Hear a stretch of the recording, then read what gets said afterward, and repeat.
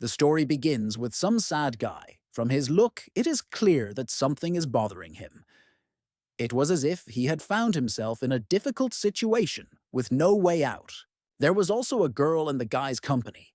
Also beautiful, also upset, dirty, but at the same time surprised by the words previously spoken by the interlocutor. Their conversation was quite normal for their unusual situation. The guy looking up said that he runs slowly and no amount of training helps. The girl was surprised by this. Apparently, she did not expect such a conversation in such circumstances. When the girl nodded in agreement and quietly said that she understood him, the guy began his story, namely that no, she doesn't understand, because he really runs very slowly. Even once upon a time, during his school years, no, even in kindergarten, he always came last, was always the most tired and could hardly stand on his feet after a race. He also said that his so-called friends in those years initially offended him, and in order to humiliate him even more, they began to quickly run away, not giving him a chance to catch up. Well, he still continued to run after them, although they seemed to simply believe that he would never catch up with them. The girl said that he was really running slowly, but the guy said that even if he didn't give up, and it was precisely the fact that he did not give up that allowed the guy to run to one of the guys in an instant and touch his back from behind. Telling the story about this, he almost beamed. And when the girl asked how he managed it, he said that it was all thanks to his perseverance. In general, this story inspired him now not to give up either. Are you wondering who and why he had to surrender? It's just that this time the guy and the girl were really in trouble, especially when one of them was holding her bloody stomach. The same knife was lying right in front of them, and the guy promised himself, this cave, the girl that this time he would go to end. While drops of blood flowed down the girl's lower lip straight to her chin, she smiled sincerely, saying that despite the fact that he does not run fast, he is still a mature person. Perhaps he was simply trying to somehow improve the morale of the girl who was nagging him. He said that he refused to surrender so easily into the hands of the assassins and would not give up until the last moment. But the girl replied that he was really weak, but she was glad to hear that. And despite the sad words of his interlocutor, he continued. Further, they were told that he would run away if they caught him, that if he survived, he would take care of his health, and that he would live to be 100 years old. And the last thing was worst of all, because he knew that he couldn't do it. There was no further response to any of his words. There was not even a quiet, uh-huh. The interlocutor's breathing was not heard. She is no longer there. She will no longer answer anything, ever. It was not fate to say goodbye to a loved one calmly, and within a few minutes after the girl's death, loud screams and voices were heard that were eager to find them. They found it faster than the guy expected, and he must keep the promises he made earlier to his girlfriend. He must live, which means he must run now. Looking at the lifeless body, he promised the last thing to himself. Because she was already dead, as if he would come back for her, he would bury her with dignity, the way she deserved it. They were extremely close. Now, despite the fact that he doesn't know how to run, it's time to run away. Yes, as quickly as possible. After all, there is a choice between death and life. He ran because of a promise he made to a girl named Seo Hui. It was she who exhaled her last breath today right in his arms. Memories flashed back to my battle with cancer. IVs, a hospital bed, the desire to simply die quickly rather than live like this. But instead of the well-deserved peace, he was reborn in the Murim family. The main character was very lucky that he ended up in one of the 7 great clans. It was incredible luck for him. Then he became part of the Beck clan, founded by the greatest martial artist, the Sacred Blade of Immortality. But this, of course, was not without problems. After all, already here, his new body is suffering from blockage of qi channels. This is a disorder in which the body is unable to store vital energy qi. Patients with this disease often died before the age of 20. Such an illness was critical for a member of the main branch of the warrior clan. Therefore, everyone condemned the guy with just one glance, because he was a nobody. For them, he did not even deserve special attention, because he would die anyway. So the main character left Seven at 20 years old, and then he went to a remote place to await his death there. He simply had no other choice, but he was lucky not to be alone, lucky not to be completely isolated. And so, as company, he had So-hwa, a sweet girl, kind. It even began to seem to him that such a quiet life was not so bad. But unfortunately, nothing lasts forever. Therefore, their idyll was destroyed by something that has not yet ended, even having already taken one life. This time it was not his legs that failed him, but his luck. The guy, without even thinking that this could happen, ran into a dead end, and they were already on their tail. At the end of this room, if you can call it that, there was only a rusty sword stuck in the ground. Of course, this is unlikely to help him in any way. But who knows, a miracle might happen. Without hesitation, the main character ran to the weapon. Having examined it more closely, he realized that this would not even cut vegetables, and if he had to fight, it would certainly not cut a person. In any case, it's better than nothing. It was not difficult to pull it out, but despite this, the sword was quite heavy. His mental reasoning was broken by a loud, very sharp male cry, "Gotcha!" And then, just then, the main character realized that this could be the end of him. What bothered the guy and killed his only girlfriend was a huge number of guys dressed all in black, with their faces covered.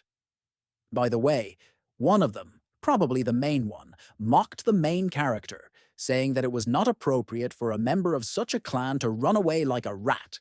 The guy, remembering his promise to the lady, decided to be brave until the very end. Without fear, he said that it was not appropriate for a worm like this man to open his mouth to him.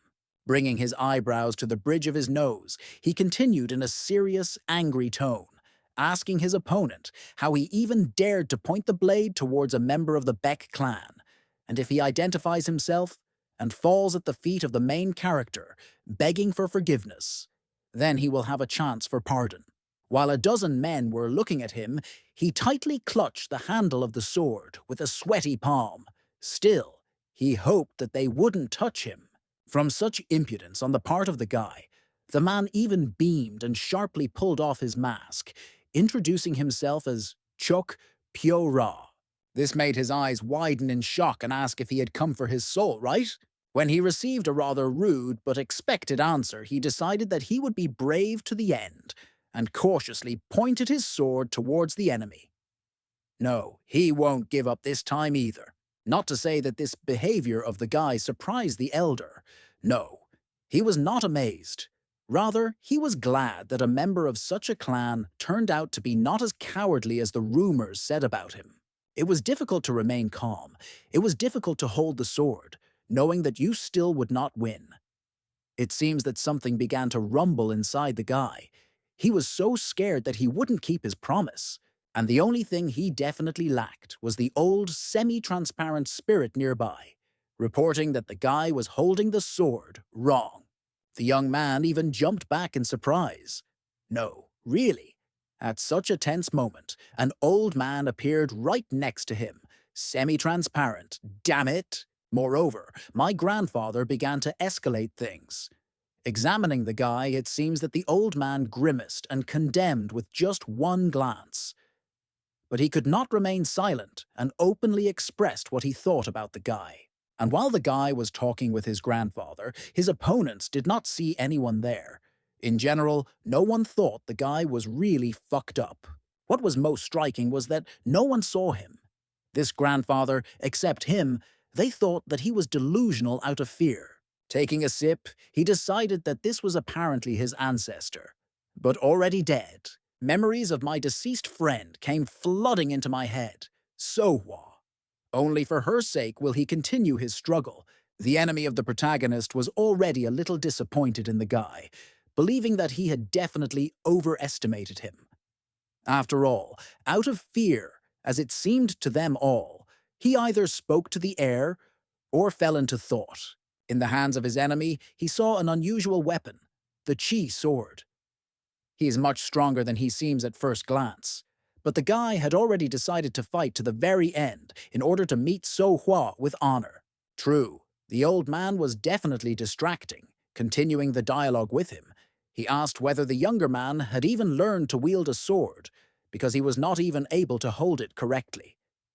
To which the main character said that his chi channels are blocked, and in principle he doesn't really need this. The old man concluded that his relative was not polite to him at all, but he could not help but meddle in his own business, and with a suspicious grin towered over the young man. The last thing the guy heard from the old man was that he would borrow his body for a short time. Immediately after this, something happened that was hard to feel, hard to understand. Does it seem like someone has taken over his body? At that same moment, the enemy, without losing the opportunity, already furious, but at the same time, satisfied and meanly grinning, swung his strongest weapon, attacking at that moment while the guy was again distracted. Well, at least that's what it seemed to him. The guy immediately, one might say, without even realizing it, raised his sword, which he was holding in his hands, and instantly stopped the enemy's attack. The man with the scar instantly drew his eyebrows to the bridge of his nose. Oh yes, this is exactly what he did not expect, because the main character seemed to him just a brat who not only would not be able to attack, but would not even be able to simply defend himself. With the same rusty, useless sword, he knocked the sword out of the enemy's hand, and he himself was blown back by the blow. It seems that now that same brat no longer controlled his body. After all, even the look was not his. That's right, because now his body, was possessed by his old, powerful ancestor. And only in the subconscious could he think at least something and understand that he simply could not control his body. Every movement, every blow was delivered by him, but at the same time, unconsciously. The main character felt incredible strength in his hands, one he had never felt before. All the power was concentrated in his weapon, and it seemed as if several seconds had passed. But no, not even a moment had passed before a fatal blow followed on all his enemies. The one who initially dared to brazenly attack the guy was probably cut in half, but the rest were just hit by a wave. But this just a wave also contained such a force that no one could survive against. A second, and there were a dozen dead men in the room, huge pools of blood. These people were clearly lucky, because it was quick and almost painless. After the end of the battle, the old man immediately emerged from his exhausted body, and the main character, almost lifeless, but still breathing deeply, fell to the cold ground, bleeding. He was overcome by the thought that if he could wield such power, his girlfriend would now be fine, alive, and well. And perhaps this would not have happened at all. Finally, a translucent old man did not allow him to close his eyes, saying that this was his last help to his dying descendant. Indeed, even if he died now, during the battle, the only thing that would change is that he could not keep his promise to his deceased girlfriend. And so he will die later, but with the feeling that he did not betray his promise. The old man admitted that he himself had put the main character to death. After all, such power was deadly even for him. This did not support the younger one from speaking at all. And it shouldn't have been. But the guy's ancestor didn't finish there. Until the guy passed out, his ancestor continued to talk. And he said something that made the main character open his mouth in surprise. It turns out that there are wonderful medicines like the purest milk of heaven and earth, or 1,000-year-old snow ginseng, and they could bring him back to life once and for all. The old man, like the guy, believed that this was a dialogue between them.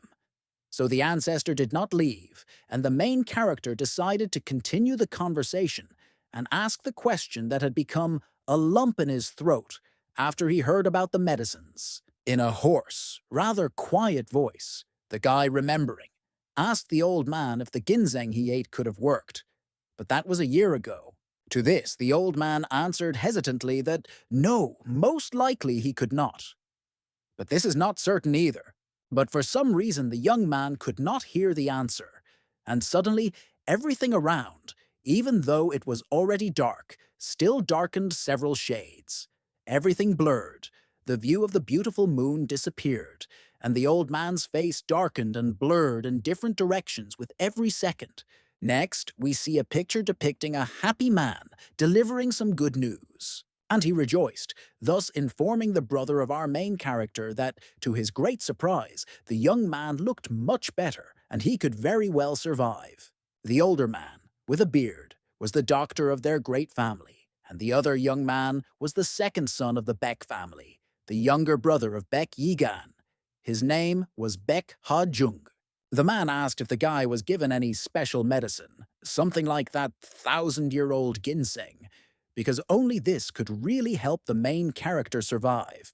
This was answered in the form of a stern, generally uncomprehending look. The doctor quickly realized what the problem was.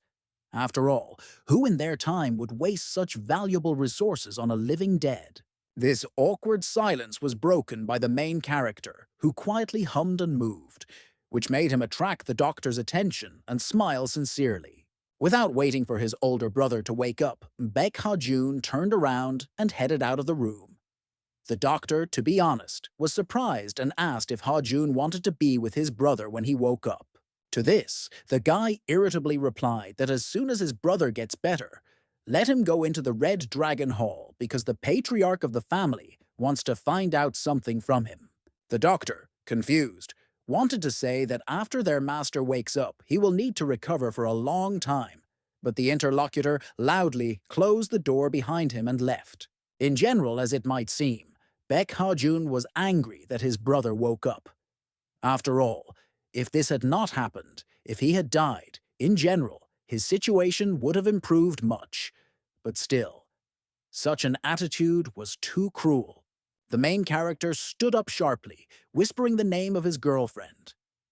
It seems that all this time, their last conversation was stuck in his head, the desire to fulfill all the promises made to them at that moment.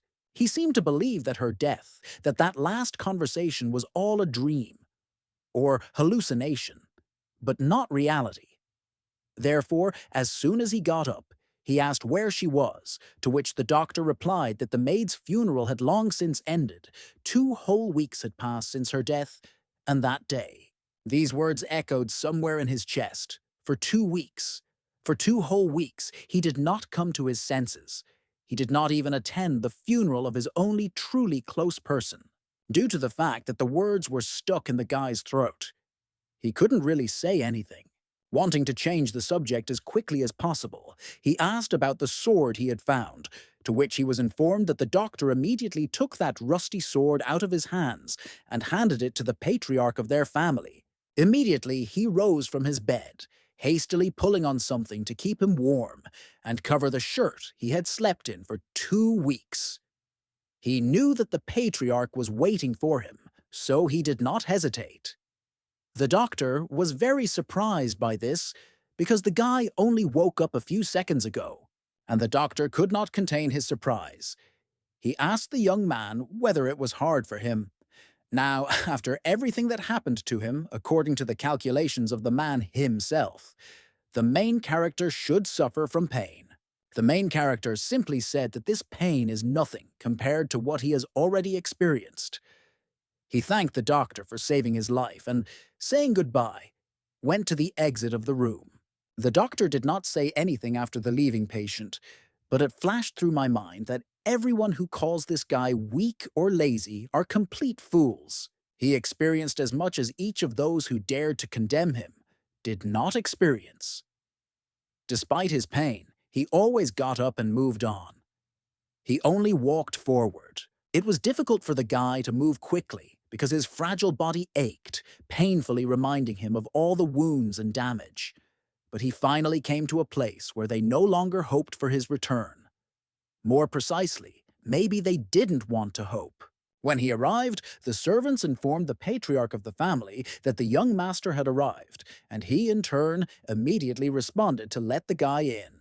When he entered this hall, with every step, an obsessive anxiety and excitement grew within him. His breathing quickened to stop worrying. He began to inhale and exhale deeply, in the hope that he would become at least a little calmer. No, but what a sincere surprise there was on his face at the moment when he saw him again. God, it seems for a moment he thought that he was still sleeping. He saw that same old man again. Oh gods, who? But he definitely didn't expect to see him here. The guy understood that he was called here for a reason, and this weirdo was hanging over the patriarch of the family right now, and it was very distracting. Next, we can learn a little history of the protagonist's family. Lead years ago, when the era of dominance of the sacred blade of immortality ended, and the number of bearers of the Baek surname was declining, the great Baek clan finally found hope thanks to another patriarch of their family. And this patriarch's savior became Baek Ryu-san. Majestic, powerful, incredibly strong and sensible patriarch. It was impossible to disobey him, even if you didn't want to obey at all. In all his 2 lives, the guy could not even imagine that he would see the ghost of an ancestor of his current family. The ghost, interrupting in their world, decided to consider the current patriarch of the family. He constantly ran back and forth, looking at the interior, then at the elders, then at their head. And this made the main character turn even more pale, and his eyes ran after the old man, which looked quite strange. It flashed through the guy's thoughts that in this life he would never have thought that he would see a ghost descendant rushing back and forth and boldly examining the elders and his father from head to toe. But what struck me most from the old man's actions was that he not only allowed himself to brazenly examine the man from all sides, but also to grab the patriarch's beard with his semi-transparent fingers. The guy exhaled with some relief, glad that this madman at least didn't pull the patriarch's beard. But he did not behave at all befitting a great descendant.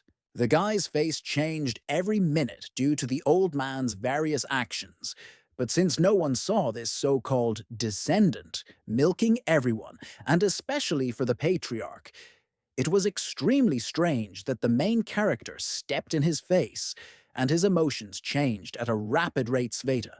The man seemed seriously angry at this behavior. After all, the guy didn't even bow when he arrived, and he's already behaving badly, and everyone else present nearby looked askance at the main character. After all, from the outside he really looked abnormal. The guy immediately understood what was going on, and the reason for such glances in his direction, so he immediately fell to his knees and bowed his head, guiltily apologizing for his strange actions. The conversation turned to those who'd previously attacked Yi Gang, or rather, Ryu Xiong decided to ask if the main character had any ideas about who could have brazenly attempted on him like that. Such a rude voice probably gave the guy goosebumps. It's good that he didn't see the gaze focused on himself. Although he raised his head, the patriarch's gaze did not seem to frighten him. And he himself began to remember what happened to him about 2 weeks ago, because even then he had assumptions about who made the unsuccessful attempt on his life. He suggested out loud that they were guys from the Demonic Alliance. Moreover, they were just aware that their family continued to accumulate power. The main character had no particular desire to falsely accuse someone of anything, so he quickly said that it was unlikely that it was them, and he would not be able to give an exact verdict. The guy didn't finish, so he continued his monologue. He said that he had not seen their techniques, but the assassins hardly belonged to the Demonic Alliance, because they would never touch a member of the Pack clan. They are in their right mind. Yes, even if they went crazy, they would not touch him. Who is the heir? True to all the guy's words, the elder simply deliberately touched his mustache and said that the main character had changed a little since the last time he saw him. Immediately after this, he switched to the previous topic, and in the end emphasized everything by saying that Yi Gang still does not have a ready verdict and is uncertain in every word he says. The patriarch could not keep silent about something that also surprised him extremely. The only survivor among everyone who was there was only the main character, even though we don't know our character until his first battle. But it seems that this conversation with his father was the bravest in his life, or rather, the way he clearly and factually, without fear, says what he thinks. What was most noticeable from the reactions of everyone present there was that the guy really became braver. Looking straight into the eyes of the patriarch of their family, he said that he was very glad that after this battle he was able to survive and open his eyes again. It seems that from such courage, the patriarch even grinned. It felt like the younger one hadn't been passed out for 2 whole weeks, but was meditating somewhere in the desert, pondering his short life. The elder, in a loud, even more serious voice, demanded that the main character rise up to him and approach him, to which the guy only raised his head in confusion, looking into the eyes opposite. When the patriarch once again repeated that he should get up, slowly, thinking about what this was for, the main character, little by little, walked towards the elder. As soon as the guy stood up, the patriarch stood above him, standing tall, with a straight back and a stern look. And he wanted to know how a sick man who did not know well how to wield a sword got rid of all the attackers so easily and simply. It was clear from his facial expression that the question had clearly taken him by surprise. Although he thought about this turn of events, he still didn't know what to say. Yes, he could try to tell the truth, but the patriarch's reaction clearly would not have been as positive as he imagined. So in this situation, you can only lie, because if you tell the truth, they will consider you crazy. The young man said something about how as soon as he entered the room, there was some kind of surge of strength, and then his body began to move on its own, as if the instinct of self-preservation had worked, and he fought back. Then something happened that surprised everyone. The patriarch himself said that this was too scary, and a few moments later, he grabbed the main character's hand tightly. He held tightly, and something began to happen around their hands. That is something for us. In their world, it is quite normal. Around the patriarch's hand, which grabbed Yi Gan's hand, a blue radiance that was not yet clear appeared. He sat back down on his throne, causing the younger one to bend over straight above him. Everyone around began to stir. Some screamed for their patriarch to stop this. Some already wanted to come over. He still continued to hold the main character's hand tightly, and he brought his eyebrows to the bridge of his nose and raised his stern gaze, analyzing out loud that his body condition had not changed, his strength had not increased, and this was, at least, strange. Apparently, the patriarch finally came to his senses, or the screams of the servants and elders reached his ears. He let go of his hand, exhaled tiredly, and indifferently turned his head to the side. After that, he added that Yi Gan could be free. True, the main character wanted to say something else, or, to be more precise, ask for something. So he quietly attracted the patriarch's attention, and Gan simply asked that his sword be returned to him, with the help of which he is still alive. Although for others, as to him at the beginning, the sword seemed like a simple piece of iron. The patriarch added sarcastically that now their Anganchik already wants to play at being a warrior. But still, with the help of his special strength, he raised a sword into the air from a distance, which he carefully and very smoothly moved through the air, and then he simply threw this sword at the main character's chest, although he successfully caught it. Although the fingers were thin and fragile, they were quite dexterous. The guy did not react to this action in any way. There was no anger, no sadness, no surprise. It seems that he has simply become accustomed to this attitude and has stopped reacting. Then the young man simply bowed and thanked the man. Although the patriarch did not speak to him normally, nevertheless, this so-called ancestor of his continued to be nearby. And for now, he was complaining that their new family patriarch was either blind or stupid for calling this sword a simple, rusty piece of iron. The old man complained, or rather was indignant, that they could not recognize the legendary sword to which the guy asked again about what kind of sword it was and whether it was really legendary. The ancestor shared information that the sword was made of meteorite metal. Its name is Meteor, and the sword itself was the favorite weapon of our spirit.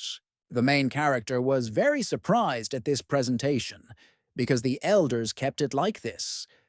And to this, the old man said that most likely it was just a fake, because he was 100% sure that the original was right in Yi Gan's hands. When the conversation about weapons came to an end, the old man approached the second topic. He said that the patriarch was as cold-blooded as a snake, and it was strange that a father could hate his own child so much. The young man, thinking a little, looked up somewhere, thinking. After a second, he confidently said that he didn't think his father hated him that much. He remembered how he saw his father with the doctor, and they, as always, in principle, talked about Egon. Only the conversation was secret, because the father of the main character either found or else wanted to be found that same sacred food, which, according to legend, would improve his condition. This memory always made my soul feel very warm. This really made him smile, although the old man said that today he definitely didn't see his best side. Their conversation developed further about the patriarch of the family. The old man began to go further, saying that, most likely, the guy's father does not know how to openly express his love for his eldest son. We are returning to the patriarch. He had just received a massage using internal energy, to which the man breathed a sigh of relief. The doctor suggested that it was probably difficult for the eldest, to which he replied that his son, Yigan, was probably much worse now, because his body was in terrible condition. The patriarch said that he was able to do everything only thanks to the efforts of the doctor, although, to be honest, it is not entirely clear what he is talking about at the moment. His interlocutor replied that since this was the case, the doctor should be thanked. The man was again not in the mood. He became so dull, it seemed as if he was angry about something. Although no, it didn't look like anger. Rather, he was worried about something, and to his great surprise, he was concerned about his own behavior and attitude towards his son. It seems that the patriarch was completely upset about this, bowed his head, and sadly asked in his own voice whether he had been too harsh, since they had not seen each other for so long. But he really missed his own son. To this, his interlocutor, like everyone who would have heard such words from a man who was seemingly a cruel, strong man, would never have dared to accuse him of such a thing, said that he was not cruel at all, and that the gentleman will understand him and will not blame him. But it didn't end with words of support. The patriarch's interlocutor replied that after all, the young master, or rather his words, worried him a little. At this, the elder raised his head questioningly. One of these two, at the same time remembering what Yigan had been like all his life, suggested that perhaps something was beginning to awaken in him that had been dormant until that time and did not want to manifest itself. The person who said that something was awakening in the main character was the patriarch's interlocutor, and later recalled that their patriarch said the same thing when Yigan was very young, that two geniuses were born in their family. To this, the elder replied that it was in vain to say such a thing, because even if his words were true, they would only encourage people who wanted to make Yi Gan the main heir. And no matter how hard it may be for him to say something like this, the patriarch seems to be very strong in spirit, a cruel man, cold-blooded even towards his own son, said that all he really wanted was for his son, Yi Gang, to live out his life in peace and quiet. The interlocutor asked for forgiveness for what he had said earlier, and the patriarch, having come to his senses, straightened his back and said that in any case it was impossible to leave things like this. Next, we will see a beautiful building. One of them was the Ruby Training Hall, where our main character and his ancestor had just arrived. Their topic of conversation never seemed to change much. It's just that now the young man was sitting in the lotus position in the training room. And, by the way, in the literal sense of the word, the same old man was hanging over him. What they were talking about, or rather, the ancestor himself was asking, was whether it was really true that the protagonist's father behaved so disdainfully in order to justify the position of the second son as the main heir. To this, Yi Gang responded positively, and the old man said that the patriarch of the Baek clan was a weakling to fall for such manipulations by the elders. Suddenly, the young man said that it was all the fault of people like this old man who was hanging over him. When he asked questioningly, the young man said that people like him, like an ancestor, live unusually long. And because of this, many senior members of the Baek family are still alive. And who dares to contradict the elders? They are smarter, wiser, they are more respected and appreciated by both the people and the family itself. Wanting to avoid such a conversation, the old man gently hinted that he now understood why young people were once forced to respect adults. To this, Yigan said that the ancestor should not avoid the topic. But the main character himself somehow didn't want to continue this topic, but rather get down to business, because he was already ready for everything that this old man could teach him. The old man looked down at the boy, wondering out loud how a guy could use internal energy when chi was separated from the bloodstream. And he, surprisingly for the guy, said that everything is actually easier than it seems. And Gan was very happy about this. It seems he even beamed. And then the ancestor broke everything down and said that it was enough for the guy to just die. But then a more serious conversation began.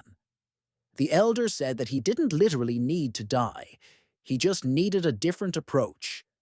After that, he asked if his so-called disciple knew what the essence of carbon, copying the chi channels, was, to which the main character answered what he was taught, as if this was a rare disorder, in which the chi flow meridians were blocked, and this was the wrong answer. Then the old man began to explain. Chi circulates inside all living beings, and if chi energy really didn't flow inside the guy, he would have stopped breathing long ago. In short, chi is water, meridians are riverbeds. And when the channels are blocked, the Chi River is more like a low-water stream. The main character quickly grasped what the old man wanted to tell him and asked that if he survived, he could study martial arts if he expanded his channels. But the ancestor only said that it would be nice, but unfortunately, impossible. The old man said that he had chopped up quite a few people, but he had never seen the meridians inside them. In short, you can see everything in a person, bones, organs. But to see what is given by God, that is, to see the soul, is impossible even for the wisest elders or glorious warriors. The old man added that the moment he possessed the young man and was able to control his body, he became the connecting part between his body and his tree. Next, our main character began a real lecture from his ancestor. It's as if God is directly connected with the will, and the energy is in the inner core of the body. He used the will of the mind to trick Yi Gan's body, his body and his mind was changed by the influence of sacredness. It seems that this made the guy's ears smoke. The protagonist, admiring himself, stopped him and asked him to explain in simple words what he meant. The answer came instantly. If our Yigan works hard, then the blockages in the chi channels can be connected again. The guy was already mentally praying that a lecture would not start about how, in life, in order to achieve a goal, you need to pray. In his native dimension, he heard this all the time. It wasn't enough to be bothered here. Next, the old man asked if our main character had studied the Mystery Meridian technique, to which he received the answer that the guy trained this technique to take care of himself. The Beck family has always had its secrets, like every noble family. It was precisely in the new family of our protagonist that there was a secret, which was the immortal martial arts. It lies mainly in the fiery sun mind technique and the Taiyin meridian. The flaming sun mind technique allows one to quickly gather large amounts of energy, and the Taiyin meridian is needed to purify the mind.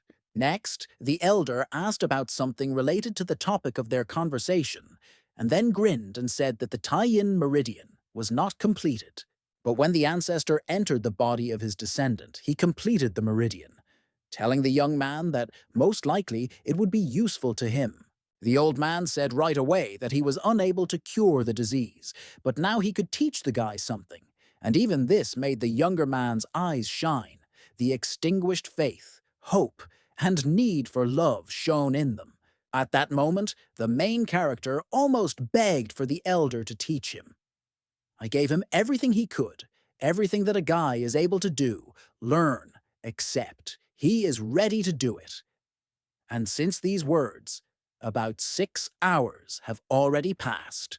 The main character, with his extended hand, clenched it into a fist, as if he kicked the ghost. But that's why he's a ghost, that the hand went through. That's how they trained.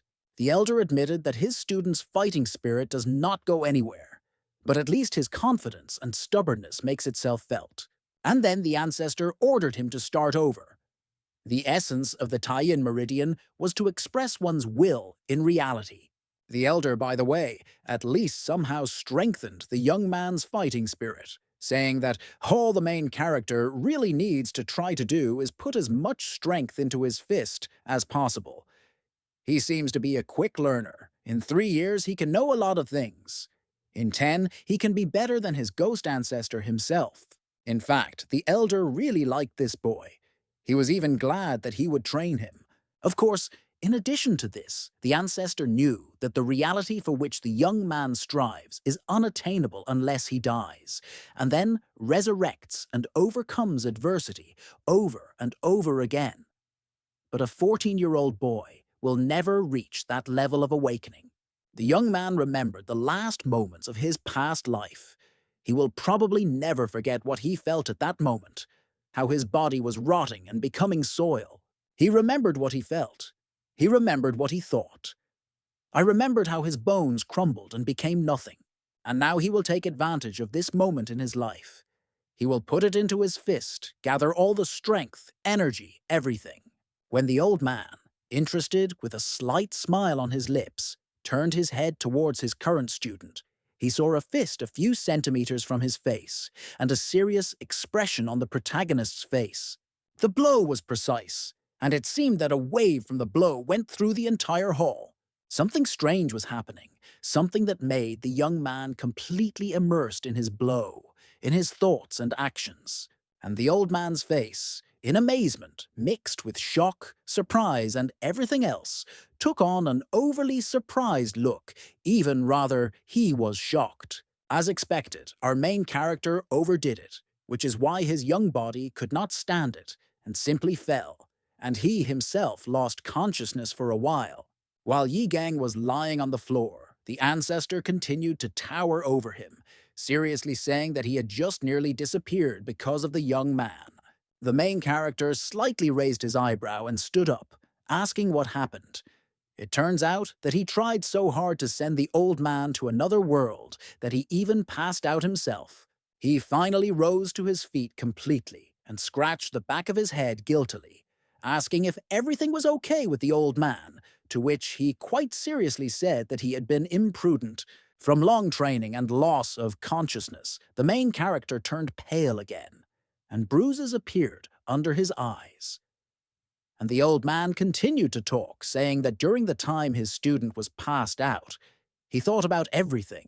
The student looks a little surprised at the back of his interlocutor, listening to him carefully.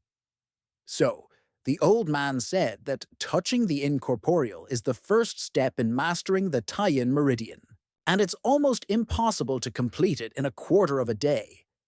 Only if his student did not experience death or loss of his bodily shell, after which he was in a state of disembodied spirit. He concluded all this with the question of whether our main character has been reborn. The guy opened his eyes in shock, from sincere surprise. Just like that, he simply found out that Yi Gang had been reborn, although no one even thought about it among his circle. The old man smiled sincerely, because he just pointed his finger at the sky. But he still guessed right. Surprisingly, this boy is truly special. Immediately, the elder began to ask the student about who he was in a past life. The main character immediately remembered gadgets, cars, technologies. Is it even possible to explain all this to someone from this dimension? Apparently, no, it's impossible, so he simply limited himself to the fact that he was a man who was a Jew in the distant future. And everything was very different for them, because it was incredibly far from the time in their dimension. It was strange that someone like this ancestor took everything so calmly. For some reason, the old man was very happy that his student had been reborn, which is why he smiled with all 32 teeth. He happily pointed at the main character and cried out that he was the perfect candidate to master his personal techniques. And the main character was the only possible person who could accept the old man's legacy.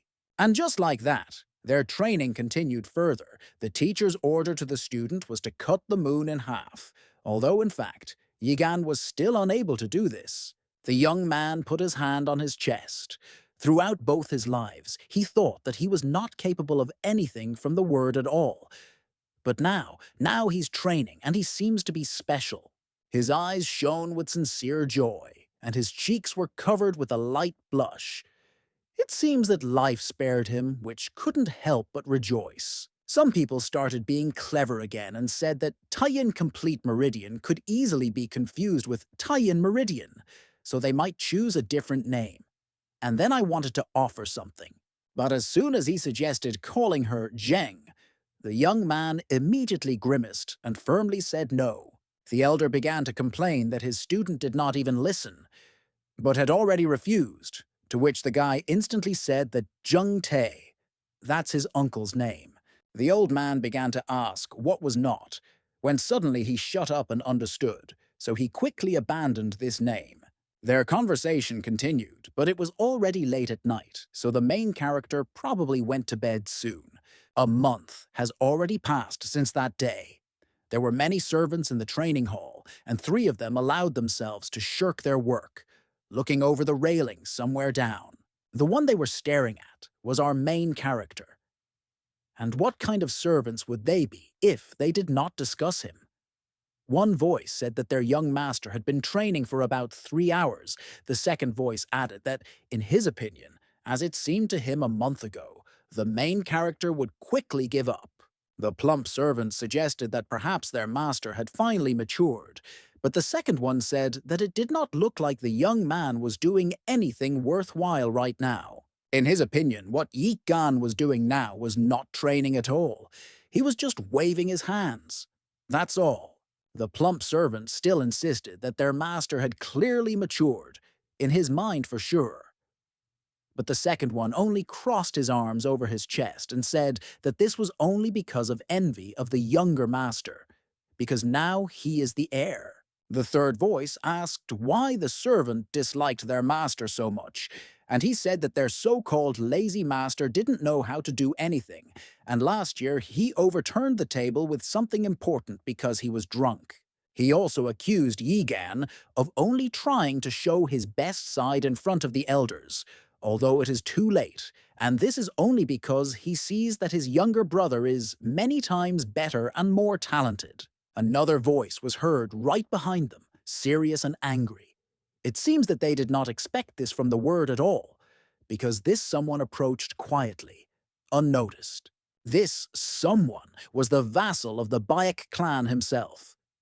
Bayek Hajun's mentor is Neung, even threatening in appearance.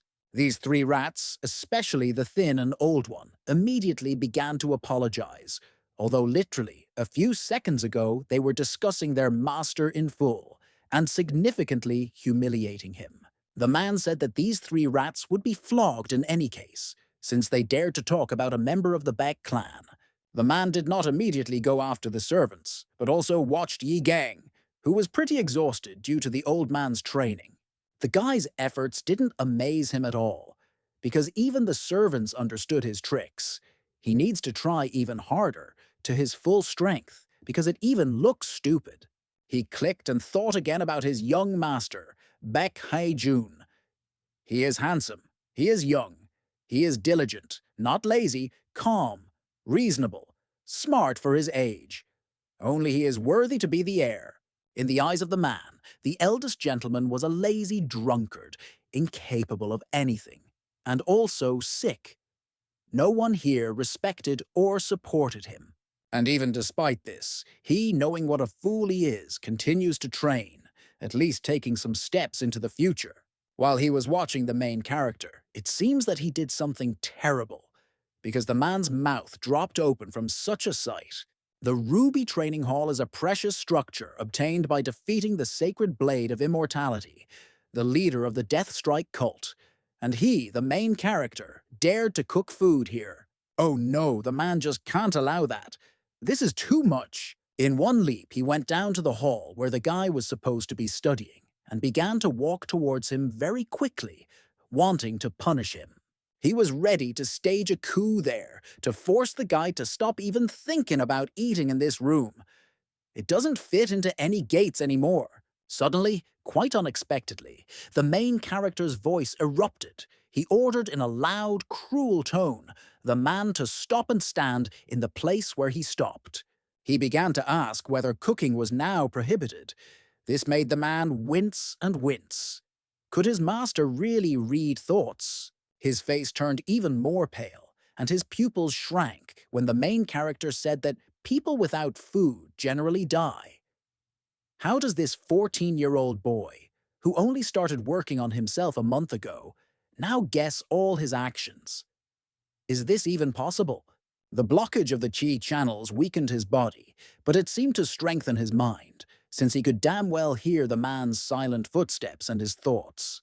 Besides all this, the guy was cold. Real cold, it seemed like you could see the blue color emanating from it. Next, the guy asked, why didn't he just come up to say hello?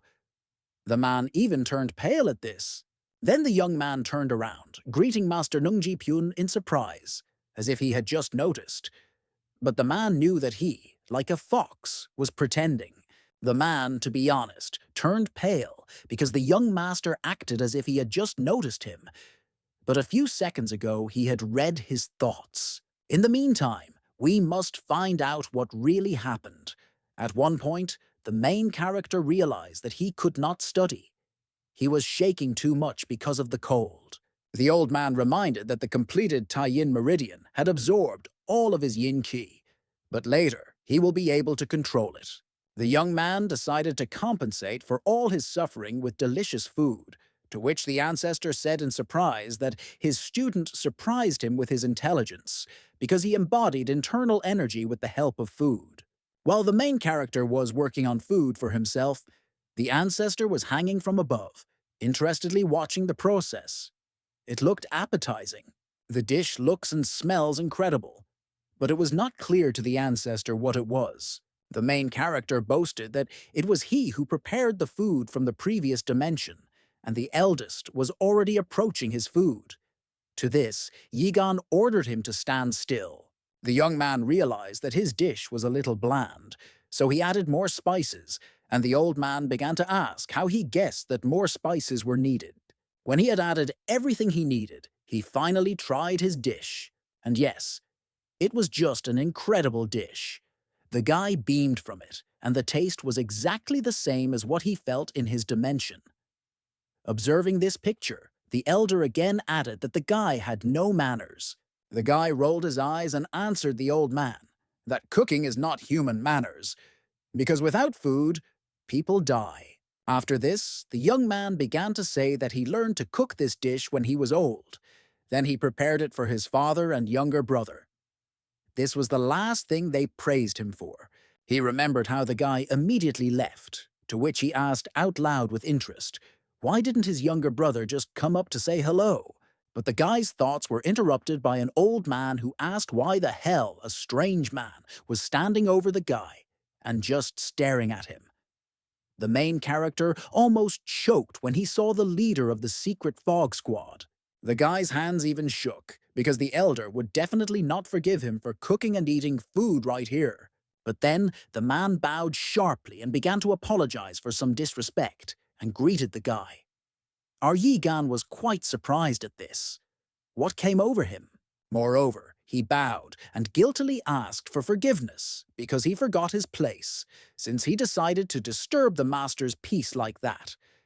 It was impossible to even think about such a thing. Seeing Great Master Nung bow to him was simply incredible. The guy opened his mouth in surprise, because honestly, he didn't expect this. And the man realized that he had already humiliated himself, and it was time for him to leave, leaving the main character in bewilderment. And Gan turned his gaze to the man's feet because they did not make a sound, as if they were light and delicate like a feather. Nung Ji Pyun, nicknamed the Excellent Blade of the Crimson Demon. He earned this nickname due to his invisibility, because even first-class masters cannot recognize his presence. The old man asked something else about what had just happened, but the guy said that everything seemed to work out. It passed out on its own. They practiced. The guy weaved until the evening. But that was not all, because the guy needed to pick up the ladle. The young man began to complain that nothing had changed in a month of labor, to which the old man raised his hand, which he struck into the palm without effort. The elder said that even if the guy doesn't see progress now, it's by no means a problem, because it means he's destined to learn differently. The conversation turned to the relationship between Yigan and his brother, because apparently their relationship was not the best, and the interlocutor asked what had changed. The guy, to the old man's surprise, said that he himself had destroyed the relationship with his younger brother. He had pushed him away. At one point, Yi Gang simply destroyed all his brother's favorite things and toys, watching him painfully look at. No longer his things, but simple trash that should be thrown away. He also brought me to tears by pinching my cheeks painfully, with such force that small wounds later appeared on my cheek.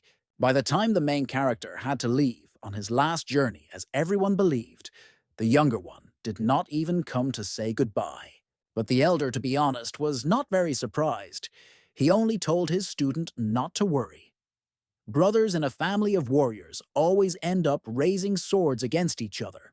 The old man said that he also had a brother, a traitor who sent an assassin to him, but then he destroyed his dantian and severed the energy flow channels so that he could spend the rest of his life happily. The guy only replied that he didn't know that the sacred blade of immortality had a brother, or was. While talking, they reached the training room, where two people were already training.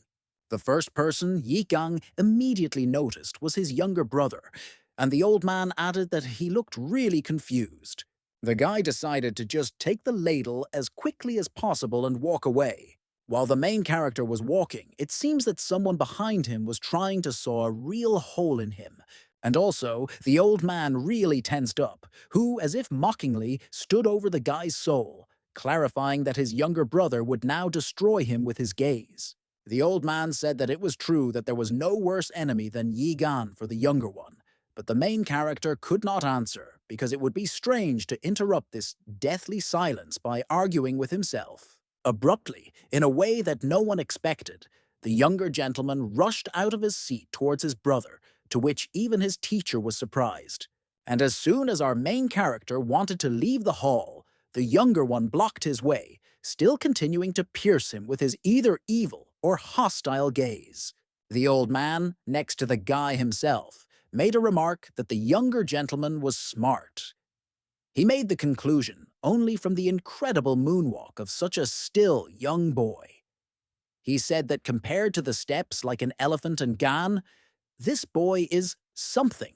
The elder could not be soft. He suddenly changed his mind and thundered at the younger, saying that if he dared to block the path, then why stand there like a fool and say nothing? He pushed the younger one away with his shoulder, saying that he had clearly forgotten the rules while Yi Gan was not here. The main character was impatient to finally leave, but he again did not let his older brother leave, sharply grabbing him by his clothes. He didn't just grab it, but to attract attention, he loudly screamed the word, "Brother," to which everyone present in the hall opened their mouths in shock. Yi Gang was especially surprised, turning around in shock and raising his eyebrows. The younger one actually blushed himself. He himself did not expect that he would call this man brother, and like a child, would grab his clothes. Baek Yigan was always sick and weak, but by nature, even from early childhood, he was wise. Everyone loved him. There was not a single person who hated him. Sometimes he made Baek Ha-jun spicy wonton soup. At those moments, his 10-year-old brother seemed to be the best of all. And it always seemed to Baek Ha-jun that this smiling, handsome, sweet, and beloved boy would always be there, making everyone who saw him smile. But everything has changed. One day, everything became terrible, and from that moment, nothing was good anymore. Baek Yigang began to constantly fly into a rage through countless hysterics, refused medication and the help of doctors. And he didn't want to spend time with clan people. It was as if he suddenly began to hate them. Over time, even his own father turned away from Yi Gang. This child has become intolerant. Elders, servants, just people from the city. Everyone was whispering that the eldest master, Baek Yi Gang, had gone crazy, and now the younger gentleman, Baek Ha-jung, should become the heir. Then, the younger one had no idea what had happened. He only dreamed that his beloved older brother would become his old self, play with him, cook with him, watch over him, and train. A little earlier, before the main character entered the hall, the younger gentleman and his mentor came to training, and immediately, Ha-jung smelled a wonderful smell. When Jong asked what the smell was, the mentor said that his older brother had been training in this gym for about a month, and today he was cooking food here. But the younger one already knew what that smell was. He recognized the smell of the same soup that his beloved brother had prepared for him several years ago. And suddenly, hope flared up in his heart. Since my brother trains, he cooks. Perhaps everything will be the same as it was before. And under the influence of feelings, warm memories, the younger one was simply drawn to his brother. I just wanted to talk. He addressed his brother too childishly, so he immediately began to look for some kind of excuse. But this did not make the main character push his brother away. No, this made him smile, because he thought that everyone here hated him. He turned to his brother and said with a slight smile that Ha-jun was already old enough to call him brother, so now let him just call him brother. The guy walked away a little and asked what was the reason that his younger brother ran up so unexpectedly and stopped him. The sparkles in the child's eyes shone, and with hope in his voice he asked if they could, as before, practice with each other, together. The main character thought that this was some kind of revenge on him, because he couldn't even concentrate his chi energy. Malloy said that they, in fact, had to do without chi energy today, so he offered his brother training together. The younger gentleman suggested the game, Words of the Goblin, something they played in childhood, only not a game, but a training session. The old man noted that he was glad that the training he had invented would be passed on by inheritance. And Gan, of course, was not against it, but they needed the consent of Zhang's mentor, Master Nung, who is responsible for the younger's training. The eldest gentleman thought that no one would allow him to play with Ha-jun, because Master Nung simply hated him, and it was clear that the main character would immediately lose. But to great surprise, Nin agreed. The elder's mouth opened slightly in surprise. It was so hard to believe the words of the master who hated him with all his soul. The younger one was happy, because now nothing prevents them from training. And the eldest actually stuck it in turns at both the master and his brother. Master Nung only wanted to know if Yi Gan was hiding any powers. The old man immediately intervened, asking if the main character really wanted to train, because then he could teach him how to make the body lighter, because Qigong training can literally soften the body. The old man recalled that his student had been learning to concentrate and use his will for a whole month, and perhaps, if he concentrates on the right thought, there will be a real chance of success. And as an incentive, the old man said that if his student wins, he will give a hint on how to live life beyond 20 years. The reaction was immediate. The eldest turned sharply to his brother and began to say that he was ready to play right now. The old man watched this picture, smiling slightly. He knew that Yi Gang, even without incentive, just wanted to play. I wanted it because I loved my brother. The time was apparently already late, but their time was just beginning. Yi Gan himself agreed that he was unlikely to win, and even if so, it would only be with the tie-in meridian. Even the elders called Jong a genius. He is not the same kid anymore. The old man was always close to his student. He said that someone as small as Hajun is 1 in 100. But Yigan, at least for his own teacher, was one of the entire family who was truly strong, powerful, and incredible. Because that's why the old man chose him. He ordered to show his younger brother the difference between heaven and earth. Since the main character could not communicate openly in front of people with the old man, he conveyed messages mentally. Therefore, remembering how they say, he said that usually younger people cannot compare with older ones. So he was confident in himself. The old man winced, not believing that his student was even thinking about such a thing. The old man said something else, but the guy didn't listen to the end, since Master Nin had already begun to speak, reminding him of the rules. Initially, in the game itself, children should throw bags of red beans at each other, with blindfolds on their eyes and bells on their belts. But since this is a game, to make it more difficult, Master Nin removed the bells and wrapped rabbit fur in bags to muffle the sounds. They have 5 bags in total. The game is up to 3 points. By hitting the enemy with the bag, one of them earns a point. But if the bag remains in the hand of the shooter, it is an automatic victory. The elder reminded the younger that as soon as he hit him with the bag, he always began to cry. The younger one, blushing in anticipation, said that this would never happen again. There was no countdown. Suddenly, at one moment, Master Nin announced that the game had begun. Both were in anticipation. Both realized that they were now playing together with their brother, which made both of them breathless. The elder wanted to show Hajun how much he had changed. He wanted to prove to Master Nung that he was no longer the same. As soon as Yigang managed to catch the bag, a moment later, the younger one had already made his throw. And the throw was successful, right on target, right into Yigan's chest. Master Nung grinned because his student was a great guy, head and shoulders above Yigan, but he also paid attention to the second one. He was wondering if the training helped him in any way, whether he would lose quickly or not. The master immediately realized that he had begun to use the Taiyin Meridian and thought that it seemed that some people were already giving up. At that moment, Ha Jung stopped hearing anything. Or rather, he was confused by something. He could not aim and hit because he could not listen properly. But without being confused, with the bag in his hand, the younger one swung and threw with all his might, not initially hitting his opponent. Although no, the elder himself gives in to meet the bag, which surprises Nin, who was watching all this. The main character is trying to catch the bag, but this is impossible. It is impossible to understand when the bag is only thrown at him, only when he's already nearby. Hajun's next attack was unsuccessful. The elder, as if he felt the bags, simply and easily dodged. Even though Zhang was winning, he was clearly quite confused about something. And finally, Master Nin understood what was the matter, understood why the younger gentleman tensed up.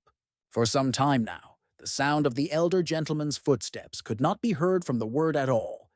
He became silent, and there was no whistle from the fist cutting the air either. There was a feeling that Senior Mr. Beck Yigang had simply erased his presence in this room. If Master Nin had also been wearing a bandage, he obviously would not have realized that he was still there. All the sounds of Yigan have become empty. But is it possible for a weak, sickly child to learn this in just a month? The younger one also understood that this was no longer the same game as before. They grew up but became even stronger, especially the older brother, from whom there was not the slightest sound.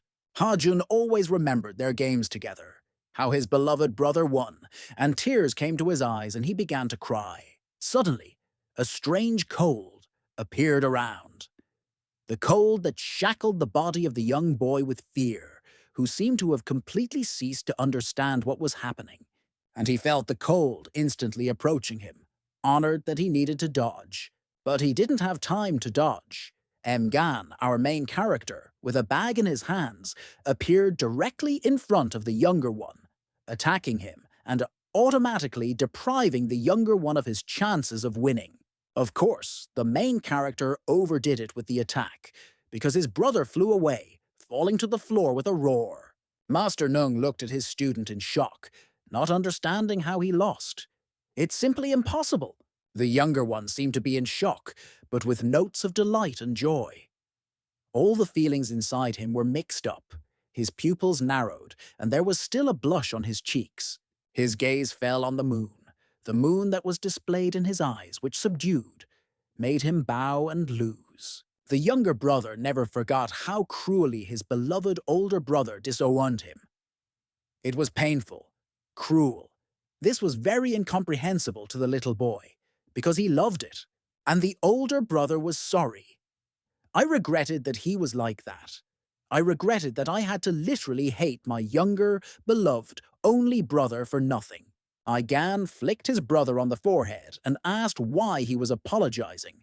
Because he won. The guy replied that that's not the case. He just took all his things. And the young man also heard that because of him, their mother died because she got sick while giving birth to him. The young man began to get angry and told the little one never to speak like that again. In general, the young man won, so now he will follow his commands. Let him come to his room tomorrow. Pulling his cheeks, our hero thought to himself that he promised to give him advice on how to define life if he won. But to be honest, he did not expect that his brother would really be able to. This guy's full of surprises. The next day, in Egan's room, the younger one asked in surprise that he really wanted the boy to tell his father that he would be the main heir, because then there would be no turning back. In order to obtain the official status of the main heir, 2 conditions must be met. Obtain approval from the Council of Elders and the Patriarch. Ha Chejun fulfilled only the first condition. The young man replied that he did not need this title. Anyway, he is unlikely to live to be 20 years old, so it is better to leave boring responsibilities to him and spend the rest of his life carefree. The man noted to himself that this was the first time he had seen someone renounce the status of the main heir. The eldest added that, as for the death of her mother, it is true that the second birth was not easy for her, but the patriarch made sure that the people kept quiet about it. Who told them? Ha replied that it was my uncle. Then he started saying that he didn't mean to say it, but Jun couldn't forget anything. The boy said that if he becomes the heir, then what will happen to him? Gan replied that he did not want to sit idly by waiting for his death, so he would try to repair his body. The younger one immediately jumped up and exclaimed that he really knew a way. Maybe he managed to contact the divine healer. But the guy replied that nothing was known yet. First, he plans to visit Chonrim. The man noted that there were only old people there, and perhaps they knew how to help the young man. There are many outstanding martial artists in the world, but only a few of them have crossed the boundaries of human capabilities. One of them is the master from Chonrim. The elder runs this place. The clan's strength can be compared to the 9 great sects. Only those whose powers have been recognized can reside there. Little is known about them, despite their solid reputation. When the old man was there, he helped them at the same time, but he never talked about it. The guy noted to himself that they were probably strong even then. What could they ask the elder for? If Gan shows them the small change he received from them, then any request he has will be heard. It is hidden inside the Kirluna temple. Let him find her and go to Chonrim. The brother noted that he really heard that they understand the topic of internal energy, so maybe they can help him with something. Soon, he will be able to meet them. Someone from the sect is just supposed to visit them in a couple of days with disciples from other clans. The guy was glad that then he would show them the small change. The old man told him to go look for her quickly. He has taken some measures against thieves, so it is better for him to take one of his subordinates with him. The young man thought to himself that he had no subordinates. The man added that one was right in front of him, hinting at his younger brother. When our hero asked if he wanted to go for a walk with him tomorrow, the boy happily exclaimed that he did. After a while, Gan asked if he was still angry. He said to be inconspicuous. The kid replied that he thought he meant just sneaking out of the house. The young man thought to himself that perhaps he had gone too far. It was cruel to demand that a child dressed up for a walk roll in the dust, after which he began to condescendingly say that, okay, he can buy himself some sweets, but the boy didn't even listen to the end, and immediately ran to the counter. The young man noted that Jun talked about going out for the first time without bodyguard warriors. He's probably very happy and interested. Then the guy asked the elder if they were going in that direction, since there were a lot of people around. The man replied that this is the temple of the god of prosperity. It is logical that a lot of people go there. They're almost there. The younger one had already returned with candy and asked how he knew where the treasure of the sacred blade of immortality was kept. Igan replied that he lived in his former residence, so I read it in one of the books. The kid replied that he really hoped that his treasure, which no one had found yet, was really there. Our hero asked that the blade was really his idol. The child exclaimed that, of course, he was the best martial artist of all time. The ghost admired that this little guy was very smart, not like the older one. The young man told him it was better to watch the road. Finding himself in front of a huge building called the Golden Pavilion, Chun asked if the treasure was really located there. What kind of pretentious name was that? Igan noted that it appears the temple no longer stands there. The old man was indignant that how could it be possible to demolish the temple of the god of wealth and build in its place a building for that very prosperity. Suddenly, a man materialized in front of them and menacingly exclaimed that there would be enough trash hanging around there. The younger one was about to get into a fight with him and began to say that how dare he, but our hero interrupted him and told him to stand still, after which the young man handed him a bag of silver. The stranger asked in surprise where the child got that kind of money. The young man asked what exactly was the matter. Let them inside, and he would choose a quieter place. Then he ordered the chef's signature dish and roast duck to be brought. Let him deliver the food a little later, as they need to discuss something. Then he told his younger brother that it seemed they needed to go forward, to that building. The boy objected that they hadn't brought food yet, but the guy told him that he ordered him not to rush so that they would have time. When they entered the temple, the old man told him to press the foot of the statue that was right in front of him. The young man approached her and immediately did what he was told. At the same instant, a passage in the floor began to open under the feet of our heroes. The kid exclaimed that his brother really knew about this. He's just incredibly cool. Igan replied that they don't know what exactly is there, so they need to be careful. Then they jumped down. The sacred blade of immortality noted that the guy had already improved his qigong so much, and he was very proud of it. Already there, the young man noticed that there were traces of visitors around. Have the owners of the pavilion already found the treasure? But you don't have to worry about traps. He then saw that there were some papers on the table, which stated that the head of the Chiayan branch, Li Ryu, had died of illness. Pavilion owner Li So-yun, who is the daughter of Li Ryu, has 4 more points. Hiding as the mysterious owner of the pavilion, it is necessary to eliminate her. The rest was encrypted. The old man said that there is low-level sect code everywhere. He can decipher it partly. They were fighting for the position of manager of the Xi'an branch. This is their territory. Looking at the statue, the kid noted that it was really a statue of Pisyu, a mythological creature that accepts wealth and wards off bad luck. Our hero said that the small change should be behind this wall, so let him move to the side. Then he grabbed the sword and thrust it with all his strength into the eye of the statue, according to the instructions of the ghost. The wall immediately opened, and the young man was illuminated by a bright, dazzling light. His brother didn't understand what kind of light there was because it was dark all around. The man noted that he immediately realized that he was special as soon as the guy picked up his sword. Now let him go there. You need to grab the opportunity.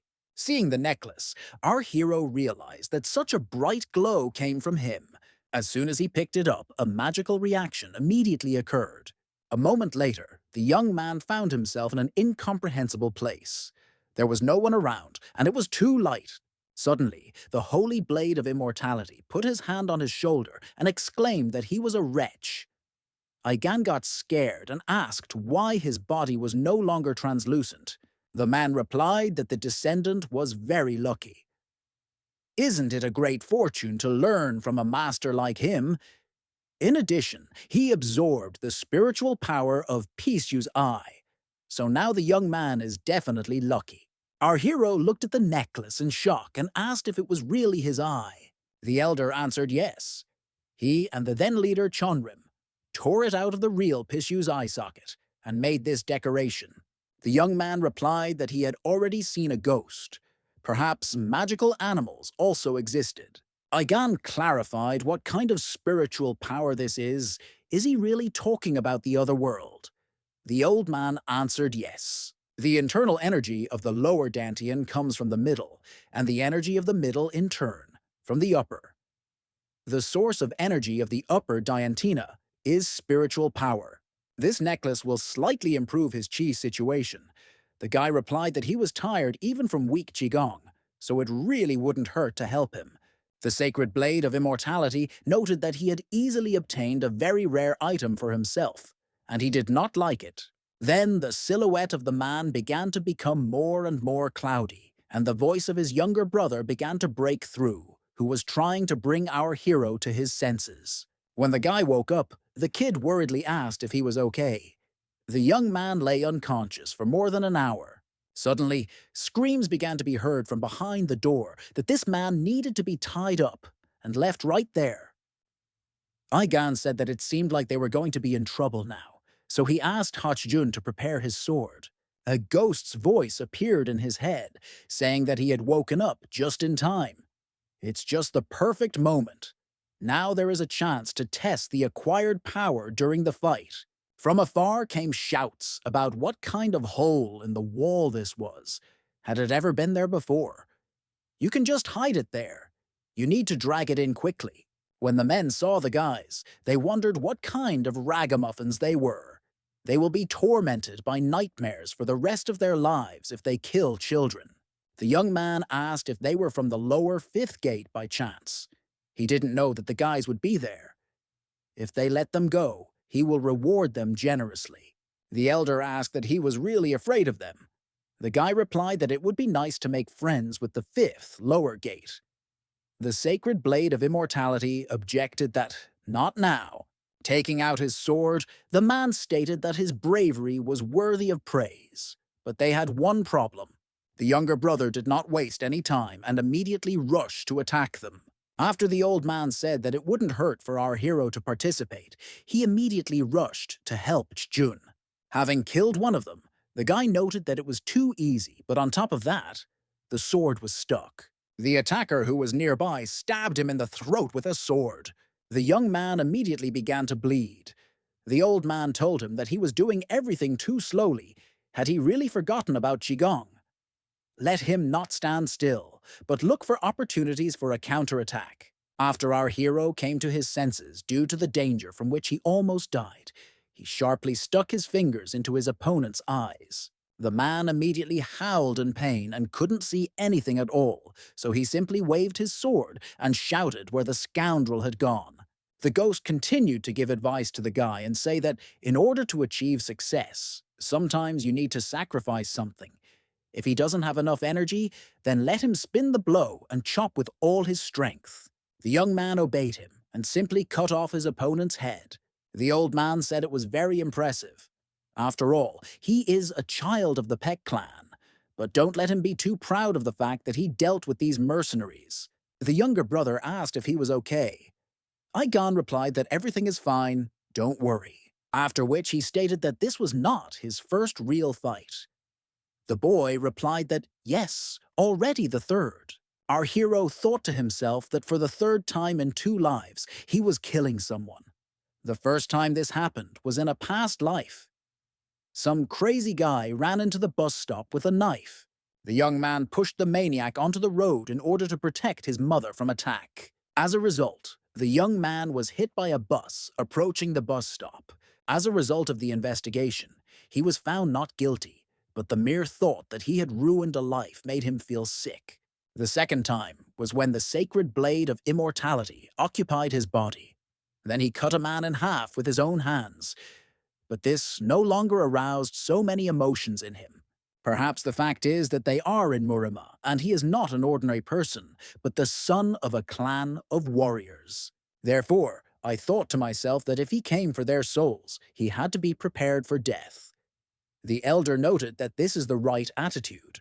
Unexpectedly, the tied-up young man exclaimed that he was very grateful to the glorious gentleman. How good it is that he punished these traitors. The Western branch is now in his debt. He will personally ensure that he is rewarded as he deserves. The young man began to walk towards him and asked his name. The stranger thanked him again for saving him and replied that his name was Chungu. Igon noted that his voice sounded young, so he started calling him Young Master. Besides, his name seemed familiar to him. It seemed to be in the records. Apparently, he is the right hand of the manager's daughter. Then he asked whether those people were traitors to the fifth gate. The guy replied yes. They rioted as soon as the previous manager died. He will be rewarded when he reports everything new. Eh, our hero asked who he was. He needed to know from whom to receive payment. The young man replied that he could not say his name, but let him believe that his kindness would not be forgotten. The young man asked how he could trust his words. After which, he began to take out his sword, saying that he would have to die. Then he swung sharply and lowered his sword onto his shoulder. But the guy still didn't utter a word. The young man stated that he is very faithful and is even ready to die, but will not betray. I thought to myself that I just wanted to scare him, but the sword turned out to be so heavy that it almost fell on his head. Then he asked how they would repay him. Chijun replied that they would do the cleaning. They will also make sure that this incident does not affect him. Their branch also specializes in collecting information. If he allows, the guy will serve him. Igan mentally asked the elder what he thought about this. The man replied that a good relationship with the lower fifth gate would not hurt him. Let him do as he sees fit. The guy thought to himself that first he needed to check whether he had enough abilities. Therefore, he said that he should guess who he was. If his answer is satisfactory, he will give him the task. Gu replied that, judging by his voice, he was still a young man. His speech is refined, which means he is definitely the son of a noble family that specializes in martial arts and has an heir his age. Based on all this, the guy can assume that he is a prodigy from the Peck clan named Ha Chijun, but certainly not his lazy brother. The ghost laughed loudly and exclaimed that this guy was right for them. Our hero noted that he really has talent. Then he threw him a bag of silver coins and a knife. Then he said that next he would have to collect information about the visitors of the Peck clan. He will deal with the ropes himself. The boy noted that now they would probably have big problems. The elder asked that he was really afraid. The kid replied that that was not the point. Gan told him not to worry. All responsibility is on him. He noted to himself that not so long ago his father stopped always punishing him and began to limit himself to cold glances. It's unlikely he'll say anything. Meanwhile, the patriarch was informed that their vassal saw our heroes not far from the pavilion. The man exclaimed that Igan had just returned home, but he didn't understand what he was doing. Ryu Seun won't let this go so easily, so go to his chambers to visit. After some time, the ruler was already hitting the young man on the legs with a rod, after which he said that he had just returned home and immediately took his brother to a drinking establishment. Does he even know what it means to have the surname Peck? The guy asked for forgiveness. The father said that in 5 years there will be a council of 7 stars. For the 9 great sects, it is the meeting of the dragon and the phoenix, and for the great clans, it is the Council of the 7 Stars. Long ago, their ancestors competed in martial arts at these gatherings, but now the events are held for talented young warriors, helping them form bonds. His younger brother will also attend this council. The guy replied that he was aware, but thought to himself that he wouldn't live long after the meeting anyway. So there was no point in going there at all.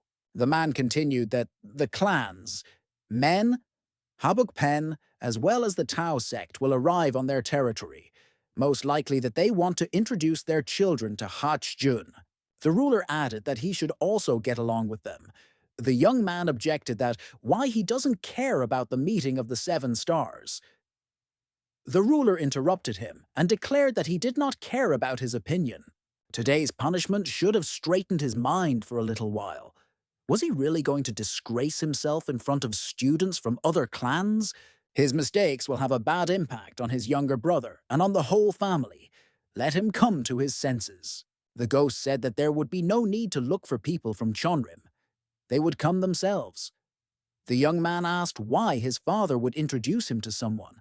The old man replied that it was obvious. He wants the guy to finally make friends. Doesn't he really understand? Gan replied that for some reason it seemed to him that he would confuse them with his weak hobble. A subordinate entered the room and said that he had one ointment. Let him try to use it for wounds. This should help. The patriarch conveyed it in secret. The elder noted that the aroma was very refreshing. This is the secret medicine of the Peck clan. Let the young man smear the wounds and go to bed. Considering the upcoming events, he needs to hurry up with his training. The next day, the ghost told the descendant that his stance was completely wrong. Let him stand still and not move. The young man noted that he had been standing in one position for an hour, after which he fell to the ground and said that he was going to die. The old man ordered him to cross his legs and sit down. Now he will teach him how to restore his innate internal energy with the help of spiritual power. Since he had already used up all his stamina, it should be easier for him to sense it. The human body is like a fountain gushing out in 3 streams. The spiritual power of the upper energy core feeds the central core of innate energy, and the lower one is filled from the central one. It is impossible to increase the amount of this energy even with the Eye of Pisu. Only the dragon necklace of wish fulfillment can help him. The guy saw how the sacred blade of immortality used spiritual power. This means that his divine eye is open. This is only possible for those whose hearts are pure, so they will bet on it. Plus, internal energy is a rather capricious thing. The young man needs to concentrate if he does not want to die. Yeah? After some time, Gan began to cough up some black substance. The man noted that this was bad energy coming out. Then he asked how he felt. When the young man replied that it was much better now, the old man said that it should be easier for him to use Qigong now. Most likely, this will not last long, but he will still be able to try to move on to the next stage. Our hero asked which one. The man asked what he thought would happen if people could make their fists as hard as iron. Noses would break just like that. This is strengthening, the second stage of the Tianan Meridian. Of course, getting to this point will not be easy. It will take a lot of time, but tomorrow he will try to teach him the basics. When Gan suddenly got ready to go somewhere, the elder noted that, as he understood, that punishment was not enough for him. The young man replied that this time he had permission. He is going to meet with the Hao sect. Meanwhile, member of the 7 Stars Council, Mo Yen Tak, said that, as always, the best drinks are there. His neighbor said that he shouldn't drink much because they were meeting the patriarch tomorrow. But the young man replied that he had come a long way, so he needed to relax at least a little. After which, he offered Jin Li Yen at least a glass. But she refused. The guy said that his brother is 100 times stronger than Pik Yun Gil. Then he must be stronger than Ha Jian, right? Mo replied that he wasn't sure. He will know everything himself when he meets him. A candidate to visit the Council of 7 Stars, Pen. Mu A was indignant and told him to eat with his mouth closed and generally keep quiet while eating. Jin got up from the table and said that she would probably leave. The young man asked her to stay a little longer, but she replied that she was a little tired. Walking out onto the balcony, the girl thought to herself that she believed that after 4 days she would finally return home. What did the master see in that message?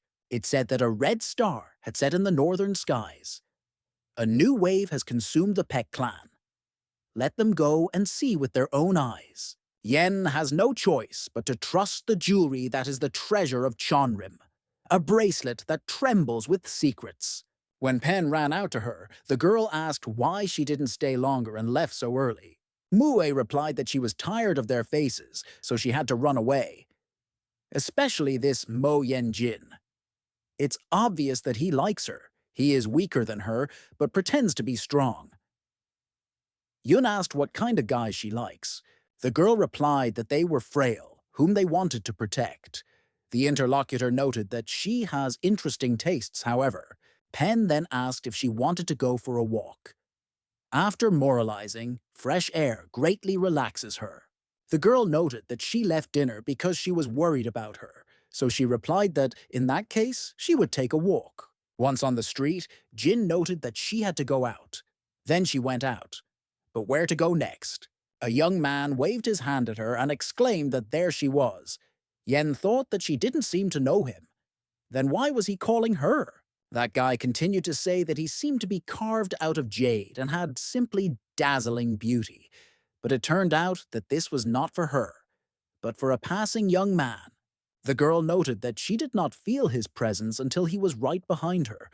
The stranger told the guy that he had brought what he asked him for. Let him take it.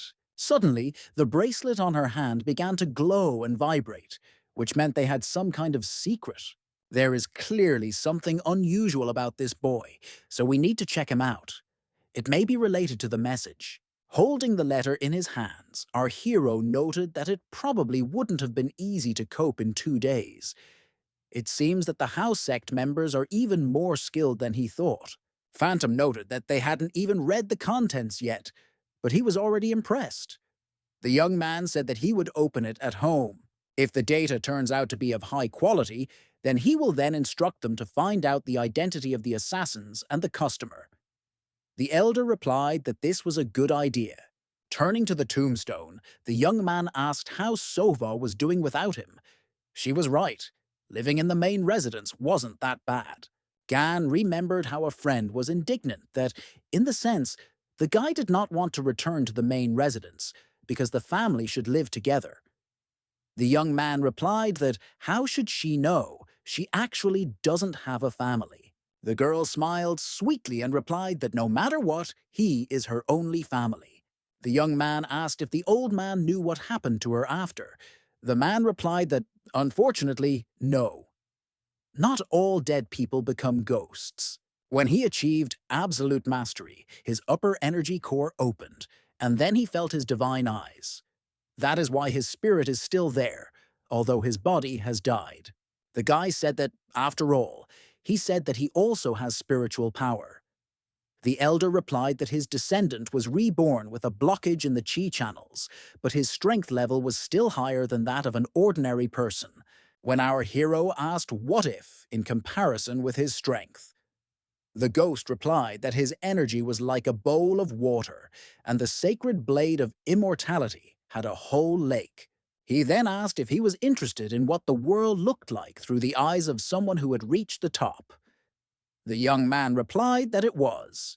The ghost put his hand on his head and said that his body had recovered, so it was okay for a second. He will lend him some of his spiritual power through the path, connected to his upper energy core. A moment later, the young man saw that the world was full of light and life energy was floating around. As Gan coughed sharply, the old man noted that it seemed his body had not recovered that much yet. After which they noticed the girl who was spying on them and wondered who she even was. Some time ago, Jin followed the young man and saw that it turned out that he had come to visit someone's grave. She felt ashamed for spying on an ancestor-worshipping child. It is indecent for Chonrim people to do this kind of thing, so it is worth going back. But suddenly, the girl felt that the bracelet began to vibrate and glow again. She then felt and saw an incredible aura. It seemed to her that Yen was looking at a master equal in strength to the patriarch himself. The young man approached her and asked what kind of terrible behavior she was doing. Spying on the veneration of the dead. She has a sword with her. The girl must be a martial artist. They are, of course, free to do whatever they want, but this is too much. Then he added that Jin had upset him very much and that he should leave immediately. The elder noted that this type of qigong was familiar to him. The girl was from Chonrim, and they had greatly degraded during this time. The young man was shocked that she was one of the clan's guests. The next day, Tak said that he spoke with the patriarch. His aura was impressive. It seems that the rumors did not lie. The man is very strong. Gan replied that he would like to meet the learned blade at least once. Jin noted that this guy in the cemetery turned out to be the son of the Peak clan. Everything is as in the message of the patriarch. A friend whispered that she really liked him too. She didn't even think there were guys like that in this clan. How does the girl think he fights well? Yen replied that he didn't know. Meanwhile, Menjin approached Hachijun and said that the young man was a year older than him, so he would not address him formally, and let him not be shy either. When our hero's little brother didn't shake his hand back, Men noted that he didn't seem to know what a handshake was. This is a Western thing. In their family and throughout Beijing, they do this all the time. You just need to take his hand and shake it slightly. She noted to herself that the boy had given him the wrong hand, so he would retrain him later. Entering the room, Ninchi Pyun said that this was a ruby training hall. The patriarch advised to introduce them all in this place. Tak said that he heard that for them this is a sacred place. Only descendants of the Peck branch of the clan can enter it. As he understands, his brother trains there alone. The young man replied that he did this too. The young man noted that, indeed, light loads are beneficial for a fragile body.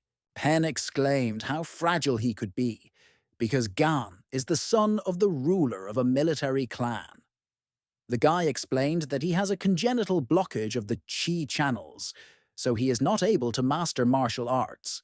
The girl noted that it was very sad. The young man objected that, no, everyone says that he is lazy and gossipy. He is in this clan, something like a black sheep. Hachiyun walked up to him and tapped him hard on the shoulder. The guy was outraged that it was. He's old enough to be his big brother. The boy threw a sword at his feet and declared that he did not need such a brother. He had just insulted his real older brother, so let him take up arms. The girl asked that maybe it was worth stopping them. The guy replied that sooner or later they will have to fight, so everything is in order. Mo Yonjin thought to herself that he just wanted to show off in front of Mu A. Plus, he heard that the Peck brothers don't get along with each other. It turns out that this was not true. The young man decided to continue to maintain his brand, so he said that there was no need to blame him for the lack of leniency.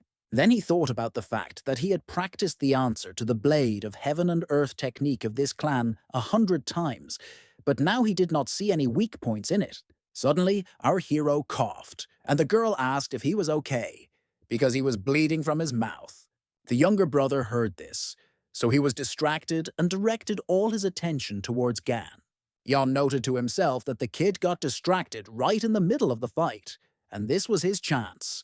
However, if he attacks him, taking advantage of the moment, then his image as a noble heir may be undermined.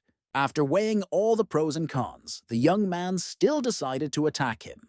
But the younger brother was not at all taken aback, and met him with a blow of his fist right in the face. After which their wooden swords clashed in a fierce confrontation. Then the young people decided to throw their swords aside and switch to hand-to-hand combat. Tak exclaimed that that's enough. Have they forgotten that this is a friendly duel? The guys are trying too hard to kill each other. Of course, children love to do stupid things, but even the guy didn't expect the situation to get so tense. He stopped them in time, but it's a pity that they will never know who won. Then, using his distant whisper technique, he told his younger brother that he was a fool. The young man missed his chance and brought shame on their entire family. But he sees that he is ashamed. Gan tapped Hachijun on the head and asked why he was counting the crow during the fight.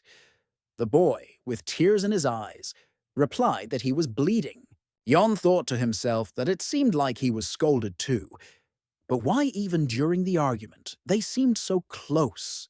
Hearing our hero's words that the main thing is that his brother won, Tak asked who he was talking about. The guy replied that it was obvious that Hachijun would have won in the end.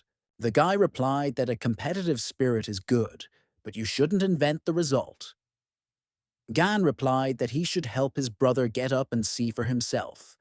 The guy immediately told Mo to get up. But when the young man tried to get up, his leg suddenly hurt and he fell back to the ground.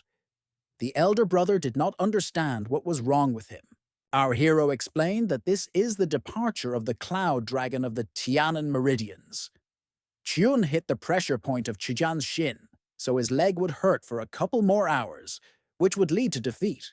The young man asked in surprise that he really noticed this. I thought to myself that it couldn't be that such a weakling would notice what Tak missed, after which he began to laugh nervously and exclaimed that then shame on him. Our hero had a sharper eye. The guy replied that it was no big deal. The old man noted that Gan himself would not have noticed anything until he prompted him, but it was still nice. The young man replied that he would not allow him to say that it was a draw. The girl, watching all this, thought to herself that this boy was definitely not quite ordinary. Her friend blushed all over and muttered that she seemed to like him a little. Sometime later, Tak noted that the Peck clan had an excellent cook. His cooking skills are superb. Our hero replied that they invited a famous chef from Beijing. The sacred blade of immortality immediately told him that these Moyen are slippery people. There is no need to trust them. Pen handed him chopsticks and told him to try this. The young man burst out saying, "What the hell?" The girl asked if he wanted to clarify what kind of dish it was. If anything, it's a chicken thigh, so let him open his mouth. The guy thought to himself that he didn't mean that. But what was wrong with her in general? Then he decided not to resist so that she would fall behind. Perhaps this is their custom. Then he noticed the strange looks of everyone around him and realized that this was not normal after all. The old man immediately said that now everyone is staring at him. So he gives. The young man immediately told the girl that thank you very much, but there is no need to do this again. He can eat himself. Observing all this, the young man said that this boy had absolutely no masculinity. Gan heard this and said that he was not polite. Let him not disgrace his brother with bad manners. Even he treats Mo Yentak with respect, since the guy is older than him, but he is his family, and still not an ounce of respect. Jian started to say that Hachjun was also disrespectful, but the boy interrupted him and said that the elder was right. After this, the young man sighed heavily and asked for forgiveness with irritation in his voice. The old man told our hero that he would stop torturing the children. He replied that he needed to see how his older brother would behave. But Mo Yentak's reaction was not at all violent. The guy didn't react at all. The son of the patriarch of the Mo Yen clan. He is a wonderful swordsman. His star cloud blade technique is known for its sharpness, and he always smiles. However, at heart, he is cunning and cruel, so you cannot relax around him. I found this information in the records of the Hao sect. Even now the young man is smiling, but who knows what is on his mind? The ghost replied that it was still necessary to focus on something else now. Gan replied that he did, and looked at the girl sitting in front of him. A student from Chonrim, Jin Liyen, did not understand why he started staring at her like that. After some time, Pen, lying on the bed, said that today was so much fun. The patriarch of the Peck clan is very cool, plus she also watched the fight. However, there is something that she didn't like very much. She felt a little bad for Mo Yen-chan. The young man is not so bad. If he had tried harder, his defeat would not have been so crushing. He got so nervous that he lost, even despite his advantage. After which she added that she would certainly defeat both of them, since she was stronger in any case. While Jin was thinking that Mu-A was a skillful girl, besides a gambling one, and she was sure that she wanted to join them, her friend said that Aigan did not take his eyes off her. When the girl added that maybe he fell in love with her, the girl immediately began to deny everything and say that this could not be true. Suddenly, a servant entered the room and reported that the eldest son of the Peck clan was inviting Jin Liyen to a conversation in the garden. The girl began to worry about what he wanted from him, and told her friend that she would return soon. Sick, the girl immediately became gloomy. Tears appeared in her eyes, so she had to convince him that he did not fall in love with her. On the way, Jin thought that it was not easy to calm her down, and she was still sad. It's good that I didn't ask for it with her. Suddenly, the voice of a young man was heard, who said that she had finally come, because she had been waiting for her. Looking at him, Li Yan thought that he looked more like a young intellectual who was keen on reading than the son of the patriarch of a military clan. Approaching him, the girl immediately began to ask for forgiveness for that time. The guy replied that he was not offended, although he would like to know why she was following him. Having heard a story about a bracelet that reacts to mystical energy, the young man asked if he could look at it. Jin replied that it broke that time, so she doesn't wear it anymore. When the girl said that she didn't know why he vibrated then, the young man exclaimed that, of course, it was because of him. Or maybe it's his necklace. This is a sign of the agreement between Chonrim and the sacred blade of immortality. Li Yan exclaimed that this was Pishu's eye. The old man immediately said that he had said that her jaw would drop when she saw him. Gan asked if he could now ask for a favor. The guy then added that he had read that if you show this necklace to someone from Chonrim, that person will definitely do him any favor.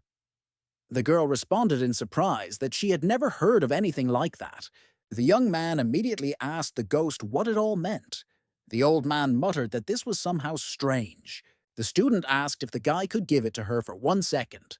Gan replied that, of course. Then she added that it was not very wise to keep something so dangerous with you. The young man exclaimed that it was dangerous. Our hero immediately asked the old man what danger she was talking about. The man replied that he had never had any problems with this thing. Jin explained that the eye is endowed with the strongest golden energy of qi. If you wear it for a long time, your body will quickly wear out due to the destructive flows of this energy. You might even go crazy. The young man asked why then he was completely fine. The girl replied that this was the strange thing. The elder explained that this is the art of the mind. This is a Kyanrim technique that uses the central energy core to control innate energy. If he studies it, he can do this too. But the ghost does not think that she will agree to train him, even if he waves the necklace in front of her nose. Suddenly, the eye began to glow in her hands, and some magical effects appeared.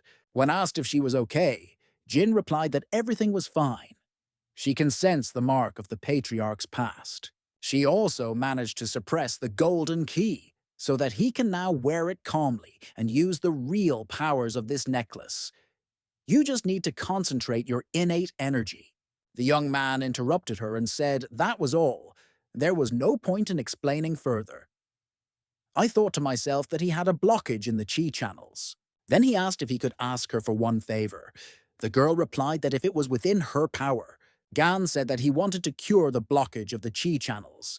He heard that Master Chonrim was great with energy. Could she introduce him to him?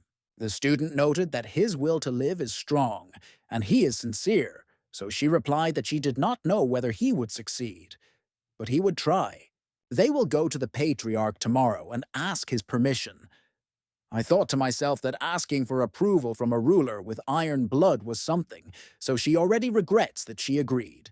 Meanwhile, the young man slapped his younger brother. Then he exclaimed that, after all, he was preparing for the heaven and earth blade technique. What was the matter then? The guy replied that he had lost his vigilance. Tak answered irritably that he couldn't even believe that the same blood flowed in their veins. Then he asked what he was going to do. The young man replied that he would win next time. The older brother pulled him close and said it was right. The boy replied that, honestly, he would definitely win. Mo Yen added that he should never forget that he had to steal the Peck clan's sword in a duel for the blade, thereby taking revenge for them taking their sword. If the boy can prove that the Mo Yen clan is stronger than Peck, everyone will honor his elder brother, his mentor. He must defeat the heir of this clan in front of everyone, so let the junior hone his skills while he sets the stage. After some time, our hero was immediately informed about the current situation, and he exclaimed that Mo Yen Tak was very cunning. The guy then asked why the guys didn't just reject the offer. The head of the Seon branch of Hao, named Gim Hwa, replied that in their situation, it would be difficult. The guy hissed that they had already taken the payment, and now they want Gan to get rid of Mo Yen's second son for them. Is that fair? After which the young man thought that since everything had turned out this way, why not try to play it out in his own way? It all started when, early in the morning, a servant reported that they wanted to give him something. The guy was indignant that it was very early now. What kind of impudence was that? Then he asked what it was. When the man replied that they had brought him a golden hair clip from the Golden Pavilion, the young man noted that it was from the Hao sect and said that he would come out now. When Gan went outside, he saw Chun-gu, who was happily waving at him under the gunpoint of the guards. The guy immediately told them that he wanted to chat with his friend so they could go. The soldiers objected that they couldn't leave him. The guy replied that they should move away so that they could not hear. Then the young man hissed that he had really become so impudent that he began to look for him openly. The guy began to ask for forgiveness, but the girl interrupted him and said that her name was Gim Hwa. She was the new manager of the Hao branch. The woman was forced to urgently call him because the young master might be in danger. They recently received a contract. Its author is clearly unkind towards him. Let him see for himself. The guy muttered that he somehow couldn't believe that they were taking care of him so much. Gim replied that they are just mercenaries, but they also have principles. It is important for them to return good for good. Let him not doubt the purity of their intentions. Our hero thought to himself that if there really could be danger lurking there, then it wouldn't hurt to take a look. It said that Tak wanted to hold a banquet in a month on the 4th floor of the Golden Pavilion. There will be approximately 30 guests, flavorful food and drink, and a fighting ring in the middle of the room. There will be a duel between Mo Yench-jin and Pek Hach-jun. The guy muttered that he was really so sure that his brother would win, and what if not? Hwa said that a couple of days ago, one of their spies caught him buying something. Supposedly, Shi dispersal powder. Judging by his inquiries about the menu, he plans to add it to Ha's food. The young man exclaimed that this guy turned out to be very cunning and, in fact, not so simple. Then he asked why they didn't just reject the offer. The girl said that in their situation, it would be difficult. The guy hissed that they had already taken the payment, and now they want him to get rid of Mo Yen's second son for them. I thought to myself that since everything turned out this way, why not try to play it out in my own way? Sometime later, sitting in his father's residence, the guy smelled the aroma of aconite, cinnamon, and ephedra. Apparently, there was something analgesic in the teapot. It seems that the ruler has become worse. Apparently, because of his diseased lungs, he is in such a hurry to choose an heir. The man stated that he wanted an audience with the leader of Chonrim. Then he replied that he forbids it. The young man exclaimed in surprise, "What? Why?" He's not there for fun, but he wants to be cured. The patriarch replied that Chonrim was far away, and there was no need to waste time. The girl objected that their leader knows everything about Qi energy. She is confident that he will be able to help Igan. The head of the clan hissed that she was still just a student. So why did she decide to lecture him, as if her opinion had any weight? The young man thought that he could understand his father. No matter how hard he tried, he could not find a cure for his illness. And after the trip, his condition may worsen even more. But this is not a reason to retreat. Therefore, the young man stood up and said that his father might forbid dissuading him, but he would still go. This is his life and his health, so there is no need to boss him around. The head of the clan shouted. How could he even dare to be insolent when he couldn't even stand straight in front of him? The girl thought to herself that she felt this murderous energy last time. Igan will not be able to resist her. It was clear from the young man that it was hard for him. But nevertheless, he continued to stand on his feet and insisted that he would go anyway. The ghost said that he needed to weigh down his body. Let him, as it were, put armor on his mind. Even the blade of the mind cannot penetrate the strong mental armor. The son said he understood his concern. Even after taking snow ginseng, he did not recover. The man probably thinks that everything is lost. The head of the clan did not understand how he succeeded. Our hero shouted that he still wouldn't give up, because he really wanted to survive, so he would grab every opportunity. The guy knows that the man is worried about him, but he is not going to calmly wait for death. My father was thinking, since when did the eldest become like this? Then he stopped exerting energetic influence on them and replied that he should do as he sees fit. The ghost noted that Gan was holding up well. The head of the clan added that there was one condition: let him try to make friends with the sons of Mo Yen before leaving. As he himself knows, their clans are in strained relations. He once stole the sword of their heir due to his brainless youth, but now they are both patriarchs of their families, so reconciliation will be even more difficult. The young man was surprised that the great noble blade was still offended. The father replied that they are all petty and pathetic, so they don't forget anything at all. He has no friends at all among his peers, so let him try to improve relationships, not only for Hachjun's sake, but also for himself. Our hero replied that it was good. When the head of the clan added that he could now go, our hero said that he would like to talk to him again, face to face. More precisely, ask for something. A couple of weeks later, the young man was practicing with the sword on his own. He noted that he had already expended a lot of chi energy, but his body remained light as a feather. This is only possible in the Ruby Hall. The young man is starting to get used to this ball, and Pek Hachjun is probably watching him at the moment. But when he turned around, he saw that the boy was doing his training and was not paying attention to him. The guy was surprised that he didn't seem interested at all. How can you not want to watch your opponent train? Mo Yen is also gradually adapting to the weapon, so in the next battle he will definitely take revenge on him. The thoughts were interrupted by the voice of Qian, who asked why he was staring at him, and also stood rooted to the spot, perhaps wanting to say something. When Qian said he was just wondering why his older brother wasn't training, the kid replied that he was probably busy. After the opponent asked if he was really sick and was now lying in bed, the boy hissed that there was no need to be impudent. Then he added that Gan is very strong. He even beat him in a duel. The young man was surprised that this could not happen at all, but the boy replied that it was true. He couldn't even touch him, and then his older brother hit him, and the guy flew to the side. And anyway, he's training now, so there's no need to distract him. Suddenly, the doors opened, and our hero appeared, who said that this is where they are, and he searched them. The younger one immediately asked if he had come to practice. The guy replied that yes, because he was already tired of resting. Therefore, he suggests working with wooden swords. Qian clarified whether he was feeling well. Gan replied that yes, he is already much better. The kid whispered that Mo Yenchjin was looking at them now. But the guy asked a question. So what? The enemy noted about you that Hachjun seemed to be afraid to enter into battle with him.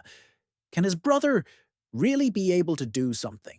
Meanwhile, the young man said that there was no need to feel sorry for him and let him hit with all his might. The younger brother replied that it was good, and in this case, he would attack first, after which he immediately rushed to attack our hero, waving a wooden sword. But the young man dodged the kid's blow and began to counterattack in response to his actions. Having gained courage, the younger brother instantly knocked the weapon out of our hero's hands. Then he turned around and delivered a decisive blow to the young man's back. Gan had blood gushing out of his mouth, and with the last of his strength, he screamed the name of the future heir. The boy immediately came to his senses and shouted what he had done. Then he ran up to his older brother and worriedly asked if everything was okay with him. But the guy just wheezed in response and didn't say anything. The baby started shaking him and screaming for him to wake up. The young man muttered that there was no need to shake him. He noted to himself that if he had reacted a little later, he would have broken his bones. Then he came to his senses a little and said that he needed to try again. Let him raise his sword. Suddenly, Mo Yen materialized next to them and said that this was all pointless. The difference in levels is colossal. The result is obvious no matter how many times they fight. I'm sure Pek Jun will agree with him. As long as there is no person next to them who can tell them what to do, all such training will be useless. Our hero stood up, extended his hand, and said that he had taught his younger brother to shake hands. The guy would like to take a look at this. Chin exclaimed joyfully that he just had to say that he was interested. Then he showed how it was done, but I Gan objected that this was wrong. Then he demonstrated the correct position in which the hands should be. The young man noted to himself that he was arrogant the entire time he was doing it wrong. In any case, this person will want to mock him. But to his surprise, the guy replied that he himself had only recently learned how to do it, and that's why he was telling him. Then he added that he was a better ball handler than him, so he could make comments during their training sessions with his younger brother. Also, let him skip all the formalities and address him on a first-name basis. The old man noted that this handshake was some kind of strange thing. Our hero said that this is just a method of greeting. He used it quite often in his past life. Then he told Jun that if he was ready, the young man would start first. The ghost said that last time he slowed down a little, so he should be more careful and focus on the weapon. Possession of the ball is based on 3 basic strokes: vertical, horizontal, and straight. All other techniques come from them. For a vertical attack, you need to simulate a lightning strike. Then he noted that the guy was using Qigong, but the younger brother went on the attack, and our hero accidentally released the sword from his hands, dodging him. The sacred blade of immortality said that he was good at dodging. Just let him grip his sword tighter and hit him with his head. Both brothers immediately screamed that they were in great pain and fell to the floor, rolling around on it. Mo Yen thought to himself that it was really a draw. Then he noted that Gan looked better than his brother, which means he defeated him with such a simple trick. Suddenly, the young man asked what he thought about this, because he told him to make comments. When Chin said that his legs could not keep up with his body, and he should spend more time on them in training, our hero replied that he would take this into account, after which he bowed and said that he was looking forward to their next meeting. Qian asked in surprise that they would really train together now. The brother answered yes. On the way, the young man thought that his whole body was aching, so he needed to go back and take some medicine. The old man replied that this was because he still had a lot to train. Suddenly, Pen materialized in front of him from somewhere above and asked if something was hurting him. Aigan exclaimed that he told her to stop following him, that she completely forgot on the tree. The girl didn't listen to him and shouted who did it, but she was sure that Mo Yen-jin was to blame for everything. Just let him look at his face. He mocked such a weak guy. The young man replied that he just got hurt a little while training with his brother. Looking at the girl jumping around him, the elders said that it was cute. Our hero replied that it was annoying. It is not clear why she behaves this way, whether because of his appearance or there is another reason. The man replied that she was from a family of martial artists. He is sure that in the future the girl will still have time to see enough of strong men. Gan asked if he meant to say that she likes I because of his fragility. Then he asked her why, in any case, she was waiting for him. The girl exclaimed that of course she had something for him. This is the magic medicine that her father gave her. It supplements the qi in the body and is good at healing internal injuries. There are 2 granules, so let him eat one thing. The guy was surprised that she really wanted to give him something so valuable. Pen replied that yes, because she was healthy and he had a weak body. Let him eat one soon. Dad said that you need to take them as soon as you take them out of the box. Our hero noted that she is very good. After tasting it, Gan said it was made from mackinaw flour, licorice, and honey. He noted to himself that this medicine should enhance internal energy well, although this does not mean anything to him. The girl said that if he liked it, then could he do her one favor? The guy replied that, of course, and clarified which one. 7 days later, a famous group of actors comes to visit them. Wouldn't he like to watch their performance with her? When the young man replied that it was good, Penn exclaimed that it was just great and added that they would see each other later. The ghost said he thought he didn't like her. The young man replied that this was just payment for a rare medicine. It was not difficult for him at all. A week later, they were already sitting at a performance that said that on that very day, a one-armed swordsman raised his weapon high. The guys shouted to him that he was a villain and let him accept his fate. There's nowhere to hide, so let it be given. The one-armed swordsman made a swing like lightning in calm, clear weather, after which, with one attack, the young man killed all 5 members of the Muram Alliance. Our hero noted that this production was quite good. The girl replied that the technique was a little strange, but this actor was very cool. The younger brother exclaimed that this was impressive. Could it be real blood? Gan replied that if, he's sure it's just something similar in color. Tak said that they staged a play about a one-armed swordsman who was Chin Hu's enemy. What a great idea! The girl was actually upset and thought that this was not at all what she had planned. On the way, the guy said that it was great to watch a play together like this. What a wonderful coincidence that she shows up right on the day of the banquet.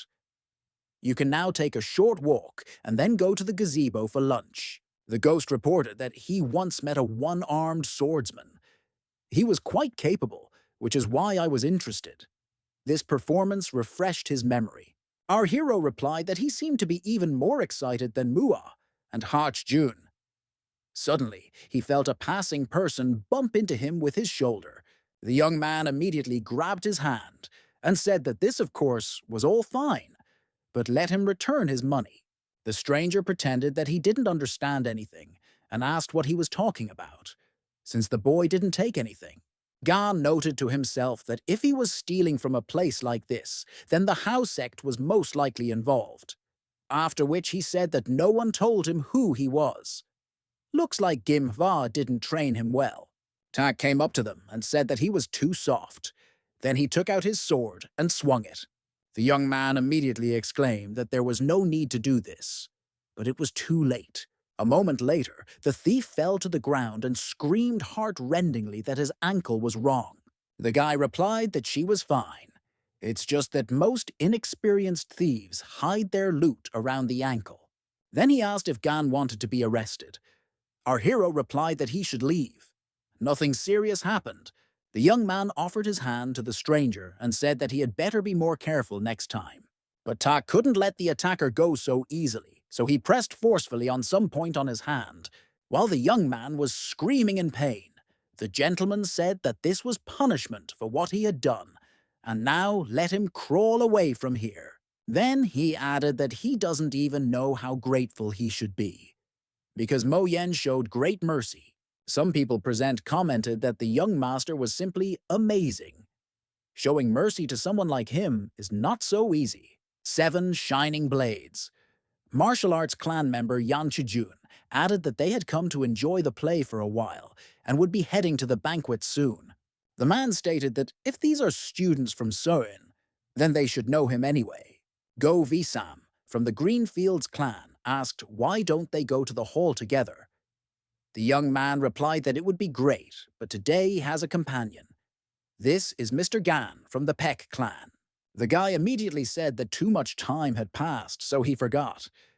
He is happy to see that our hero is doing well. I thanked them and said that he really liked the magic medicine that their clan heads gave to his patriarch. The guys were very surprised. Gan continued that they always followed the heads with their tails. Yan Chijun from the 7 Shining Blades clan and Go Hvisam from the Greenfields clan. If they don't have the brains to remember what a young man looks like, then they better be more careful when they appear in honorable society. After which the young man added that he would see them again later and began to leave. After some time, Tak asked the young man if he had prepared everything. He replied that yes, the cook had been notified. When he gave him gold coins, the guys said that it was not worth giving the remaining amount. Mo Yen replied that it was just an extra charge. After which, he held out a small package and said that when he asks for wine made of pure gold, let him add this and bring it to the table. Looking at this piece of paper, the mercenary asked if he could ask what kind of ingredient it was. The young man immediately grabbed him by the throat and asked him if he really wanted to know.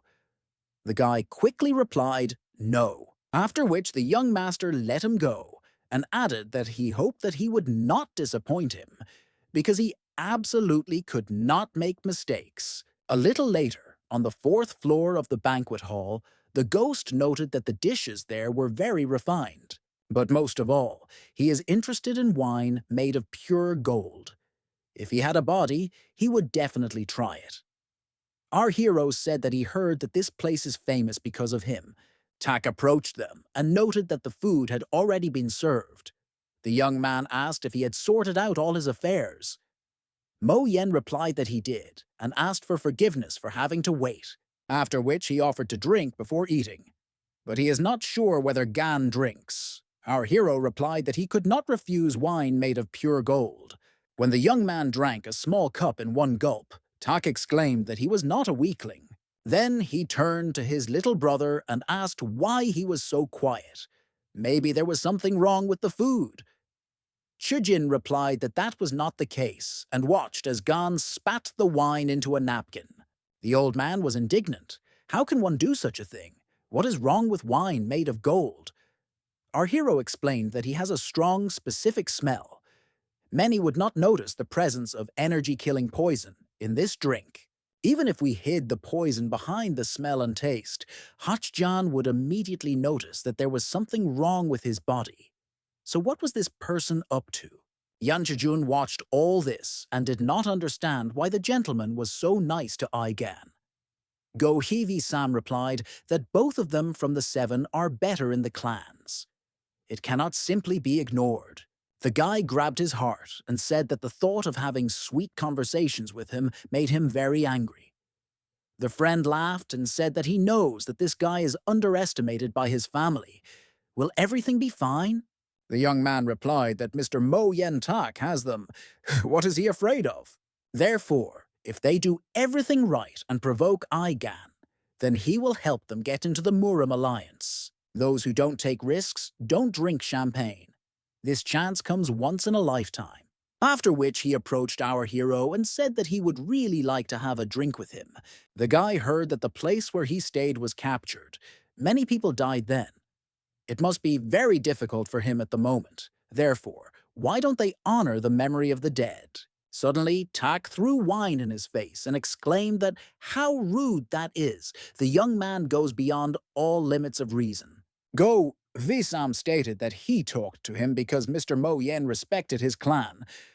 But the guy turned out to be complete trash, after which he grabbed his sword and offered to fight as he wanted to punish him.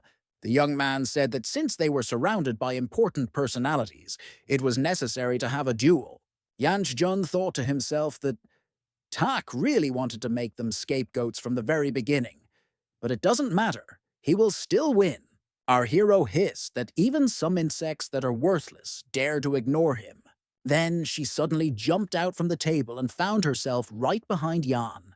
Then he hit the young man's legs with all his might so that he fell to the ground. Shouting if he wanted to have another drink with him, Aigan began to stuff the glass into his mouth. Then he grabbed the decanter and began to pour all the golden wine he had into it. The young man shouted that the liquid got into his eyes. He was not guilty of anything, and that's enough already. Our hero continued to be angry that one insect allowed itself to be insolent, while the other underestimated him and tried to use him. This is not something that can be done until the guys are confident in the safety net. Then he turned to Mo Yentak and asked if it was true. He could have just said he wanted to fight. Was it really necessary to spread this dirt? Apparently, his clan likes to do just that. Chin exclaimed that he was even saying such a thing. Aigan added that he gave his younger brother too good a sword. It seems he wanted to have a duel between their two clans. The young man did not argue with all this and replied that he was right. Our hero asked if this was what their leader wanted. The guy replied, no. This is just his idea, which came out of love for his father. The young man replied that, okay then, Since Tak came up with all this, then let Hachijun punish him like the last time. Those present were thinking that it was the Seven Glittering Blades clan that provoked Aigan. So why did he target the Mo Yen clan? Tak must be furious right now, but it only accepted the challenge. Jin remembered the young man's morning words that there was no need to be surprised, even if something unpleasant happened at the banquet. It turns out that he knew everything in advance. Pen started to get nervous and ask what to do now. The girl replied that first she needed to calm down. She continued that Aigan approached so quickly and hit that guy. She thought that he was a fragile flower, but he also has another side. Tak ordered to remove all unnecessary items from the hall and bring a bottle of golden wine. Our hero said that he would then take the opportunity and go to the restroom. Jin asked Hachijun if he was worried, because this was not an ordinary duel, but a sword fight. The boy asked, "So what?" The young man replied that the honor of their clans was at stake. Besides, he only fights because of his elder brother's orders. The guy replied that that's why he wasn't worried. Aigan would not order anything dangerous to him or the Peck clan. He will indeed fight him at his brother's behest, but he has no intention of losing. Mo Yen shouted that stop having useless conversations, let him come to him, after which he began to pour him wine, and the young man asked what would happen if he got drunk. Taka replied that he wouldn't get drunk from just one drink, so he needed to relax and give it his all. The young man replied that it was good and thought to himself that maybe he was doing this because he was attentive to him. When our hero returned, he said that it was time to start. The guy noted that he was a little late. Everyone present was intrigued that the battle was about to begin. It was very interesting to see who would win. Mo Yen thought that he had just mixed the Tan clan's secret drug into Jin's drink. He's a little upset that it all started because of the house sect, but he can get rid of them later. Meanwhile, Aigan noted that this wine smells different and clarified whether it is a different type.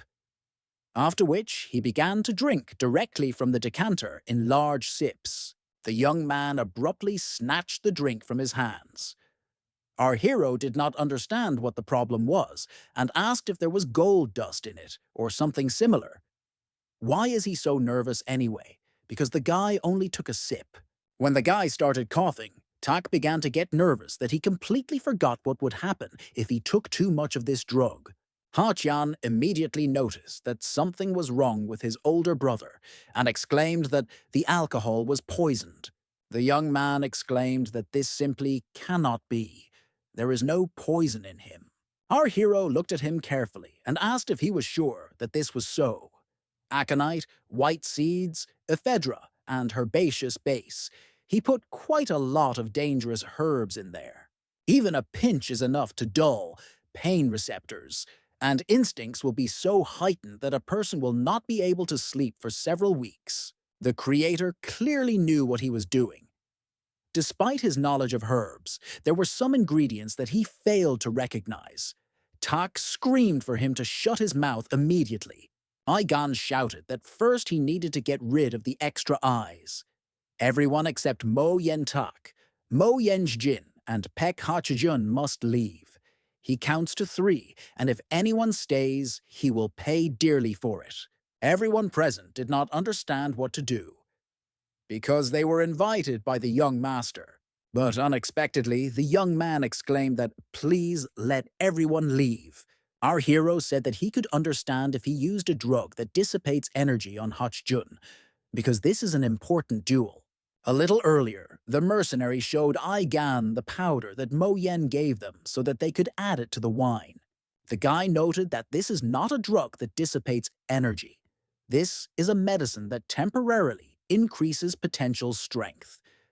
Apparently, he plans to mix it with Mo Yen's gin.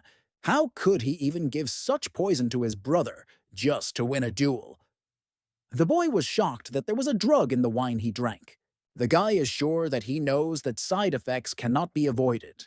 How can he even call himself the eldest son of the Mo Yen clan after something like this? The young man shouted at him to shut up immediately, that Aigan could even know. 15 years ago, when the guy returned home, for some reason he cut off the hand of one man, His mother covered that man with herself and shouted that this was his real father. Overcome with joy at being accepted into the Council of Seven Stars, Tak returned to his residence to find his mother having an affair with a tea leaf seller.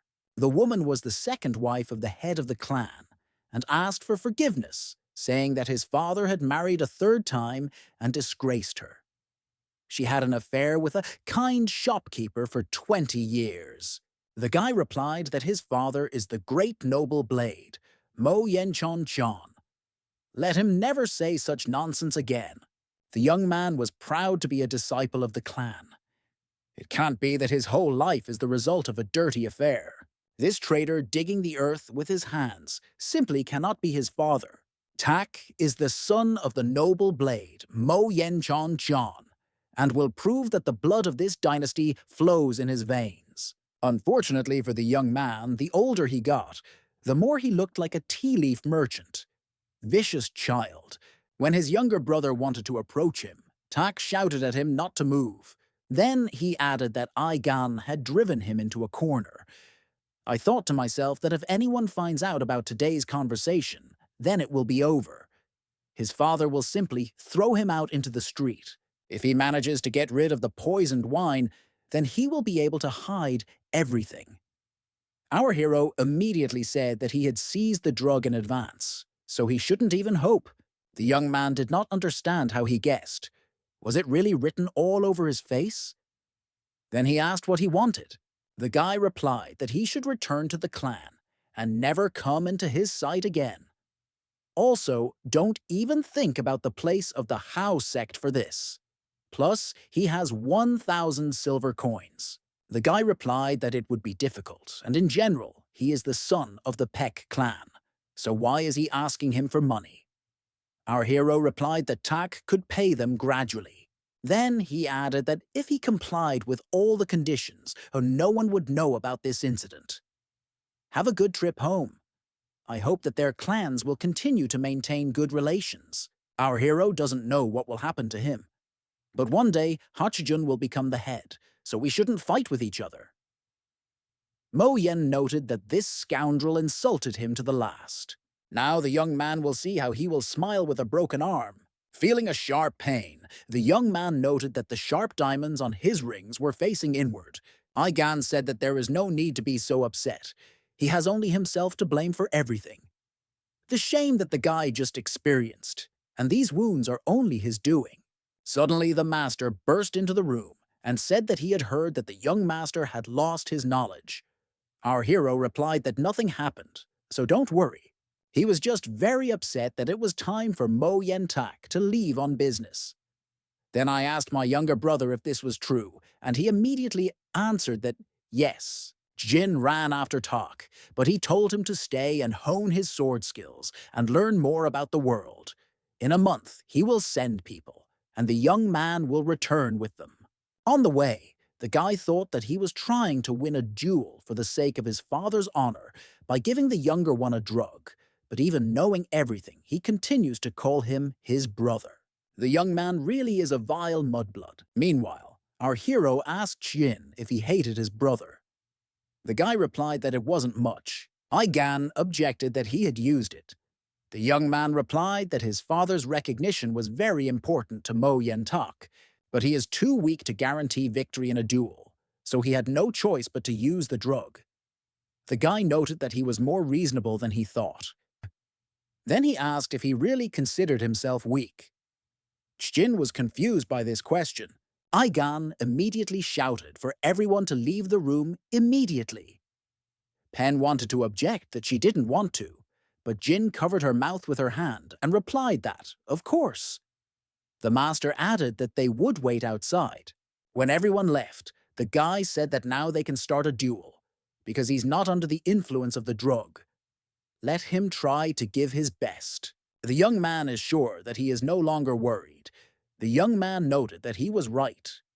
Mo Yen doesn't feel any pressure. The younger brother put his sword forward and told him to attack first. After some time, the guys continued the battle, and no one was inferior to each other in strength. The old man noted that he was highly trained in the Pirk family's martial arts. Our hero said that he was sure that he would have coped well without drugs. His brother just doesn't believe in him. Then he asked that isn't it strange that his brother decided to be recognized in this way, namely, if the younger one won the duel. He also has many other ways to strengthen his position in the family. The young man immediately became distracted and asked again what he had just said. Meanwhile, Chun rushed to attack him. When Mo Yen barely managed to dodge the blow, Gan said that he needed to concentrate. But then he asked the question again that if he won the sword duel, who would get the credit? The young man believed in himself so much that with one blow, he cut his enemy's iron sword in half. Xian muttered in shock that he had won. Ha immediately began to say that it was all because of the useless sword. It was simply defective. Our hero noted that victory is victory, and that's not bad. The guy exclaimed that his brother had really planned all this for his sake. Gan replied that it was worth asking him. He could not go far, and the young man is sure that if he hurries, he can catch up with him. The young man immediately replied that he then went, but the guy stopped him and told him to take something with him. Meanwhile, Tak was thinking that all his life he had been trying to prove that he belonged to the Mo Yen family by blood, but he always did only bad things. Now he realized that everything was already lost. Hearing footsteps behind him, the guy said that he had said that there was no need to follow him. Chin asked if he came up with all this for his sake, because winning a duel was not for the glory of his older brother. The young man thought to himself that he always resented the younger one for being born with Mo Yen's true blood and talent. Therefore, he taught him the sky and earth blade technique instead of the star cloud blade technique. The fact that Tak did not participate in the duel was also his idea. Was this the real reason why he put everything into his brother? Suddenly, the younger one said that Pek Gan gave him a full-fledged blade of 7 stars. Seeing it, the guy noticed the symbol and realized that it was the same sword. Mo Yen's treasure, lost in the previous sword duel. Qian explained that, obviously, he spoke with the patriarch. The guy asked me to tell you that they returned the blade because they were amazed by their talent, in case his father asked. But it's not just like that. Gan said that they could pay off the debt gradually, otherwise they would have to return the blade. Then he handed the senior a note. Having read what was written there, the young man laughed loudly. It said what needed to be told to the younger one, namely that they could not refuse him, no matter the price he asked. The young man then patted his brother on the head and said that he had done a very good job. Then he turned around and started walking further. The boy exclaimed that he should take the blade of 7 stars, but the guy replied that he was the one who got it, so he would bring it home too. The next day, in the courtyard of the elders, the patriarch reported that the Red Dragon Brigade had found clues to find the assassin. Then he said that it seems that one of Mo Yen's children has left. I think his father asked him to make friends, not the other way around. The young man replied that they even returned the blade of 7 stars to him, and now they are friends. After all the explanations, the head of the clan noted that they came because they wanted to fight them in a sword duel. This could have turned into a huge conflict, so the son did his best. But it must have been difficult for him to deal with all this alone. Gan was afraid that he knew that the young man was using the Hao sect. Therefore, I decided to somehow explain everything. But the patriarch added that he was glad that he did not lie when he said that he could handle everything. Well, let him not be arrogant. The guy would not have been able to maintain friendly relations if he had not given up the sword. The Sacred Blade of Immortality noted that the clan leader was definitely proud of him. Unexpectedly, Pek Ryu-san's younger brother and Gan's uncle, Pek Chi-tae, appeared and exclaimed that they had not seen each other for a long time. He was called the Thief of the Soul of Smiling Faces because he killed with a smile. As the clan fought the faction, the brothers ambushed and killed approximately 100 martial arts students. In that fierce battle, the young man received a serious head injury. Everyone thought he wouldn't survive, but he was able to overcome the injury after surgery, which lasted 3 days. However, a piece of the hook remained in his head. Because of this, even after the death of his parents and wife. The young man could not stop smiling. The patriarch said he did a great job on the leads. The man replied that, of course, it was his responsibility. He will also tell you about everything in detail. The old man noted that from the outside they look very friendly. The guy replied that it was. My father found thousand-year-old Snogginseng only thanks to his uncle. The elder said that didn't he tell him that the fate of the brothers from the martial arts family was not so favorable? Who knows what pain lies behind that smile? After some time, my uncle said that there were 20 assassins in total, and they were only able to find clues now. The Red Dragon squad did a good job. After which he laughed out of topic. Suddenly, great-grandmother Aigan appeared, who is the leader of the elders, and her name is Pek Yen Ren. The woman told everyone to be quiet. Then she ordered the Red Dragon commander to tell them about all the clues. After some time, the girl brought the captive blindfolded. Red Dragon Squad member, so Ryu noted that the young man had returned. Uncle said that where Aigan lives, the Blade of Immortality died. This is the architect who designed the castle. A couple of months ago, they asked him for his drawing in exchange for 1,000 silver coins. The elder screamed that he had really exchanged their trust for money. Had he gone completely crazy? The man began to ask for forgiveness. Our hero thought to himself that they were attacked by assassins, and they were talking about some kind of drawing. Isn't that strange? The young man asked the ancestor why he was silent, but the old man did not appear, and did not answer. Suddenly, Pekjite used the frequency whisper technique and told him to listen carefully. The man is hiding something. I is the only one he would like to tell the truth to. Let him come to the garden after the meeting. After some time on the spot, the ghost said that this was a tree that he planted a long time ago. It was smaller then. Time flies very quickly. When the guy asked why he didn't show up to the meeting, the man froze and said that these leaves were just beautiful. Poets adored them, even in those days. The young woman said that they say that willow trees are imbued with the power to drive away ghosts. Shamans beat those possessed with them. After which the young man tore off a twig and began to hit the sacred blade of immortality with it. Aigan replied that it was amazing because it worked. The old man exclaimed, what if he just put all the strength he gained during training into this blow? Suddenly, an uncle appeared, who said that he had to wait so long, because those old men had a lot of questions for him. Then he handed him the box and said that it was a gift. Very rare herbs. No amount of money can buy them. The ghost noted that they can only be found near the northeastern Black River. They are full of yang energy. He will show the guy how to use these plants. The young man thanked his relative with all his heart. He replied that he just wanted him to be healthy.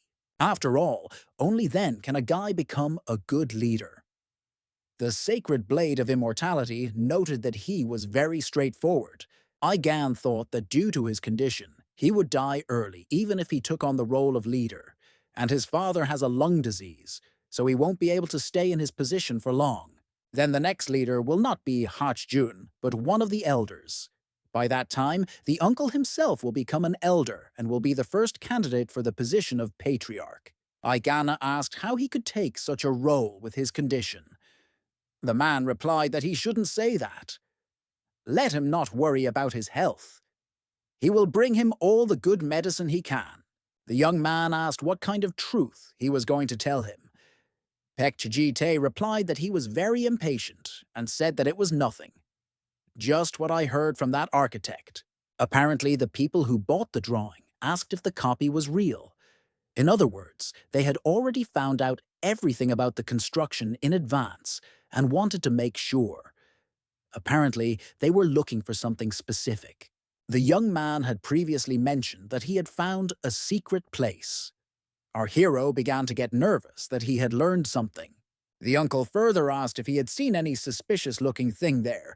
The guy asked what he was getting at. The man continued that maybe some kind of antique jewelry or some kind of accessory. Then he pointed his finger at the ring. Aigan replied that he had not seen anything like that there. The man said that if so, then that's all he wanted to tell him. Then he added that someone really wanted to meet him and looked back. It was a girl named So Ryu from the Red Dragon clan who greeted our hero and asked if he could give her what belonged to her sister, So Fei. Most schools expand their powers through their own schools of thought. For example, occultists through the demon cult, the poor through the beggar sect, and monks through the Shaolin children. However, the seven great clans are different. Some members have very strong martial arts, but there are only 100 of them at most, so they don't have much influence in Kanho. Therefore, they began to recruit people and accept their family if they were faithful and strong enough. But sometimes this was not enough, so they recruited orphans. So Hava and Soryu are just such children. These two girls were together even before they joined the clan.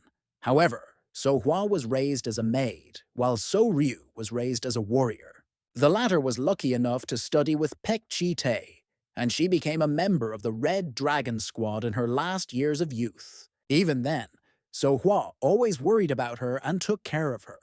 Even though they weren't blood sisters and couldn't see each other often after they joined the clan, both girls were family.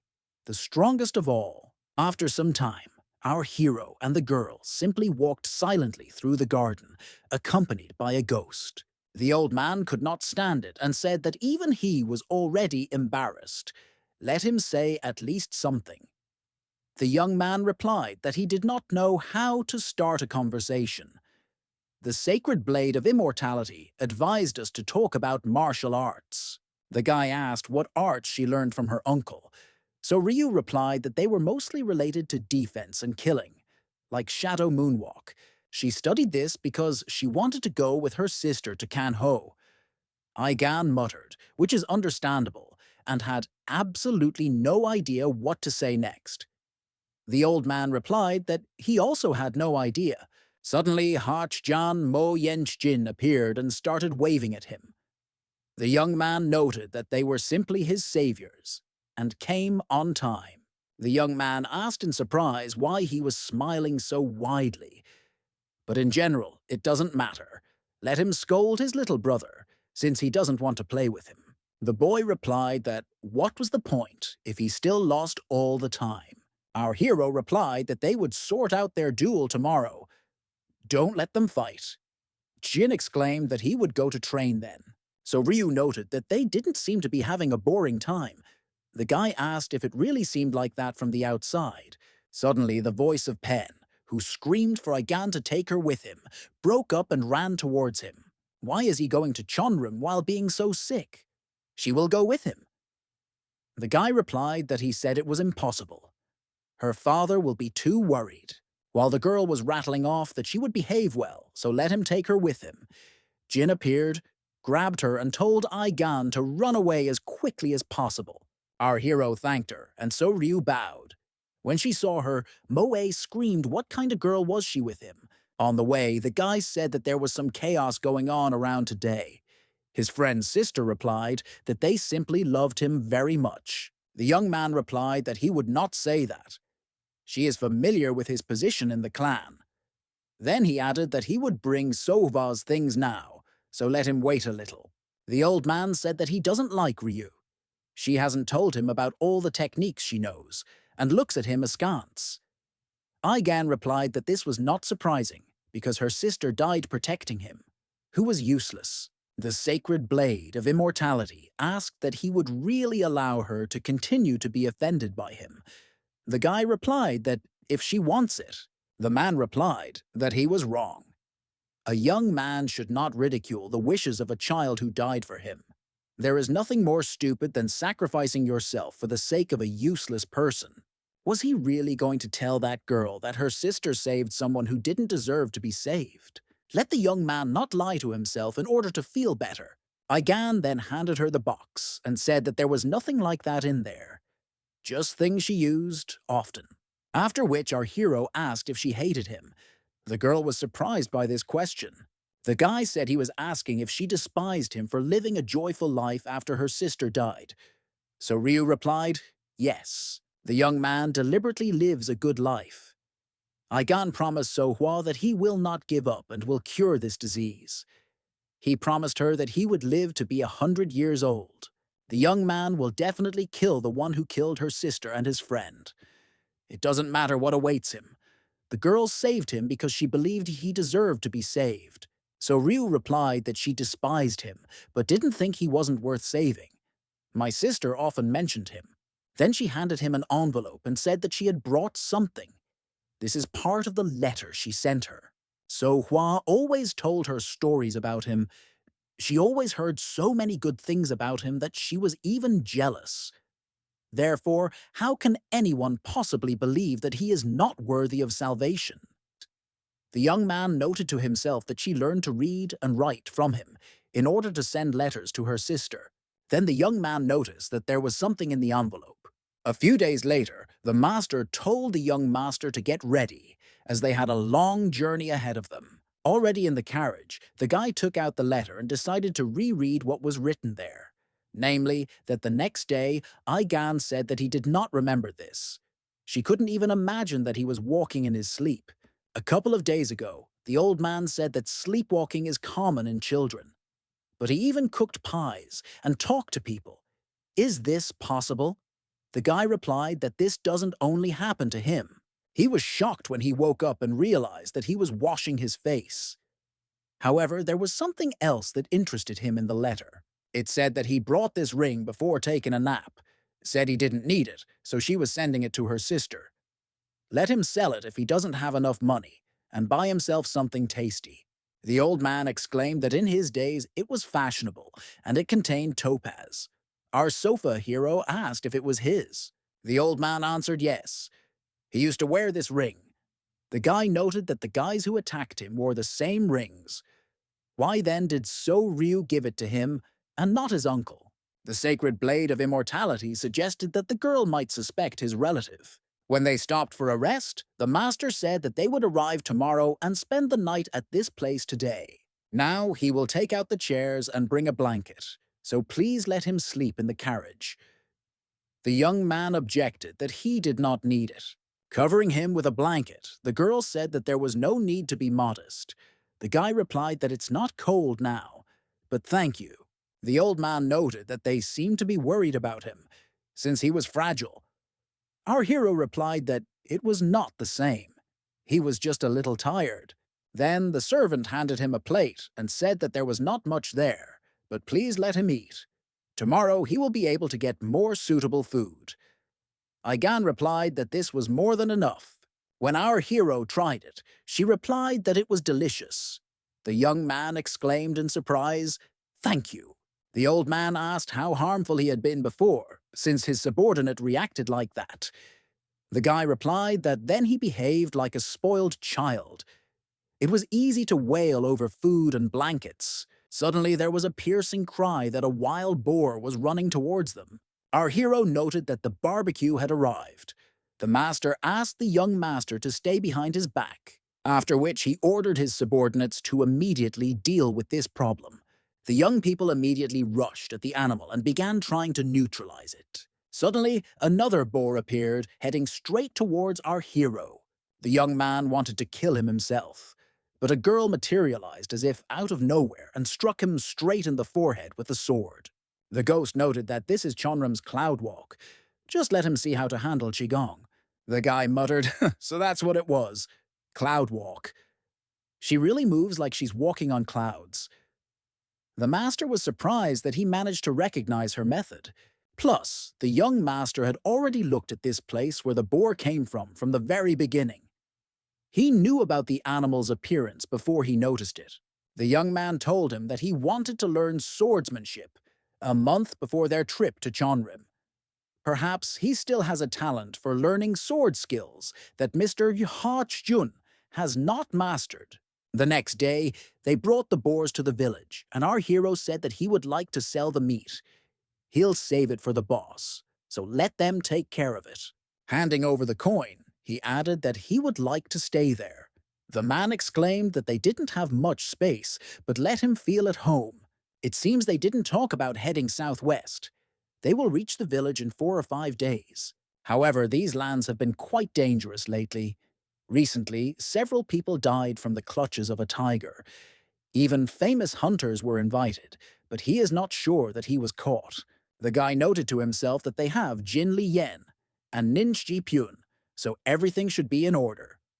I thanked him out loud for the information provided. The master handed him a sword and told him to take it, since his weapon was too large and heavy. This one is better for training. He also said that he wanted to study the skill of the blade of heaven and earth, but this technique requires more than a month of hard training. Therefore, how about learning the technique he used before? When the young man asked if he was talking about the shadowless sword pavilion technique, the young man was very surprised. This sect was founded before the birth of I Gan. They became famous for their mesmerizing and fast sword techniques. After one of their students stole the secret of the Wudan generation and escaped, the sect began to disintegrate. The Murim Alliance and other close clans turned their backs to the shadowless sword pavilion, and its members began to lose their positions in Kanho, and one by one, everyone dispersed. This is how this sect disappeared. Our hero clarified whether he was sure that he would be able to master this. The man replied that it was just a sword technique, so everything would be fine. The young man told the gentleman to look at him carefully. Our hero did not understand what he could see when his back was turned towards him. While the guy was talking about how he couldn't see the technique when his back was turned to him, the young man turned sharply and pointed the sword straight at his head. Igan was shocked and didn't understand what it was all about. He didn't even have time to see his movements. The master said that it was just a trick. He could teach him if the guy wanted. The old man noted that this was a blatant lie. What a trick! Nin Ji Pyun is trying to teach him the secret generation technique of the shadowless sword pavilion sect. The sect fell when their disciple stole the secret of the Wudan sect. But the most critical event was the ambush of the sect by heretics and members of a demonic cult. Before his death, his mentor told him not to try to restore the clan.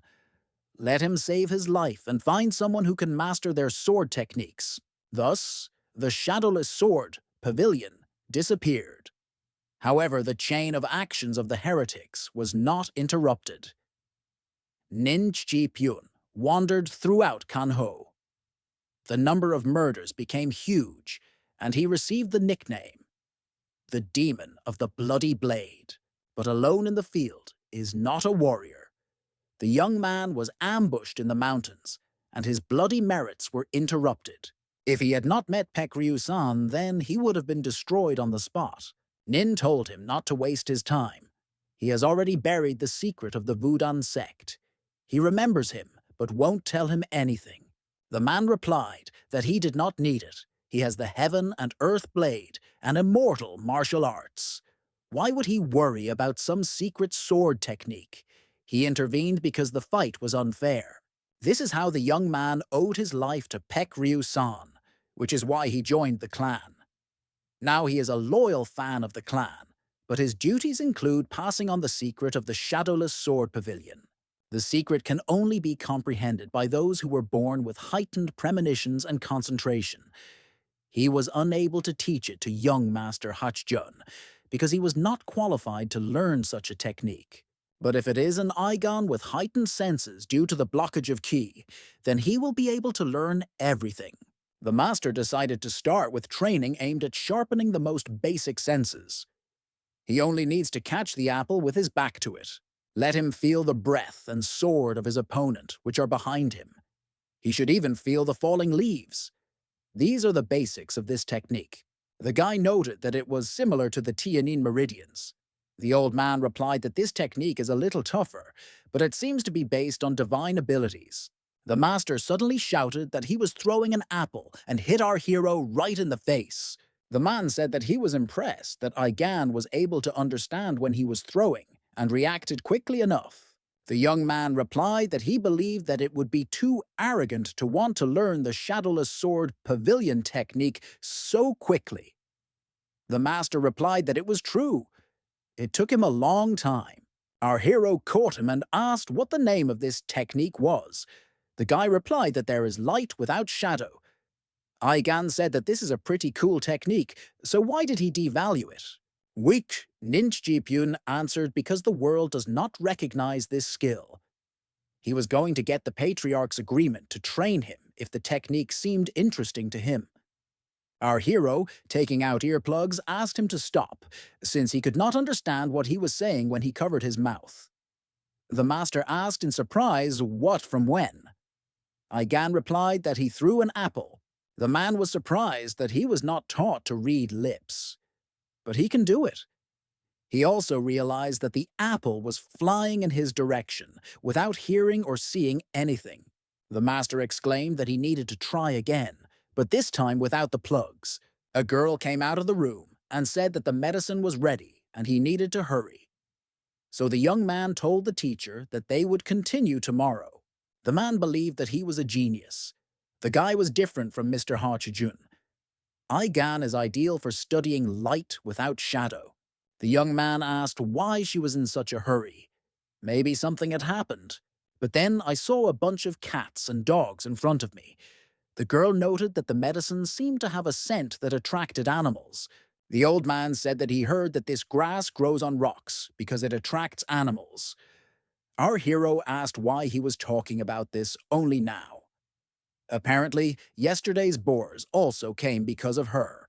He then wondered that the tiger might also come because of the smell of medicine. The elder replied that tigers could smell their scent from miles away, so there was a possibility. Aigan said that if you think about it, this herb is called Great Tiger. It must have a lot of energy. Sacred Blade asked if he was sure that trying to get this energy was worth the animal's bite. A few days later, in the mountains near the village, the brother and sister were walking, and the boy said that he was hungry. The girl replied that the chestnut tree must be somewhere nearby. Let him be patient. The kid really hoped that those tiger hunters had left. They have been eating their food for 2 months now. The girl asked who else could kill a tiger if not them. Plus, the elders said that you can't go to the mountains until the tiger dies.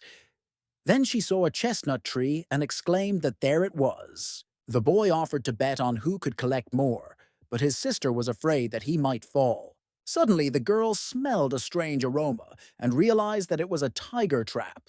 A moment later, a huge log began to fly at them, and she pushed the boy with all her strength. Having caught his breath a little, the baby began to ask his sister if she was okay. But the girl did not answer, as she was unconscious. The child was very scared and begged his sister to come to her senses. Next came the hunters, who wondered what kind of children these were.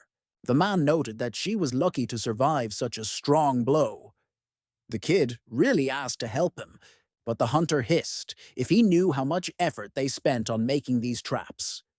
Then he kicked him in the chest with all his might. Then he lifted his sister up and said that she was cute, but she acted so cold-bloodedly in the village. Now it'll be a lot of fun. We need to call other guys. The kid took a stone and threw it with all his might at the man's head, shouting that he should not touch his sister. The young man immediately grabbed the ball and shouted that how dare he throw stones at him. The one who came to save his village, the boy, stuttering, said that he should turn around. The young man replied that he really wanted to say that there was a tiger behind him. What a pathetic trick. Our hero hissed that he was not a tiger, after which he said that he knew that this world was cruel to those who have empty pockets, but to such an extent. The hunter thought that such a wealthy gentleman had completely forgotten in the mountains. Then he said that he didn't know who he was, but it was better for him to leave and not interfere. Aigan was sorry to use light without shadow on such a scumbag like him, but I had to. After the blow, he noted that there was a lot of blood around, and it was good that the guy was in a red outfit. The old man said that he had to make everything cleaner. The master who observed all this stated that it was incredible. The young man replied that it was not difficult. The young man then turned to the boy and asked if he could stand up, but the child only muttered that his sister was not feeling well. Our hero told the teacher that it was necessary to take these two with him into the carriage. The man replied that it was good. On the way, the kid told the young master that it would be dangerous in the village. The guy replied that they should go there to take care of his sister. The boy explained that the guy was from a group of tiger hunters.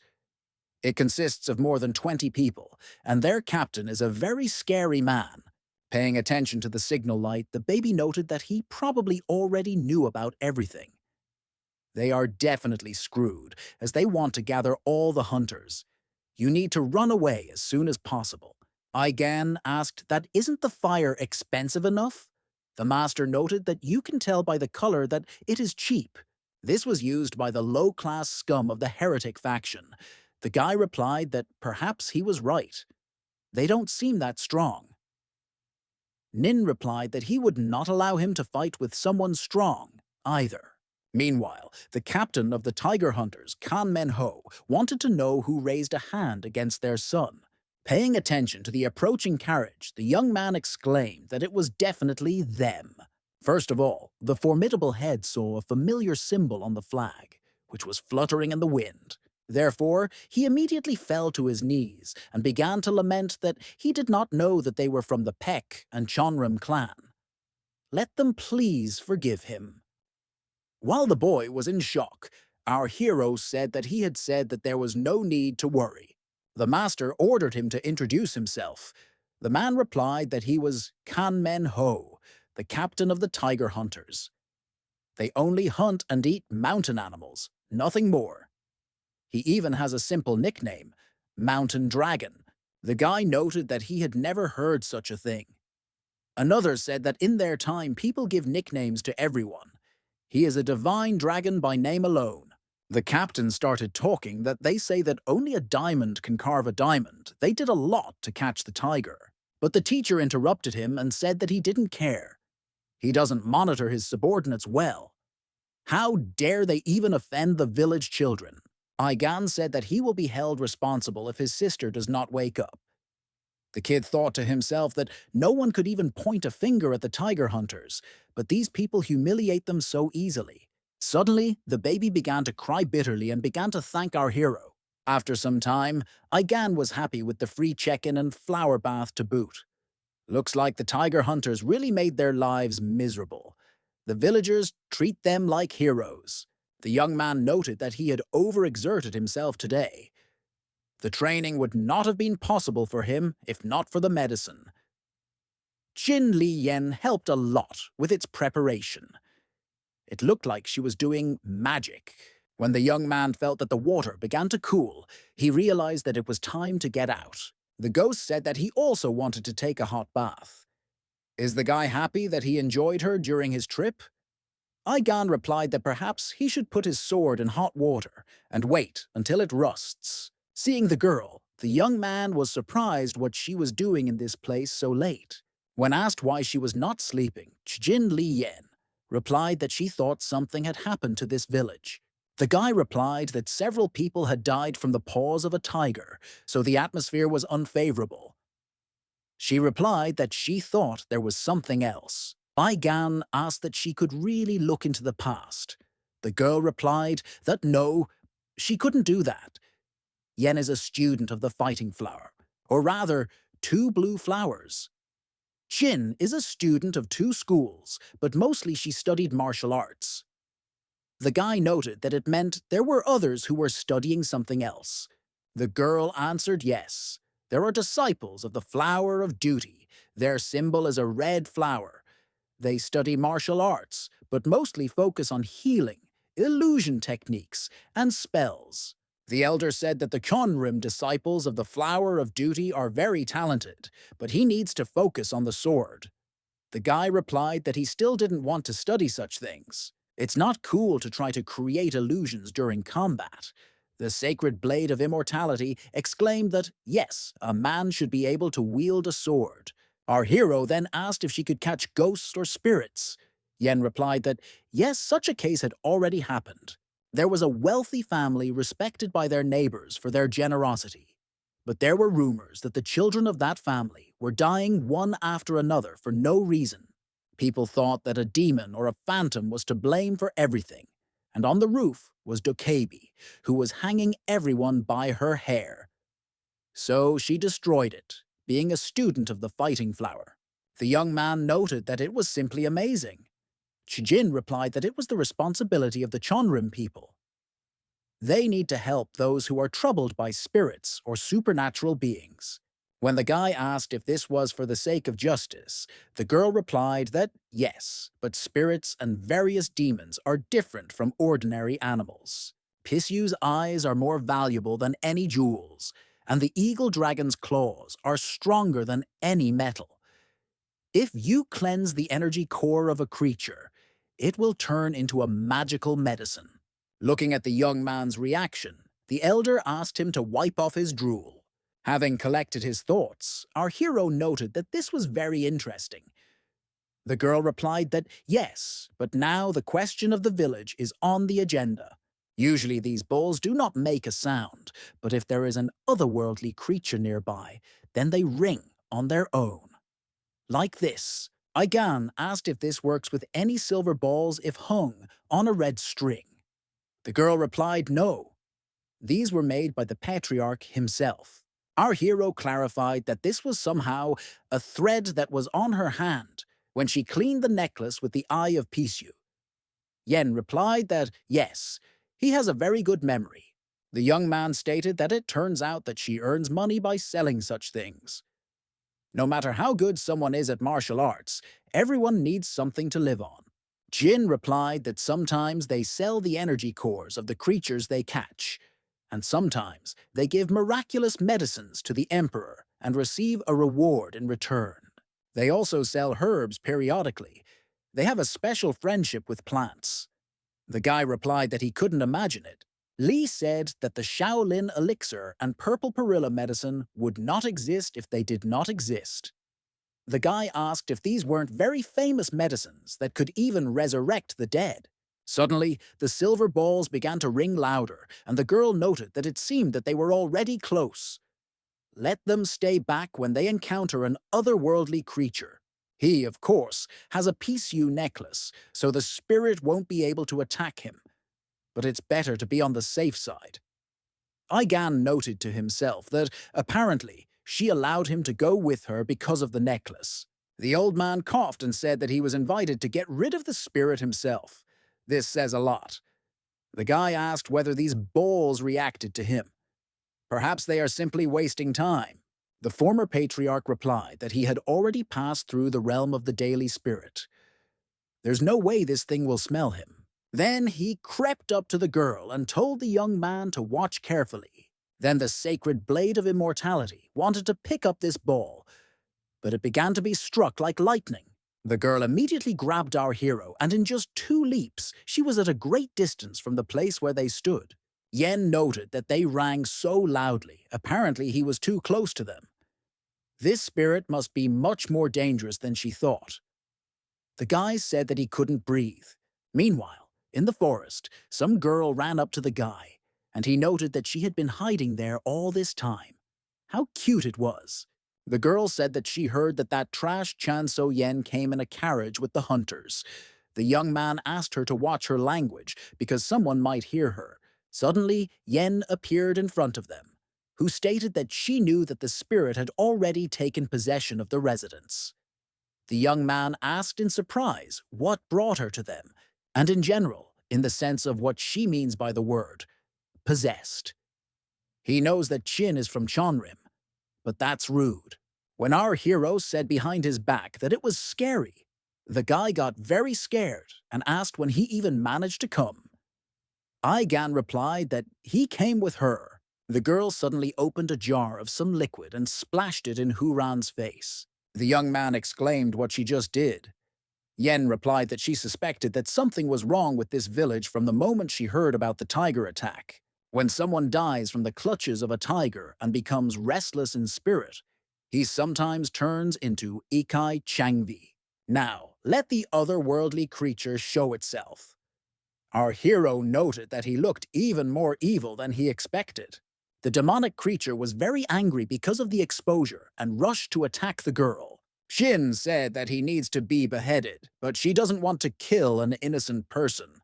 Therefore, I simply struck Ekai Changvi with my hand during the flight so that he would not have time to do anything. Then the otherworldly creature walked towards the guy with whom he had had nice conversations before. But a young man appeared in time. and with one blow of his sword neutralized the demonic creature. The girl was shocked by what she saw and asked how he managed it. Aigan replied that she said to attack him if he tried to attack him. Yen replied that yes, but the spirit cannot be cast out by an ordinary person, after which they noticed that a clot of the demon's internal energy remained on the ground.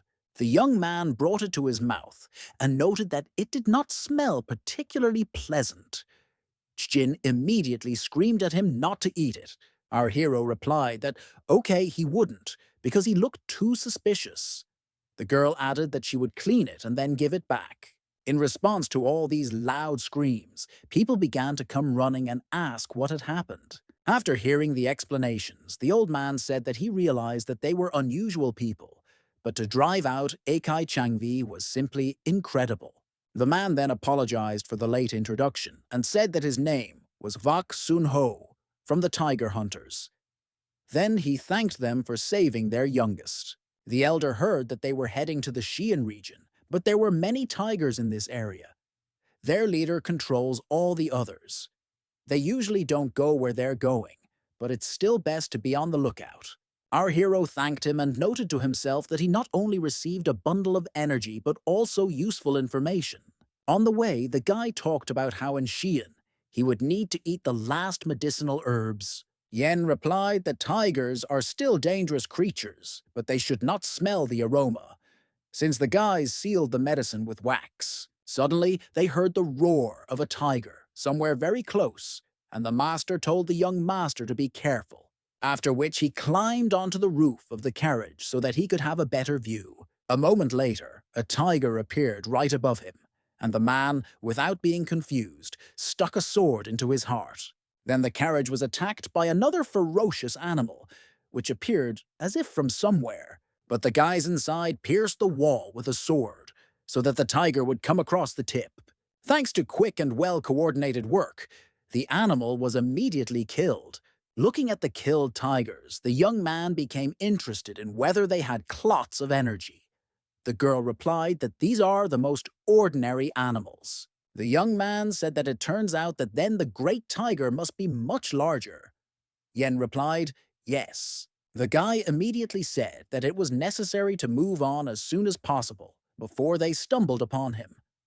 The master noted that this was a good decision. Meanwhile, in the forest, at the residence of the tiger hunters, the guys told the captain that they would move forward. The man added that he accepted the request without discussing how he was going to defeat the great tiger. I don't want to die. The leader noted that this was probably why he communicated with the Peck clan and gave them information. The old man countered that the son of this clan saved Sangchil. The captain objected that it turned out that he didn't care that he had killed another of their people. Kavak Sun Ho replied that it was a deserved death. In any case, after he saw the spirit, he is no longer going to participate in this. It is also better for the head to refuse if life is precious. But the man replied that he was too gentle, so let him get out of here. After which he turned to other subordinates and said, why be afraid of them? Because these creatures can simply be killed if they really exist. The guys supported him. Suddenly, a young man ran into the room and said that they had found even more tigers. Apparently, they are chasing the Peck clan. Everyone immediately gathered to follow him, saying that this is great. Now they can look at the leader. The sect leader noted that Dusum has been trying very hard lately. The guy replied that he needed to avenge his dead friend. The tigers must have attacked the Peck clan's carriage. The captain said they were rich. They hardly need skins. Another suggested lying in wait for them and stealing the corpses. When they approached the mountain, they were surprised that they would really have to climb it. But the young man said that this place was right below it. The head of the clan grabbed him and asked if he had been mocking him for an hour. The guy asked him to remember what he told him to do. The man asked him to show the way to the main tiger. Then he pierced his body with his claws. A moment later, the guy transformed into an otherworldly creature, and the captain screamed in horror. But he came to his senses in time, and with one movement of his hand, cut off the demon's head. Seeing the burning eyes around, one of the guys began to say that they needed a network. The captain objected that it would work against one tiger, but there were too many of them. Meanwhile, the master stated that it should now be clean. He will go and throw away the bloody things.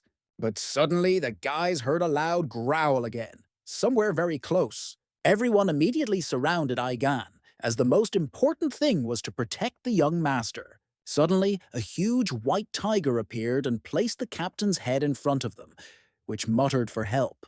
The guy was shocked that he could even speak. The girl replied that this was not an ordinary big tiger, but an ikai. This powerful, otherworldly creature is called the two-headed ikai tiger. The young man noted that he was much stronger than other spirits. The old man thought that if he has two heads, then there must also be two clots of energy. The master gave the order for the secret Misty group to attack the tiger from the sides. When the mentor got closer to the animal, he immediately struck him in the neck with his sword. But this had no effect.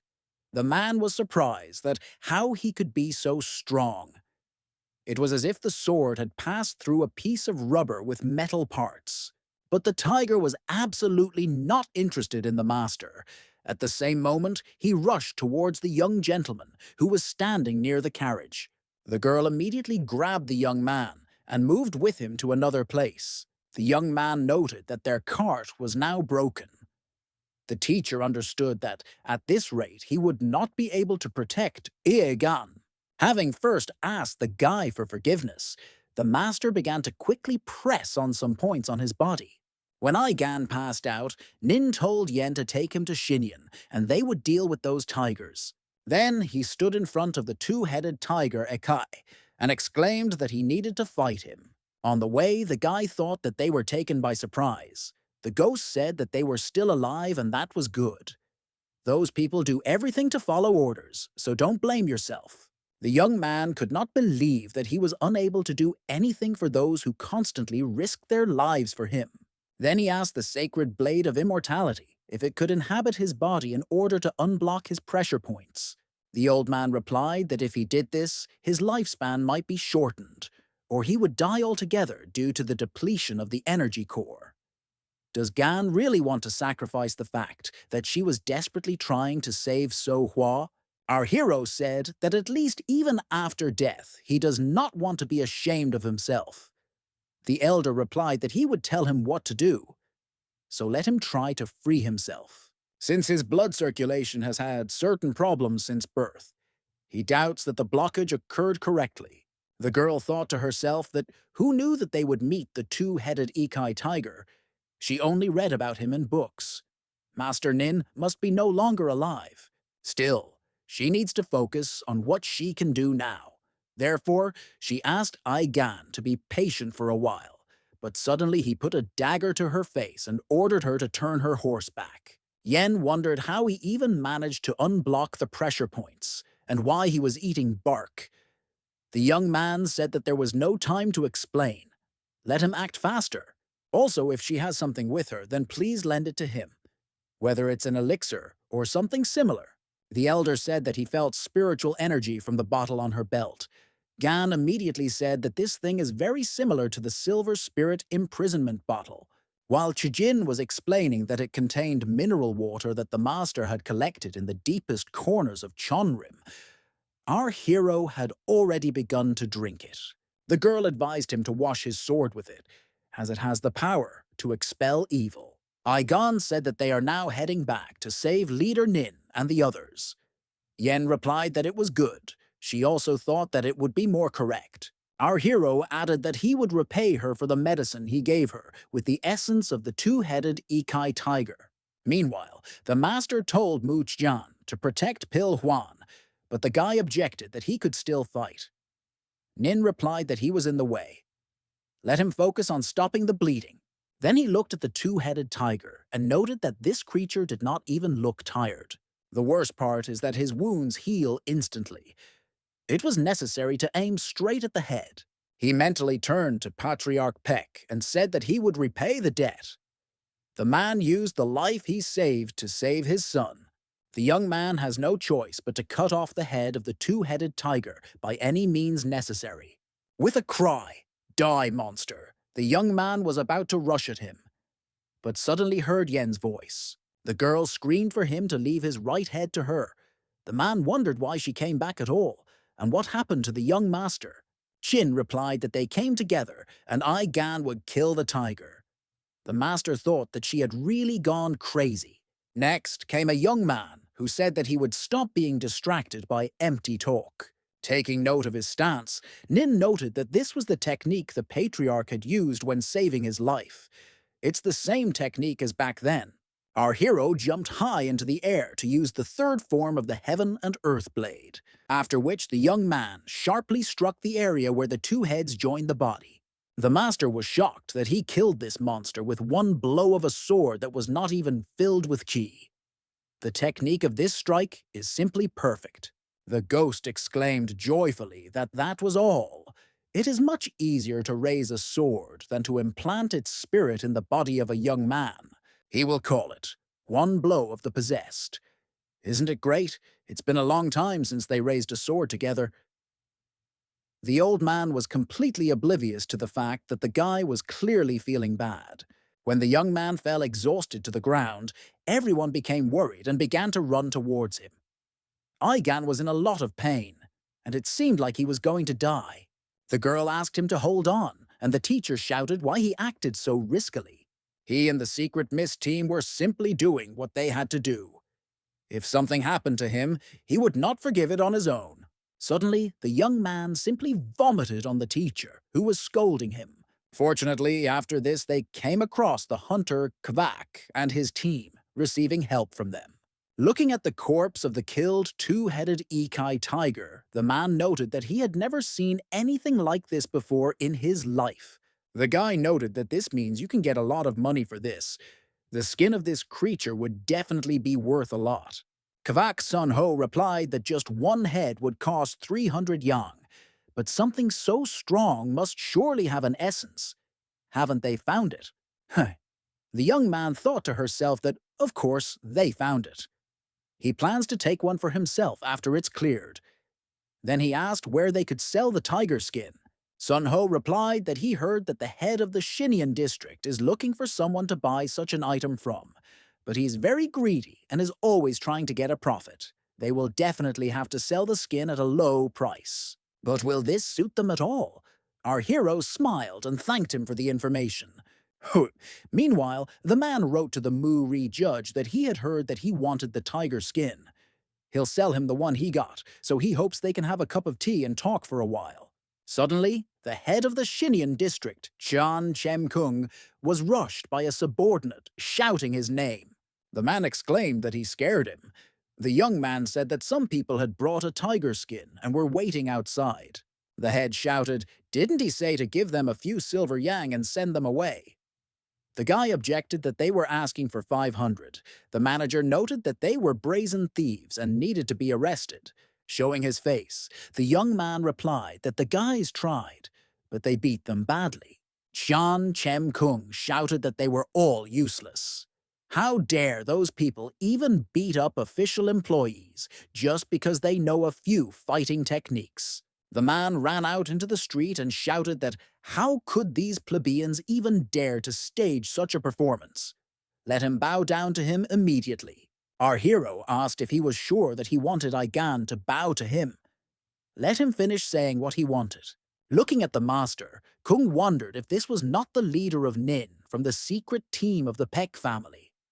It turns out that standing in front of him are members of the Peck clan, the greatest Soan sect. The man immediately asked how he was doing. The teacher replied that he was currently on a mission for this family, so he could not tell the details, but they were traveling with the young master. Our hero immediately introduced himself and said that his name was Igan, nicknamed a pathetic plebeian. The guy heard that he wants to send a tiger skin to Judge Soan. The manager asked how the guy knew about this. The young man asked why he needed this. He can simply buy it, and the young man will send the skin to his father.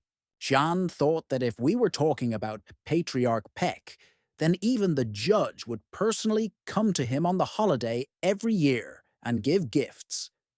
Then it is much better to improve relations with Peck Ryu-san instead of him. The man exclaimed that he was so smart, and this was just a great idea. The guy warned that there was no need to bargain with him. When the head of the district asked if he needed 500 silver yang, our hero replied that he needed 600. A couple of days later, the master exclaimed that he had heard that the judge was looking for a tiger skin as a gift to the ruling family. He will be upset when he sees this. The patriarch asked him to watch his words in front of the guests, but he can't say that it's incredible. The district head added that he brought it because he thought the tiger would go very well with the aura of the Peck clan. The head of the sect said that since a year had passed since he was hired, he would try to come up with something. Kung replied that he would come running as soon as he called. Aigan's father clarified whether his son slaughtered the two-headed tiger. The teacher replied that he had read his letter. Then why was he asking again? Suddenly the man's face changed and hissed for the mentor to get away. The manager exclaimed that he heard that the young man jumped off his horse and pierced the tiger's neck. Using the blade of heaven and earth, third form, subjugate the dragon and the tiger. The patriarch said that this was not a technique that Aigan could recreate. Is the head of the district sure about this? The man replied that he conveyed what he heard. I thought to myself that it was really true that the head of the clan hated his first son. Suddenly Ryu began to smile and noted that he had grown so much that he was hiding his achievements out of modesty, but he had no idea. The man replied that he must be very proud of his child. The patriarch replied that he could not believe that he had already grown so much that he had sent him a tiger skin. Kung muttered that this was not really his gift. He bought it from him as a gift to the head of the clan, because his birthday is very close. Ryu stated that he needed more security in order to reach Chonrim safely. Qian agreed with him. The head of the clan is confident that the man will be able to cope with this. Let him make sure everything will be fine with him. Kem had no choice but to agree. There is a mountain called the Five Human Sins. Chonrim is located on the top of this mountain. Standing in front of her, the Grand Master of the Fifth Flower Library, named Ju Shin, noted that he would need time to restore the books that Wudan asked to take care of. Suddenly, some girl decided to attack him, and the young man threw the manuscripts up. Catching her hand, Shin said that she could come to him at any time. But can't she see that he is busy with work now? The future disciple of the Fifth Flower of Chonrim, named Yu Su-rin, replied that an ambush is the most effective means when the target has weakened his defenses. The guy noted that she was simply destined to become a student of the martial arts flower. The girl replied that it was nothing. She's going to change direction anyway and become a librarian. The guys who were walking behind her laughed that she really thought that anyone could get into the library. How does the ambush have anything to do with this? In general, it is better to speak more quietly. Otherwise, she will cry again. The girl turned around and screamed that she was not crying. She was just upset. The boys exclaimed that she was stupid, because it was the same thing. The young man asked her not to cry. Su-rin, in tears, replied that she actually didn't cry. The guy added that he heard that Li Yen had returned. She should arrive soon. They say that the girl is already very close. The girl replied that in that case, she would go and she and her dad would see each other later. Then she quickly corrected herself and said that, with the master of the library. The man only had time to shout after her so that she could wipe her nose before moving on. Meanwhile, the master asked our hero if he was sure that he could cope without him. The young man replied that everything was fine because he needed to rest. Nin said that then they will wait there. The patriarch sent even more warriors, and thus the Urgan group calmly reached the tree quarter. The guy asked if Yen was sure he could go to the top of the clouds. He had never heard of strangers walking there. The girl replied that the head personally invited him, so everything was fine. Jin asked if he wanted to practice Qigong on the way to the top of the white clouds. The young man replied that yes, because they were in no hurry. A popular activity among Chonrim boys is setting up ambushes as training. Her sister sets up ambushes in a very original way, so they need to practice before they meet her. An hour later, our hero was thinking that maintaining Qigong was more difficult than usual. Perhaps this is due to fatigue from travel. Suddenly, the guy sprained his ankle and noted that he seemed to have sprained his ankle. Yen apologized for the fact that she must have overstressed him without even understanding how he was feeling.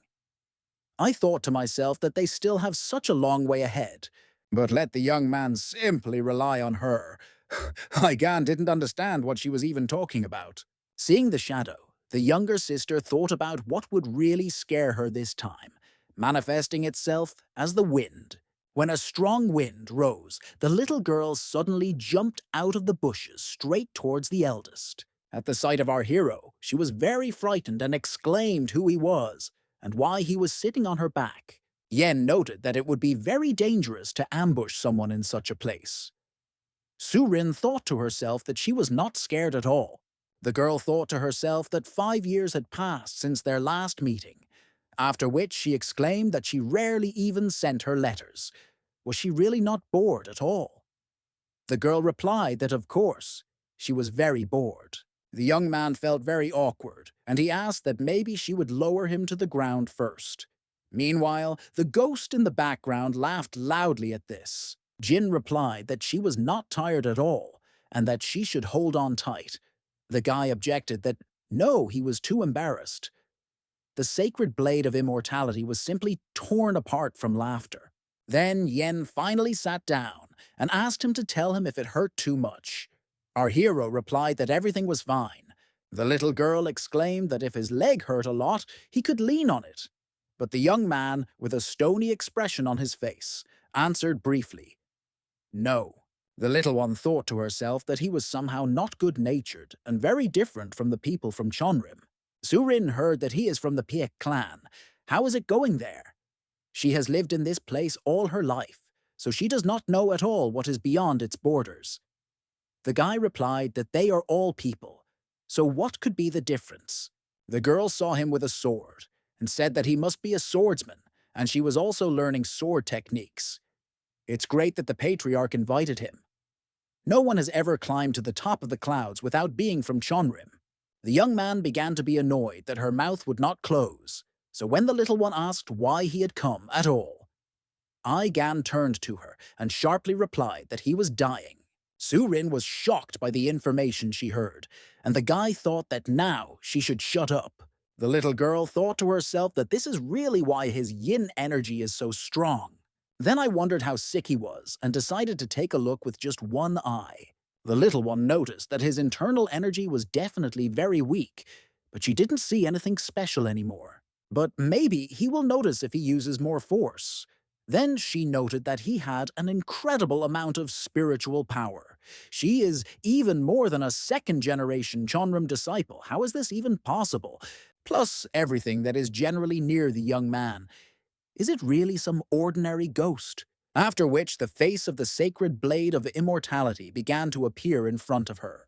Surin realized that this was no ordinary spirit. Suddenly, she felt that she could not control her internal energy.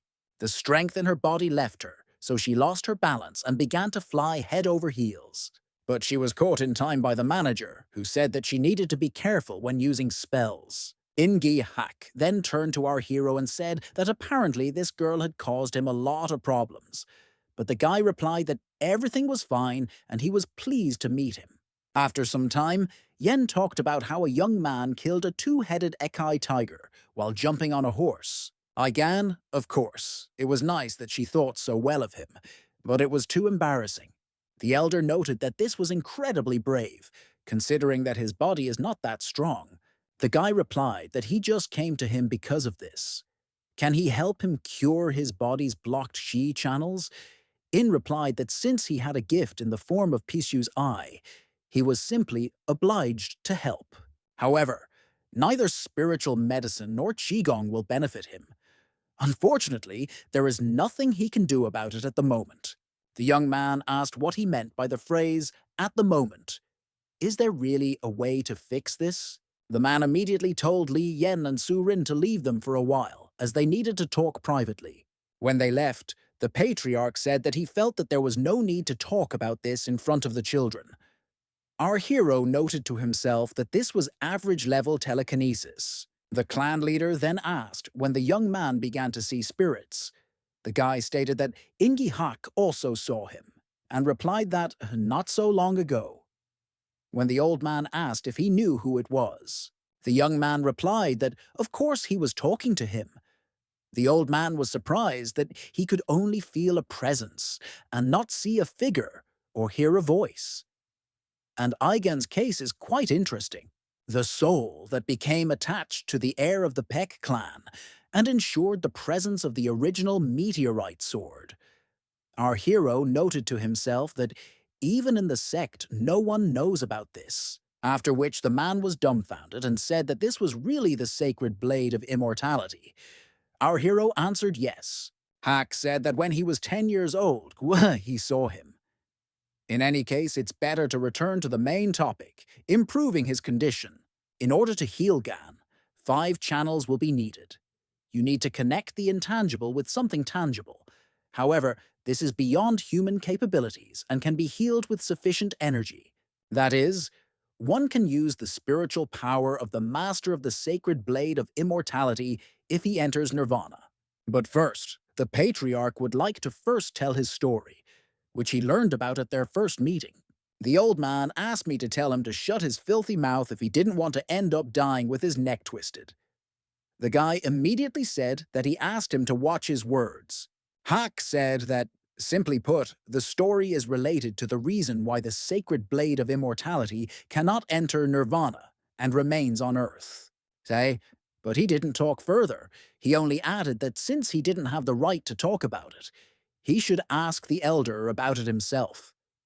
The guy didn't understand how to do this, because the man was furious. Ingi then took out a drum and explained that it was a resonator that was made from human skin.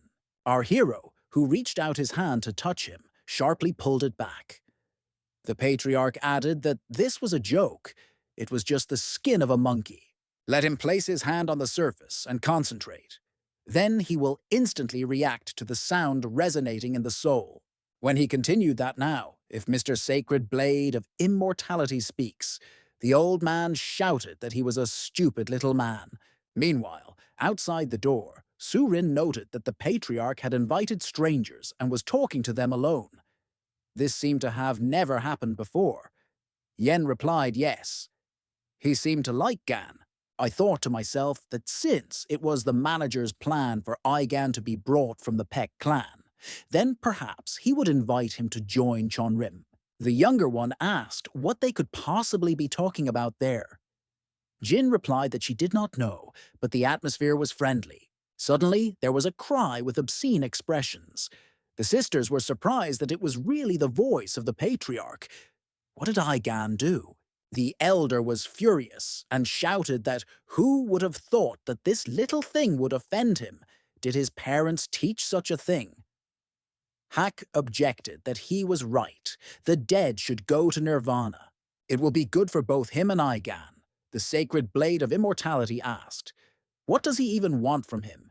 Is there a way or not? The manager said that, of course there is, but before telling you, he would like to pick up Aigan in Chonrim.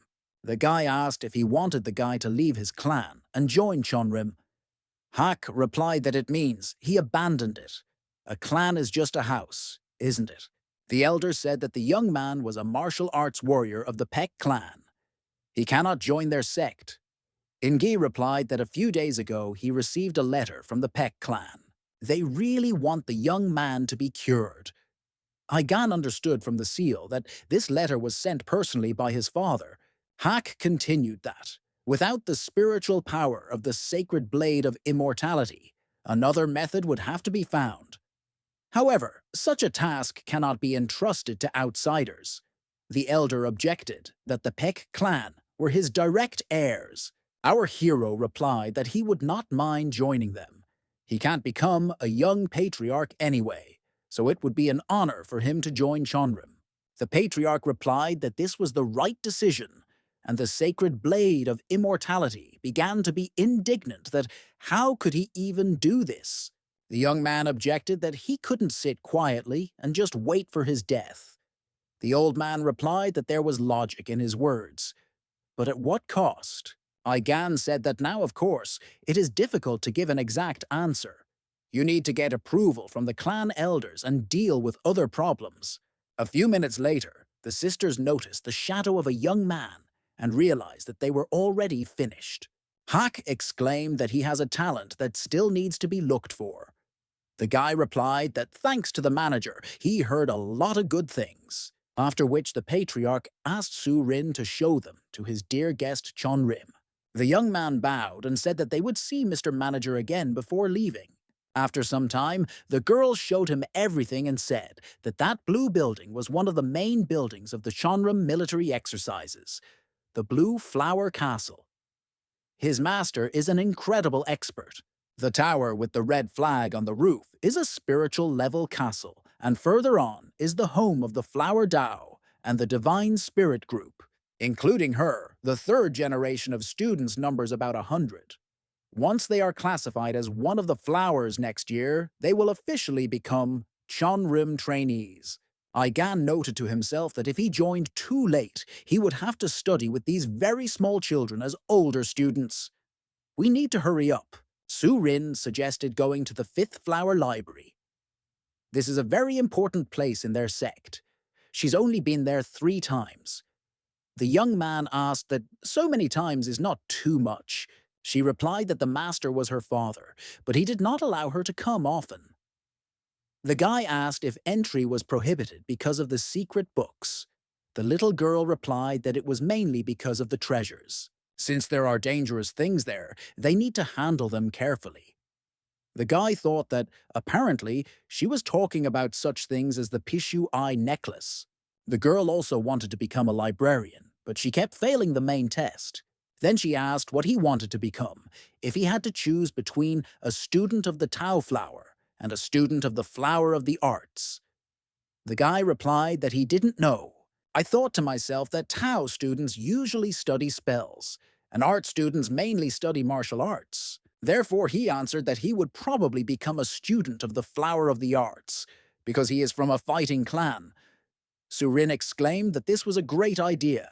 Then she added that, in fact, there are not only 2 types of students. There are others. There is a purple flower that unites both directions, the flower of honor. Even among Chonram trainees, only geniuses can get there. The young man was very surprised that there were students of this direction in Chonram, and this was the first time he had heard about it. Then he said that Jin never talked about this. The little one replied that this was because she too could not become a student of the flower of honor. It must be difficult for her to admit this. The young man muttered that apparently she simply did not have enough knowledge, but her sister objected that no, he could not even imagine how smart Li Yen was. Our hero asked why Su-rin did not become the student of the flower of honor. The little one exclaimed that she was actually quite good with a sword. The sisters did not get there for various reasons. The whole difficulty lies in a 5-step test, personally invented by the librarian. If you do not pass it, you will not be able to become a student of the Flower of Honor. The little girl said that the great library was right in front of him. The guy noted that the building is located on a mountain, and this is definitely an unusual archive. Approaching the wall, Aigan asked how they were going to get there. Su-rin replied that not everyone can open this door because there is a formation placed on it. In about 15 minutes, the librarian will let them in. When the young man wanted to touch the door, the sacred blade of immortality warned him late to be careful, and the guy was struck as if by lightning. The man stated that something was trying to look through the body of his heir. Chonrim, as always, is in its repertoire. Suddenly, there was a roar. The door began to open, and our hero noted that it turned out to be automatic. Meanwhile, the librarian said that it would be very difficult to do this alone. After which the man heard a roar upstairs and realized that the kids had already come to him on an excursion. Mr. Manager asked him to test the young master from the Piek clan. The old man said that he was a very unusual boy, with the potential to become the Flower of Honor's apprentice. Hearing the heartrending cry of his daughter, the librarian immediately rushed towards the entrance. The man explained that this is a bloody art designed to prevent intrusions. Under no circumstances should you touch them. The sacred blade of immortality explained that this is a sure way to isolate intruders. If you touch the ribbons, sharp fishing lines will fall from the ceiling. Those who do not know about the gate of life will not be able to get out. Igan noted that the lines that are to his right seem to be a little different from the rest. The elder stated that he recognized the gate of life. Our hero then introduced himself to the librarian, who said that the manager had told him about him. Then he introduced himself, Chiun Shin. The man asked how he managed to open this door. The guy replied that he actually didn't open anything.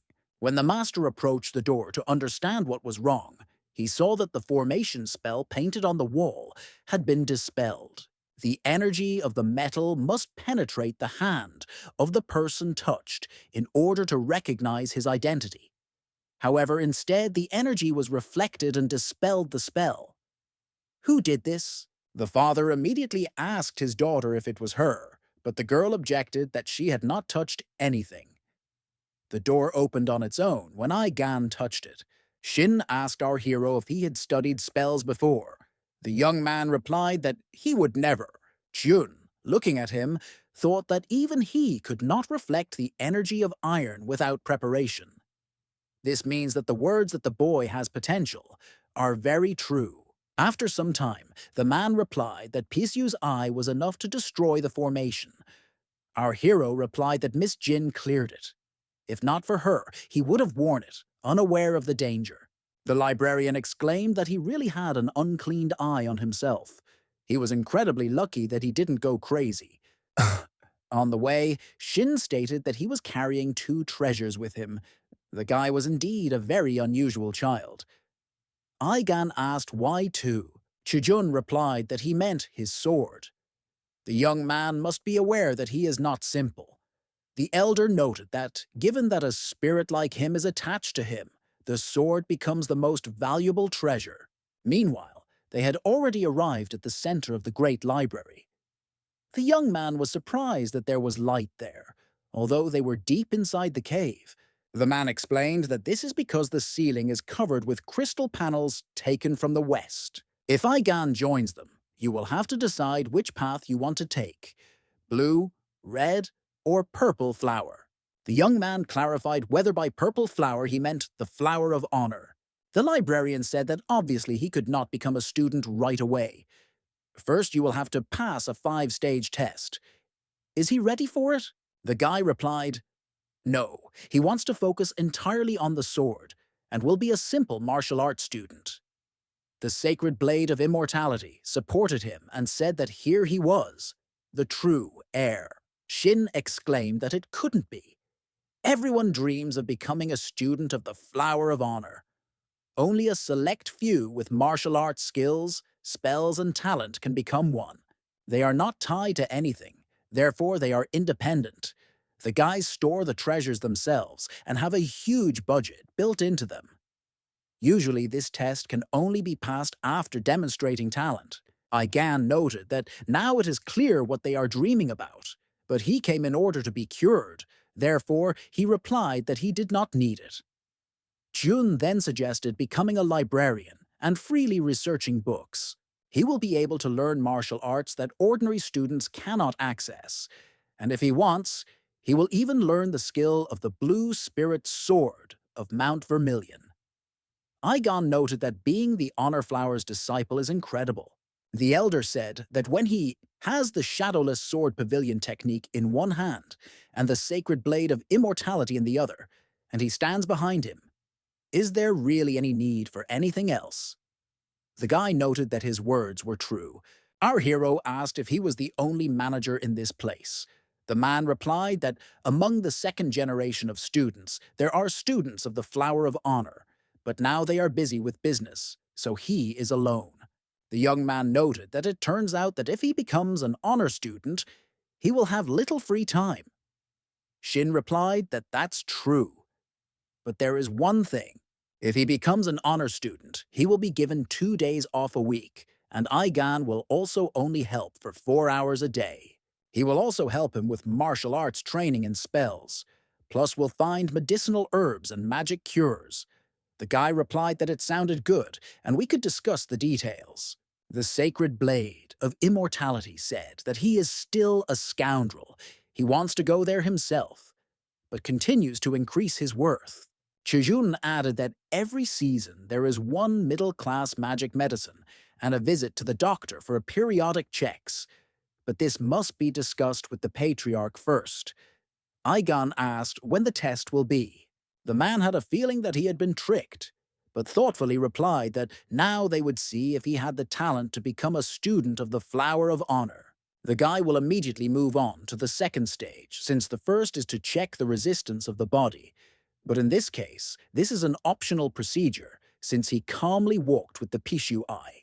Surin was shocked that 80 Chonrim trainees failed the first stage, and he didn't even need to pass it. The second step is to find the letter-eating insect, which is somewhere among the books. He talks about Ekai, which eats ink and is the library's main enemy. Then the librarian added that they had a day to find it, and the countdown had already begun. He noted to himself that even he had problems destroying this parasite. Even if Aigan was born talented, it will still be difficult for him. Concentration is very important here, but a minute later, the young man reported that he had found it. Then he pointed his finger up and said that the insect was there. The man noted that this is not the book in which he hid the parasite. Therefore, I asked if he was sure, because you can't point your finger at the sky. But our hero replied that he was sure. When Shin started leafing through the book, he exclaimed in surprise when Ikai managed to originate there again. 1. The young man pointed to some more books and said that everyone else was sitting there. Chun didn't understand how he even managed to do it. When Aigan replied that he could hear him slurping the letters, the librarian thought to himself that even he could not hear such a thing. This kid is a talent, the likes of which won't be seen in the near future. He had to get it, so he shouted that it had passed. After some time, they came to the inner training hall of the Library of the Five Great Colors for the third test, passing the field of mixed illusions. It is a formation developed according to the principles of heaven and earth. Those who get there will feel as if the earth and heaven have changed places. There is also fog inside the field, and auditory hallucinations surround the enterer from all sides, which makes it even more confusing. The young man thought to himself that spiritual power barely penetrated the field. Approaching one point, he noted that this must be the gate of life, that is, the exit from the field. The librarian noted that he got out very quickly. This is a new record. How did he even manage to find a way out in such a short time? Aigan replied that he also explained the principle of operation of mixed illusions. The man replied that he needed to know the theory, so he explained in general terms. When the guy replied that he was able to find the gate of life by following the flow of spiritual power, Shin exclaimed that this was wisdom bestowed by the heavens. He should definitely become the Honor Flower's disciple. Our hero said that he needed to say something. The expression on his daughter's face was not very good. The sacred blade of immortality noted that it seemed that living in such a cave had robbed him of his sense of compassion. The young man thought that Surin became gloomy the moment he left the field of mixed illusions. Her father immediately began to apologize to her for having to observe a test that she herself had failed to pass. The man was simply upset that no one could pass the third stage, so he was happy because this guy did it so quickly. The girl came to her senses, smiled broadly, and told the master that she was fine. It's great that Aigan turned out to be so talented. Surin added that she would leave first so they could talk. They will see Aigan tomorrow. The sacred blade of immortality said that it was good that her mood was not so bad. The guy asked if he was sure that everything was fine with her. The man replied that she smiled like that. Isn't it a sign of happiness? Our hero said that the ancestor would have made a simply terrible parent. On the way, the girl burst into tears and thought that it was not Aigan's fault. She just doesn't have enough ability, so there is no need to cry. Yusushan noted that they went to the library so long ago, but still have not returned from it. Mu Yengel assumed that they had left before they arrived. The girl said that it was very cold outside, so it would be better to return. But Shun Muyen objected that we needed to wait a little longer. But in fact, the young man was very tormented by the question of why they had not come out yet. Perhaps Aigan is throwing wedges at Surin. For example, he asks how she views living her whole life on his beautiful estate instead of the gorge. The girl replies that this is just a great idea, dear. Having imagined this picture, the guy became very angry and shouted that he would never allow this to happen. Meanwhile, a baby came out of the room, and the guy started asking why she was alone. They heard that Aigan is taking the Honor Flower Disciple test. How is his progress in general? When tears appeared in the baby's eyes, Chijun Muyen thought that she, of course, often cries. But today the situation is somehow unusual. The young man immediately began asking her what happened. Did that scum really dare to hit her? The girl exclaimed, "What nonsense! This has nothing to do with him." Then she added that it was none of his business at all and ran away. The guys noted with disappointment that they had waited so long for nothing, so it was definitely time to go back. The young man replied that if they want to go, then let them go. But he needs to meet this guest. Friends said that in this case they would wait a little longer and go if he did not come out soon. The young man replied that it was good and felt how some insect bit him on the neck. After some time, our hero noted that they talked until sunset. The librarian had many questions for him. The old man stated that, nevertheless, it is nice to know that he is trying to help.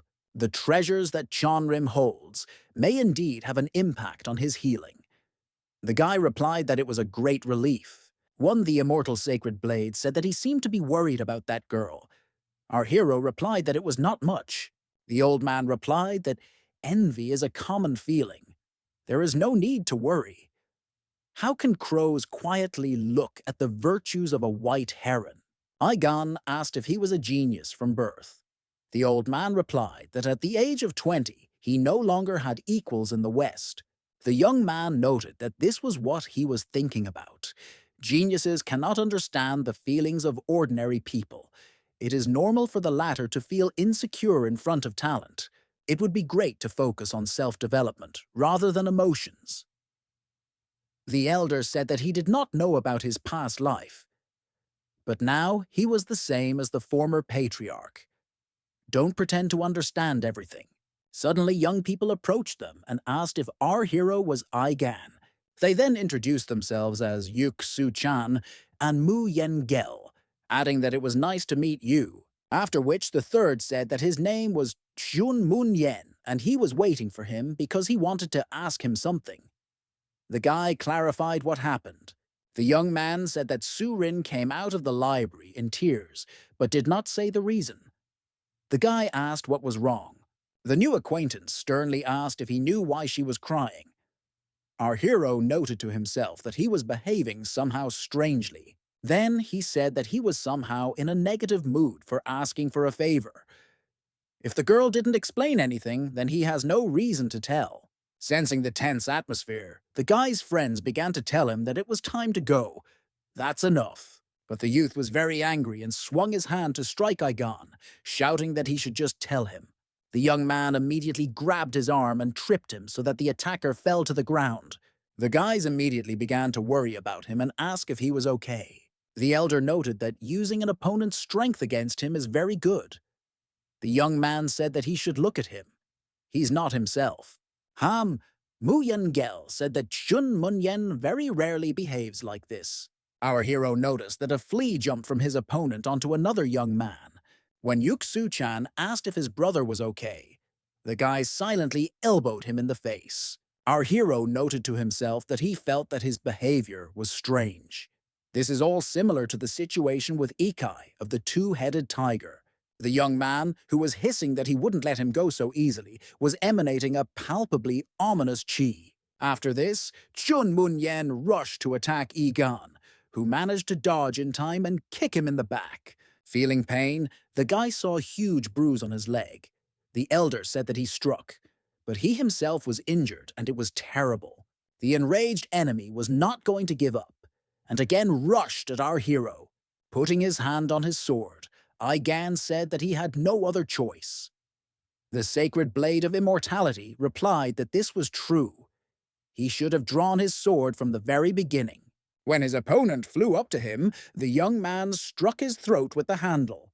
The elder was indignant that why he did not hit with the sharp side.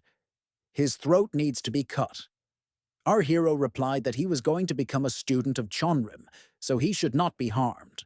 Meanwhile, the opponent's friend came to his senses. He didn't look very good, and hissed menacingly that how could he even dare to hit Chjun Yen? Suddenly, a girl appeared and kicked him in the face, shouting what these crazy people were doing. The young man was surprised and said that he thought she had already left. The girl replied that she returned because he did not come, and now she needed to run away. On the way, Surin said that she thought that those three were bitten by a rage insect. But how could this creature escape if the great library was watching it? The guy asked her to stop because he couldn't run anymore. The little girl exclaimed that at this rate they would catch up with them. Aigan said that he hurt his leg while fighting. If he continues to run, he might break it. The little one was surprised how he ran away all this time with such a big bruise. Our hero said that they would stop them at this point. Sue replied that it would be impossible to fight three people who had been bitten by the rage insect. The young man retorted that then we need to make this possible. Looking back, Rin noted that the young people were already catching up with them. Jun Munyen hissed that Peck dared to seduce their friend. If they don't unhook from each other while he counts to 3, then the guys will become dead. Aigan noted that he can win if he decides to kill these guys. But the problem is the girl. She doesn't seem capable of killing her friends. So he asked if she had any abilities, like throwing fire or something like that. The little one was surprised how a person could do this. Our hero asked what about noise or bright light then? The little girl replied that she would succeed, but she would not be able to move. The young man said that this was enough. The guy is sure that people will see the light and come to help, because they are next to the library, and he will delay them for now. The girl immediately shouted that the eternal peace of the world. The situation was beyond her control. Therefore, let him quickly and regularly follow her orders. Then an energy beam appeared from her hand. A bright beam of light was visible within a radius of several kilometers. It was hard not to notice him. Aigan noted that he had heard that she was good with the ball, but Sue did well there too. Rin is better than them, if you put aside the whiny nature. Young people rushed towards them and shouted that how dare they stand so close to each other. Our hero immediately hit Yuxu-chan with a sheathed sword in order not to cause harm. The young man hit Mu Yengel in the same way, but only in the throat. The elder noted that his skills had become much better. Our hero noted to himself that his stamina was already running out, and he only managed 2.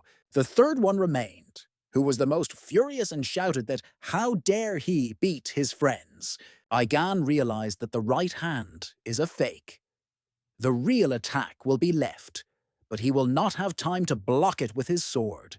The voice of an old man sounded in my head, who said that when the pain is too strong, there comes a moment when you forget about it. Then your mind clears.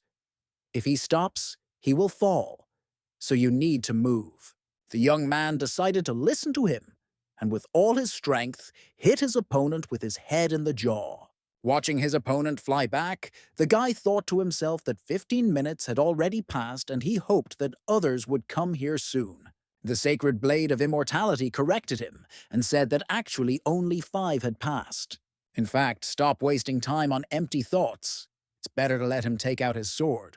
Our hero did not understand what to do, because he did not want to shed blood in Chonrim. Suddenly, someone put a hand on his shoulder and said that he really had a Taoist mindset. Even in the most dangerous situation, he does not want to shed blood. It turned out to be a first-class disciple of Chonrim, the future master of the Snow Hermit Pavilion, named Dusun, who added that he really appreciated his mercy. The girl did not expect to see him at all, so she twitched and the light disappeared. Next came a first-class disciple, the pavilion master of Chigam Blue Flower Castle, named Dukan. Aigan had heard of him before. Perhaps the demonic alliance sect fell at his hands alone. The man said that he heard that he had problems using internal energy. How did he manage to stop the guys with such a body? If he enters Chonrim, then let him come to the castle of the Blue Flower. He would love to become his teacher. Do-sun said that the guy was injured. The student was surprised that he was fighting with a bad leg. What amazing willpower he had. The library master ran towards them and shouted if they were all okay. The men noted that he needed to keep a better eye on his creatures.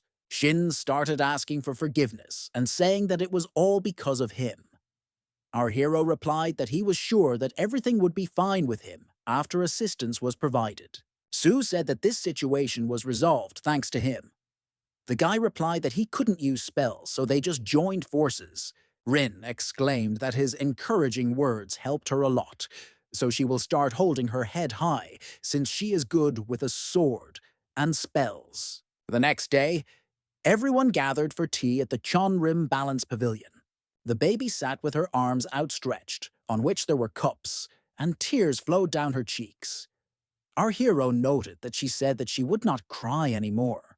The young man noted to himself that the girl was punished for bringing the insect of rage on her unknowingly. I even feel a little sorry for her. The elder replied that a responsible student of the flower would have noticed. By leaving the library first, she also violated her duty. Nin was furious and shouted that Aigan had a crack in his bone. Is this really how Chonrim treats its guests? He himself is very fragile. Our hero did not expect the master to be so angry. The patriarch asked for forgiveness and said that there was no excuse for this. They will take full responsibility. The guy carefully said that he was fine. The teacher immediately calmed down and said that his emotions just got the better of him. The clan chief then ordered Du Yen to bring Foti, a red root they had recently found. The man did not expect such a request and muttered that the patriarch of the Wudan sect asked him. The old man replied that they were also Taoists. He is sure that they will understand if Chonrim slightly delays what he promised. Aigan noted that he has quite a lot of power.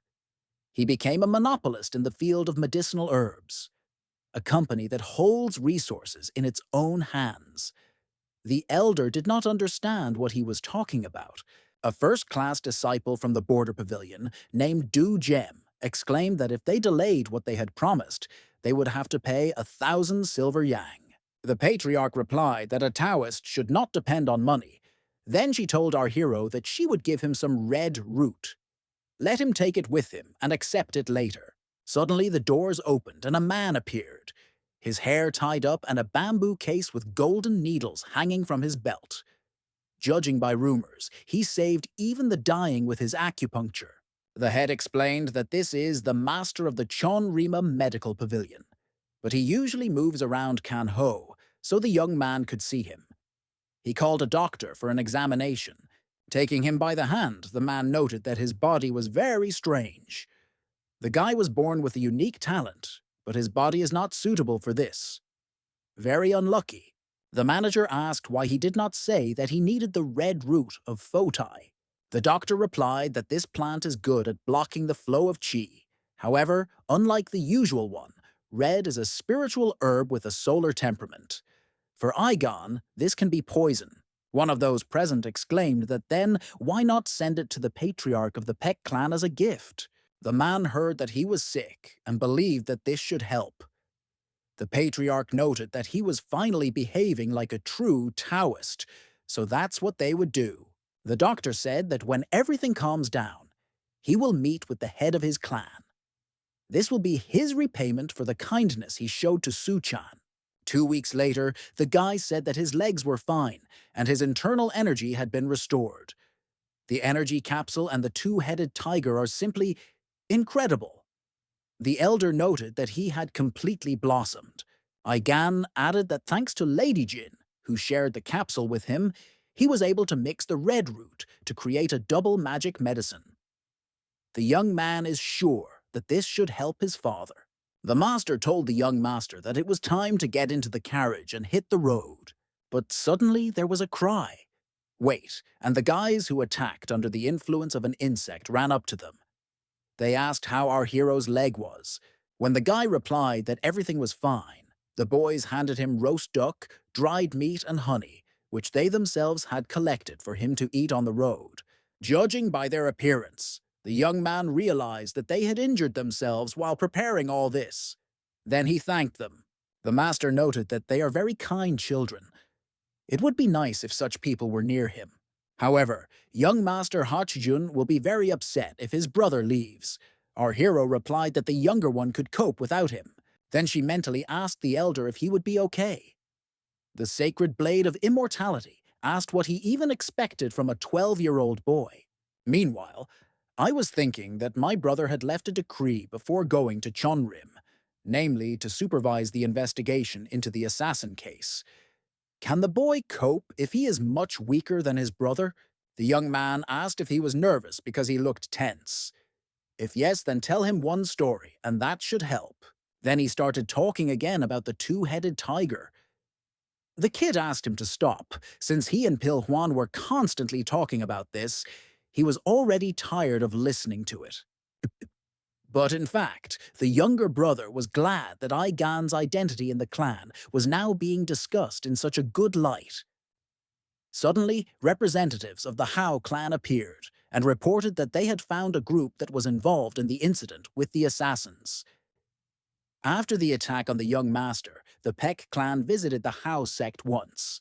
In the mountains near the estate, hoofprints were discovered.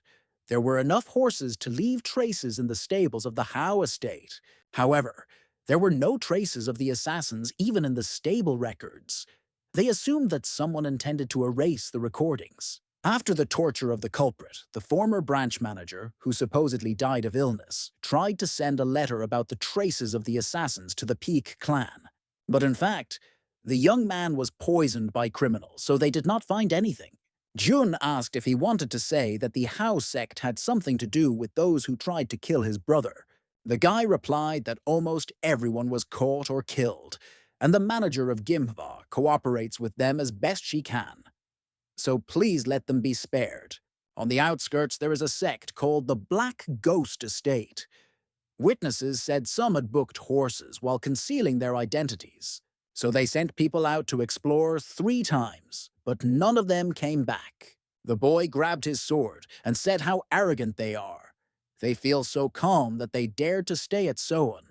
After some time, near the Black Ghost's estate, it was decided that some should stay outside in order to guard the territory. One of them started knocking on doors, asking if anyone was there. A guest has come to them, so let them greet him. Without waiting for an answer and sensing the persistent smell of blood, the young man decided to knock down the doors. There was just a mountain of corpses around, and a young man stood alone in the center. When asked who he even was, the man replied that he wanted to ask the same question.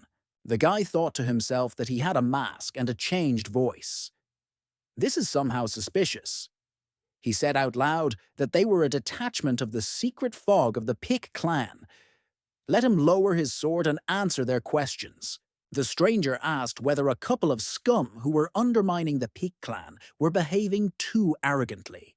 After which, shouting that now they would all die, the young man rushed to attack them. The opponent had the highest skill, so it was not even possible to inflict any damage on him. Once behind the young man, the enemy noted that they were acting too slowly. The young man did not understand when he managed to get there, and realized that he would not have time to dodge this blow. Suddenly, our hero's younger brother came to the rescue and repelled his attack. The boy was furious and shouted that he should let the stranger explain who he was. The opponent noted that this was not part of his plans, but let him die if he wants to. Paying attention to the glow, the kid noted that the aura of the sword was special, and he was hiding his true skills. The secret mist squad was immediately given orders to protect the young master with all possible means. The young man instantly found himself near the guard in order to kill him. Qian decided to take the opportunity to cut his throat, but the enemy noticed this and wounded our hero's younger brother. One of the men managed to grab him and begged him to keep his mind clear and not lose consciousness. But the boy could not do anything about it because consciousness was disappearing. But he had not yet fully fulfilled his older brother's request. Will Gan be angry with him? The next day, the head of the traditional faction, Blade of Fury, named Pek Do Yem, shouted that as soon as the elder returned from Chonrim, he must immediately be made the new leader. The patriarch fell ill due to illness, and Hachijun was mortally wounded. They have no other choice. The head of the side faction, Rakshasa and Ice Steel, named Pek Sovok, replied that there was no need to rush. Elders can serve at the will of the patriarch while he is sick. Yem replied that he just wanted to make the younger one the boss. The Red Dragon Squad, on top of that, also made no progress in the investigation, so they need a young leader right now. Hearing that, he was urgently called. Our hero returned in a hurry. Vic exclaimed what he was doing there. He had heard about his return, but did not expect it to happen during the Council of Elders. The guy replied that the matter concerns his father and Haj Jun. The man did not calm down and said that he had come with a man from a lower circle. Where were his manners? The young man replied that the patriarch was ill and the younger one was seriously injured. Why did he decide to reproach him now? Yem shouted that he really didn't understand that the face of their clan had been trampled into the dirt. How could he even dare to be insolent? Let him go, you obnoxious boy. The young man replied that there was no problem, but he was taking this prisoner with him. She said that there is no need to do this. It was Jungu who took Hachijun and the secret Miss Squad to the Black Ghost's estate. Who knows? Maybe he is a spy. Our hero replied that everything was wrong. This person is a simple member of the Hao sect. Du exclaimed that intentionally or not, he was responsible for the injury of Ha and the death of other clan fighters. Until the instigator is found, they cannot release him. Aigan replied that it was he who suggested that the Hao clan intervene in the matter. Therefore, if they want to punish someone, then go ahead. His great-grandmother, who is the head of the elders, named Pek Yen Ren, noted that he has grown up and is now able to speak to adults correctly. His hands were so small, but now they are like a real fighter. Let him prepare to become a young leader. The sacred blade of immortality said that in order to avoid becoming a leader, it was better for him to mention Chonrim's proposal. Our hero replied that now is not the time. The young man replied that let it be as she wants, but they will be able to do this only after capturing the culprit who injured Chun. Let Pek Yenren's great-grandmother give the young man just 1 month. The old man noted that Aigan sounded quite convincing. But what will he do now? The guy replied that he didn't know. There is complete chaos all around. First, you need to see your father, because he is sick. Entering his room, our hero asked if he was very ill. The father replied that he was fine. It's just that the change of season has a bad effect. Coughing, the man said that he would very much like to hear about his trip.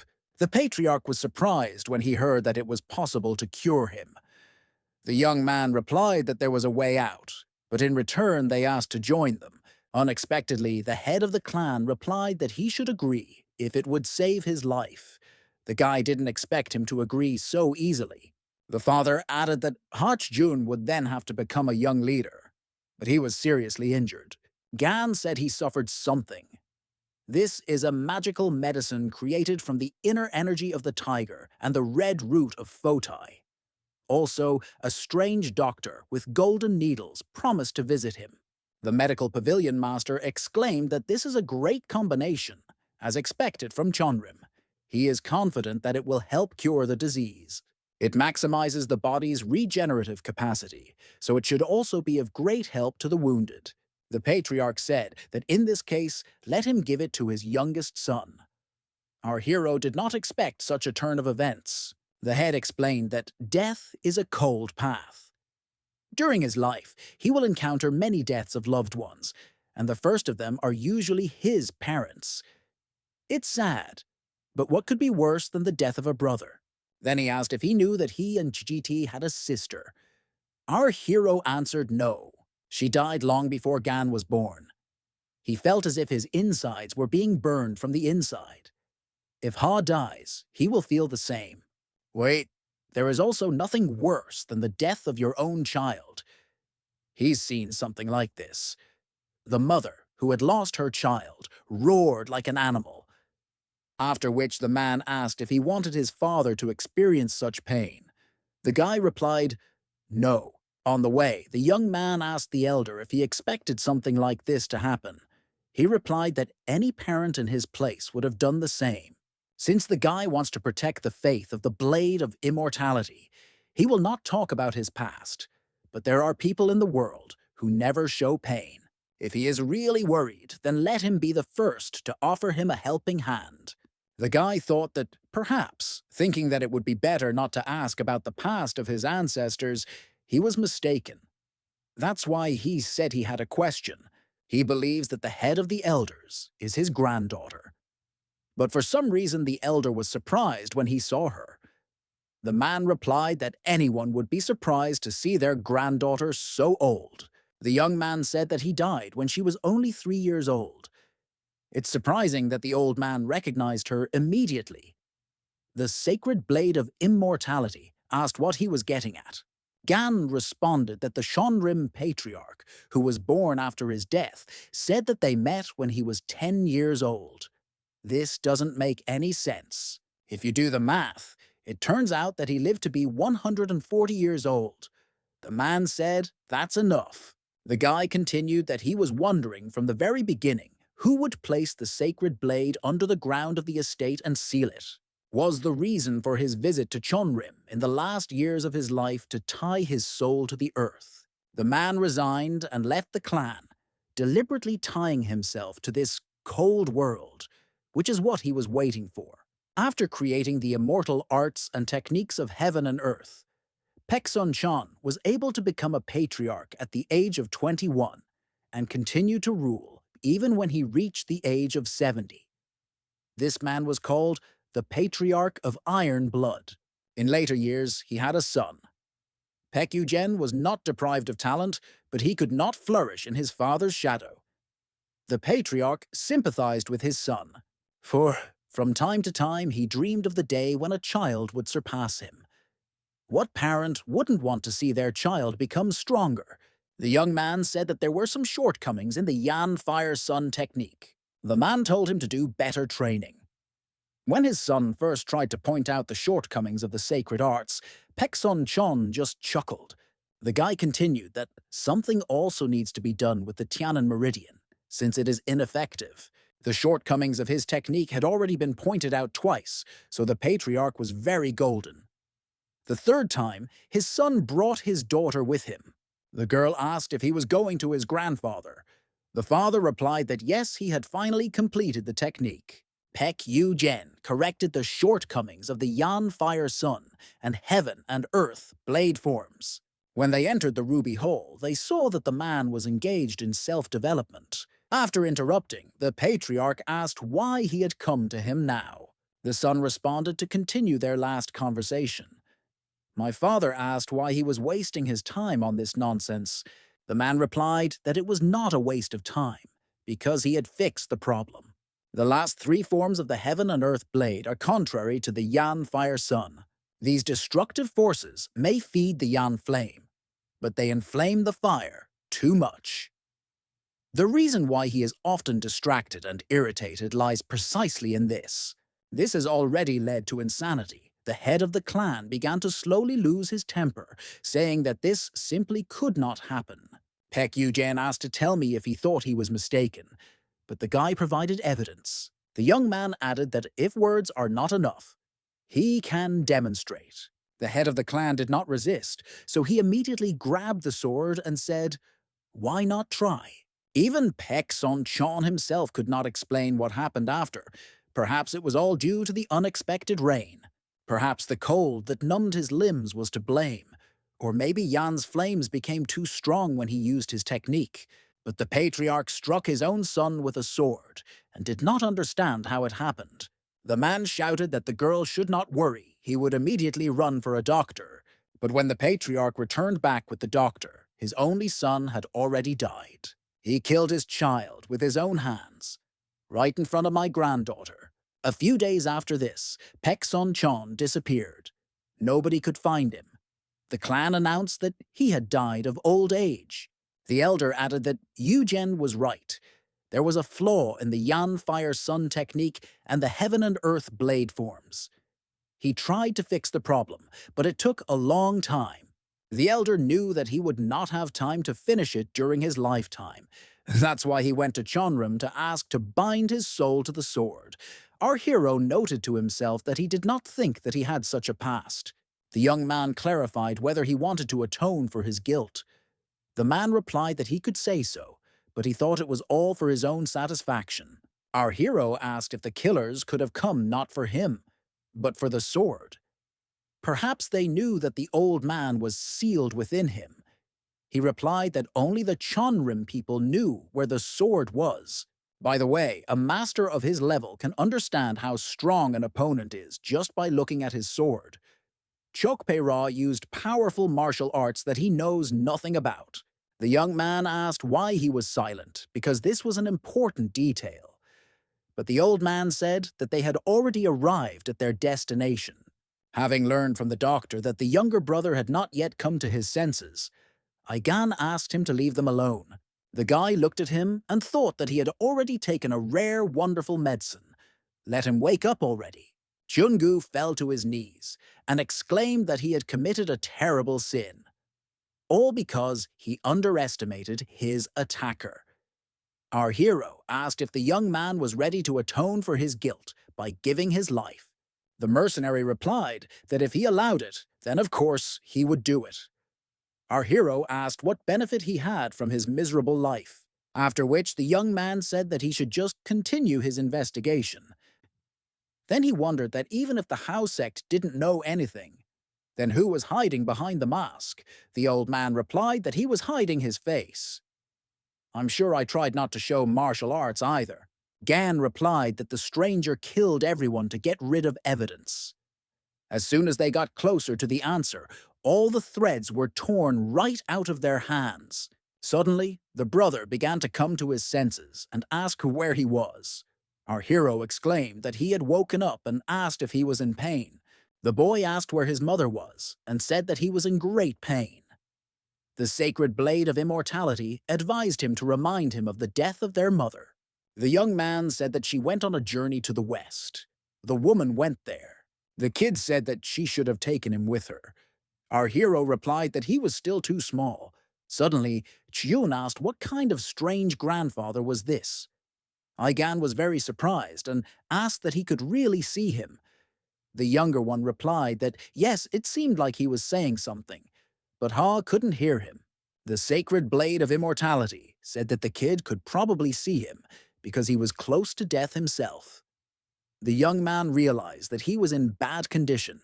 The elder said that he needed more sleep in order to gain strength. But could he ask him one question, whether the younger brother remembered anything about the man in the mask? The child replied that when they ran, hiding in the smoke, the stranger used the tread of the moon's shadow. Our heroes were shocked, since this is family equipment. Aigan said that it was necessary to make sure that the doctor did not tell anyone about this.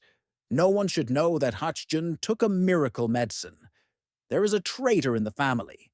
The next day in the garden, the young man told his uncle that he wanted to leave the clan and join Chonrim. The condition of my father's lungs is deteriorating. Younger brother, even if he recovers, serious problems await him. He himself is not suitable for the role of patriarch. The young man hopes that he can convince the elders, otherwise their line will end. The man noted to himself that the patriarch's place would be empty when Aigan left. He will be able to seize power in the clan and make his son Ilyen the next head of the clan.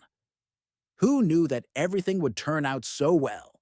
Then he said that the guy made a difficult decision. His uncle will do everything to help him get out. The young man thanked him and said that he was calm now. I thought to myself that he had matured and was now as cold as his father. Leaves his brother and parents for his own benefit. Then he asked if he should have a meeting. Aigan replied that yes, but there was no hurry. He offers to arrange a meeting in 7 days and 7 nights, after which the young man took him by the hand and said that he relied only on his uncle. The guy thought that his brother said that he touched the back of his opponent's hand, but the relative's hand was fine. The elder said that the investigation can be postponed, Now he needs to train. Until death, you should rely only on your own martial arts. No matter how fast a person is, he cannot reach the heavens. He will never be able to hide from the shadow that the sky casts. Therefore, the old man enclosed the shadow of the clouds in the blade. When the young man fully masters the remaining 3 techniques of the blade of heaven and earth, he will become the only person in the world who masters all forms. Our hero asked what he could accomplish in 7 days. The sacred blade of immortality replied that everything depended only on him. The guy can't use his inner chi, so don't try to understand the essence of the sword. You just need to focus on its form. The young man immediately began independent training in order to achieve the desired result. When he accidentally let go of the sword, the elder said that there was no need to worry. He has amazing talent. Aigan asked what he said. The man replied that he seemed ready to accept the fact that the sword was 30 steps away from him, but could only be heard from a distance of several steps. When our hero took the sword in his hand again, he noted that it seemed that he had managed to get hurt. Suddenly, something dawned on him, and he began to leave the hall. The old man asked where the guy was going, because he had a lot to learn. The young man replied that he had not taken into account one thing. When he touched his uncle's hand, there was not a single scratch on it. This is very strange for a swordsman. It seems that it is too early to give up suspicion. Meanwhile, near Pek Chijite's chambers, a man said that there was no need to accompany him, and that Ryu-san should go and rest. Approaching a house, our hero's uncle told the guards that he would go further alone. Entering the house of some grandfather, the man said that his guest had arrived, but the old man did not answer. The mercenary noted that apparently this old man was completely deaf. No need to worry about him. Pek Chijite turned around sharply and hit the unexpected guest in the head with his sword. Then he said that after everything he had done, did he really think that the man would be happy to see them? Things became much more complicated due to the fact that he broke his promise and attacked Oigan. Now I decided to put on a mask and start acting friendly. The attacker replied that he hid his face because it was memorable. Then he added that he should call him number 3 and asked for forgiveness for making his life difficult. Also, thanks for getting rid of the traces. Let him continue to help until the plan ends in success. T said that he heard that they needed the ring worn by the sacred blade of immortality. Number 3 replied that the target had changed. Now they need the Comet Fang, the sword of the sacred blade. The uncle replied that the elders were keeping it, and that he could not get it for now. The mercenary replied that the great darkness has enough patience. The man said to simply give back what was promised. What we received earlier has already ended. When he was given the vial, Peck asked if it would cure his madness. The young man was surprised that he had not yet felt the effect. The guy will give him a better medicine when he hands over the sword. The man replied that he did not know what they were going to do with this sword, but they had better stay away from this city when he gains power. After some time holding the mask in his hands, T told himself that this was the only way to stop his stupid giggles. On the inside, there were many spikes, onto which he began to pour the medicine given by the mercenary, after which he put it on and immediately began to bleed, saying that it was simply magnificent. Sitting on a chair, our hero's uncle was thinking that the comet's fang was just an ordinary sword, but still, the soul of the sacred blade of immortality is connected to him. They probably want to summon him with a sword. What crazy people. Meanwhile, Aigan approached Pek Chijite's chambers, and the guards said that they could not even let the young master through. The young man replied that nothing could be done about it, but he could just walk along the walls. The girl mentally conveyed to him that the head of the detachment had recently returned. The guy replied that he couldn't communicate without words, so he would have to speak quietly. A few minutes earlier, he asked So Ryu to tell her if she noticed that her uncle was acting strangely. She asked if he believed that the head of the detachment was a traitor. The guy clarified that So didn't give him the ring before he went to Chonrim because she suspected him. The girl replied that she understood everything and would definitely help the young master. At this point, I asked if he came because of the investigation. The young man replied that he had a plan. As So thought to herself that she decided to cooperate since the squad leader has been acting strange lately.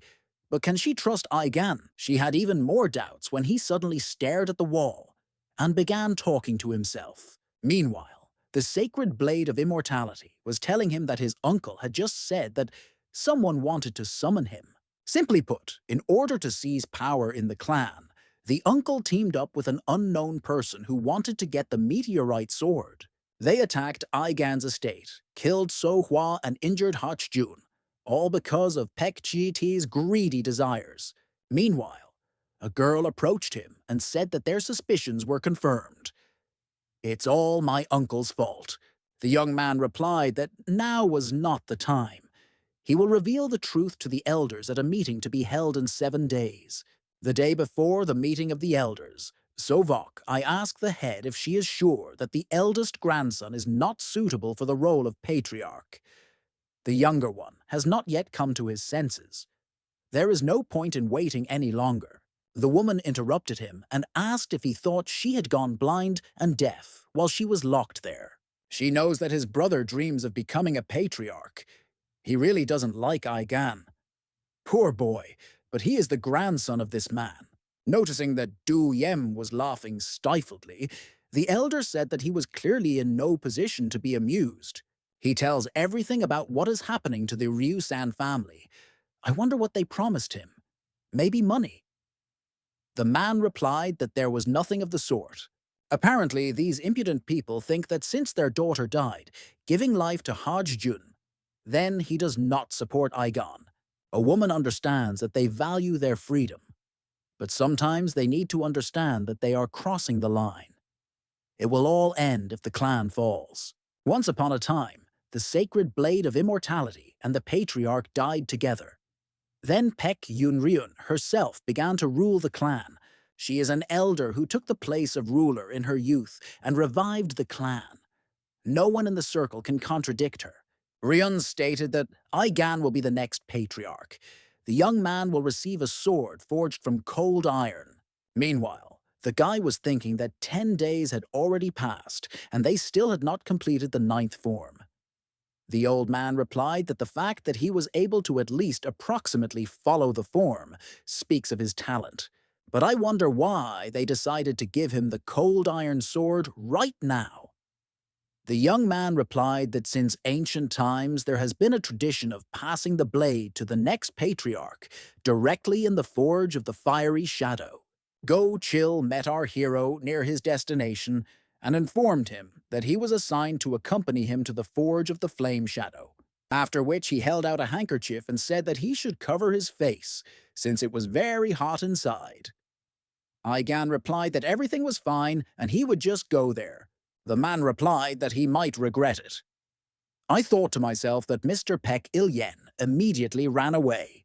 Going inside, our hero was taken aback by the fact that it was so hot, but tried not to show it.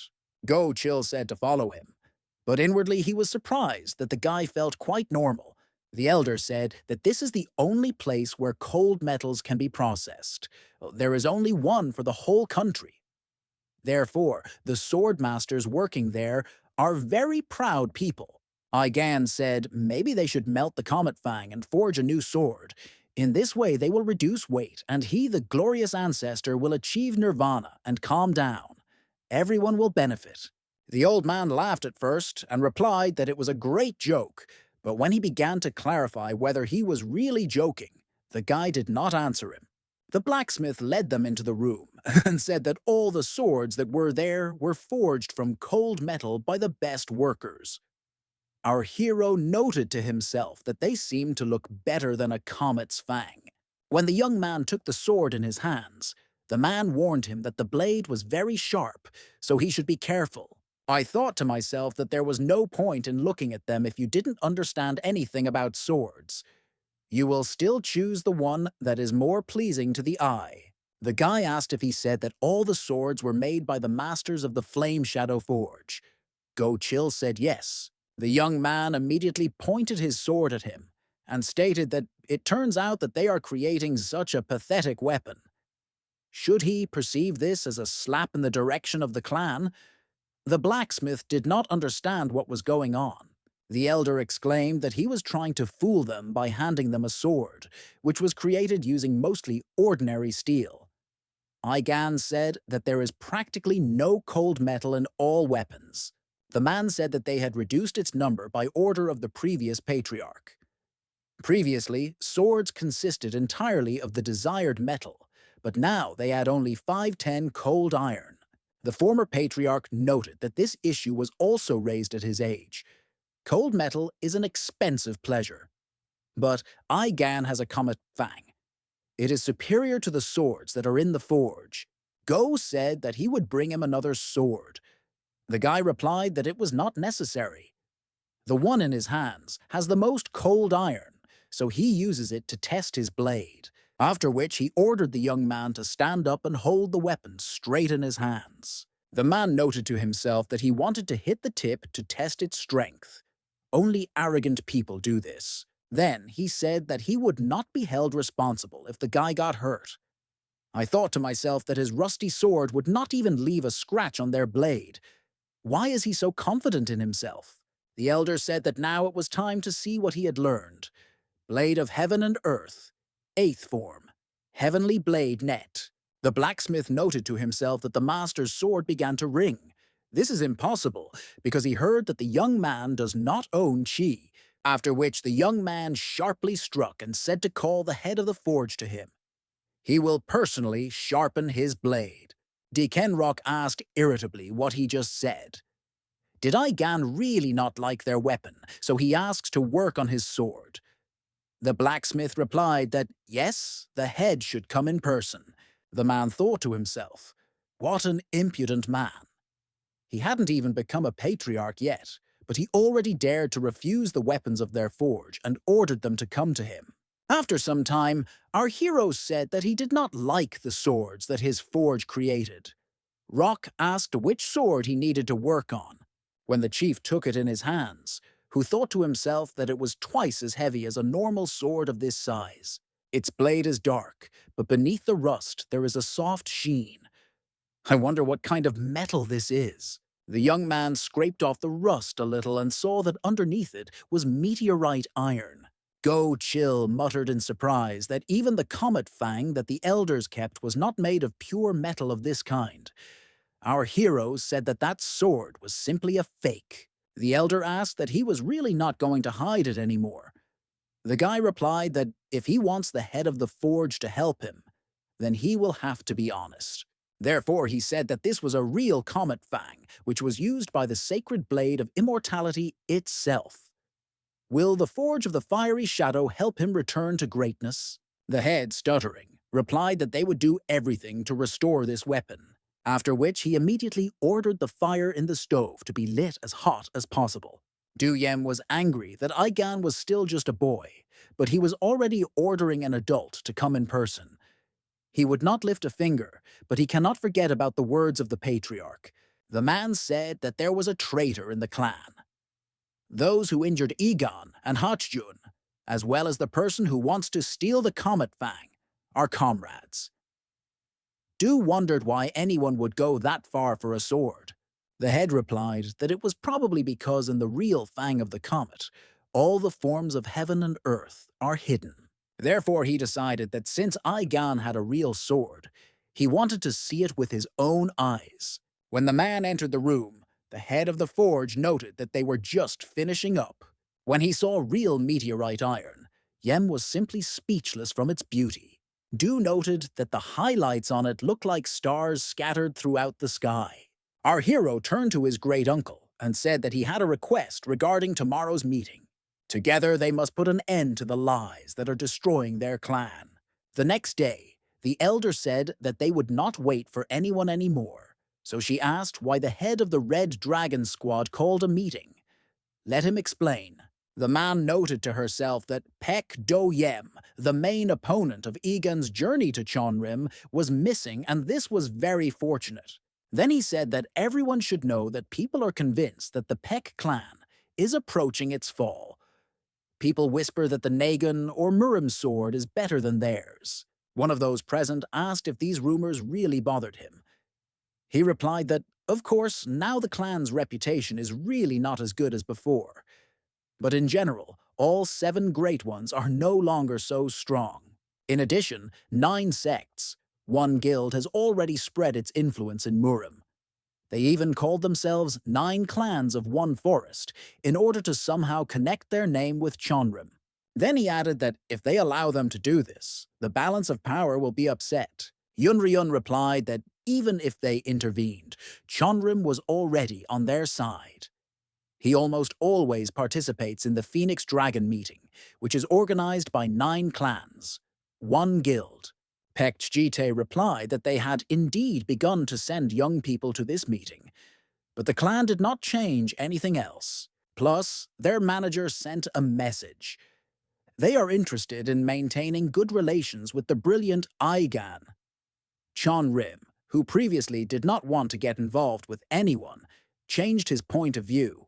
This is the ideal opportunity to create a blood alliance between them. By uniting with that clan, they will lead the 7 great sects, and then the Peck clan will lead the entire world of martial arts into the future. At the moment, the Patriarch and Ha Jun are in a bad state. If the eldest leaves, the line of succession will be interrupted. This is a chance to take over as head, so everyone is excited. The elder asked what they should do with the Patriarch then. She is convinced that Aigan is suitable for this role, but perhaps they should concentrate power in the hands of the congregation. Suddenly, our hero stood up and said that he had something to say.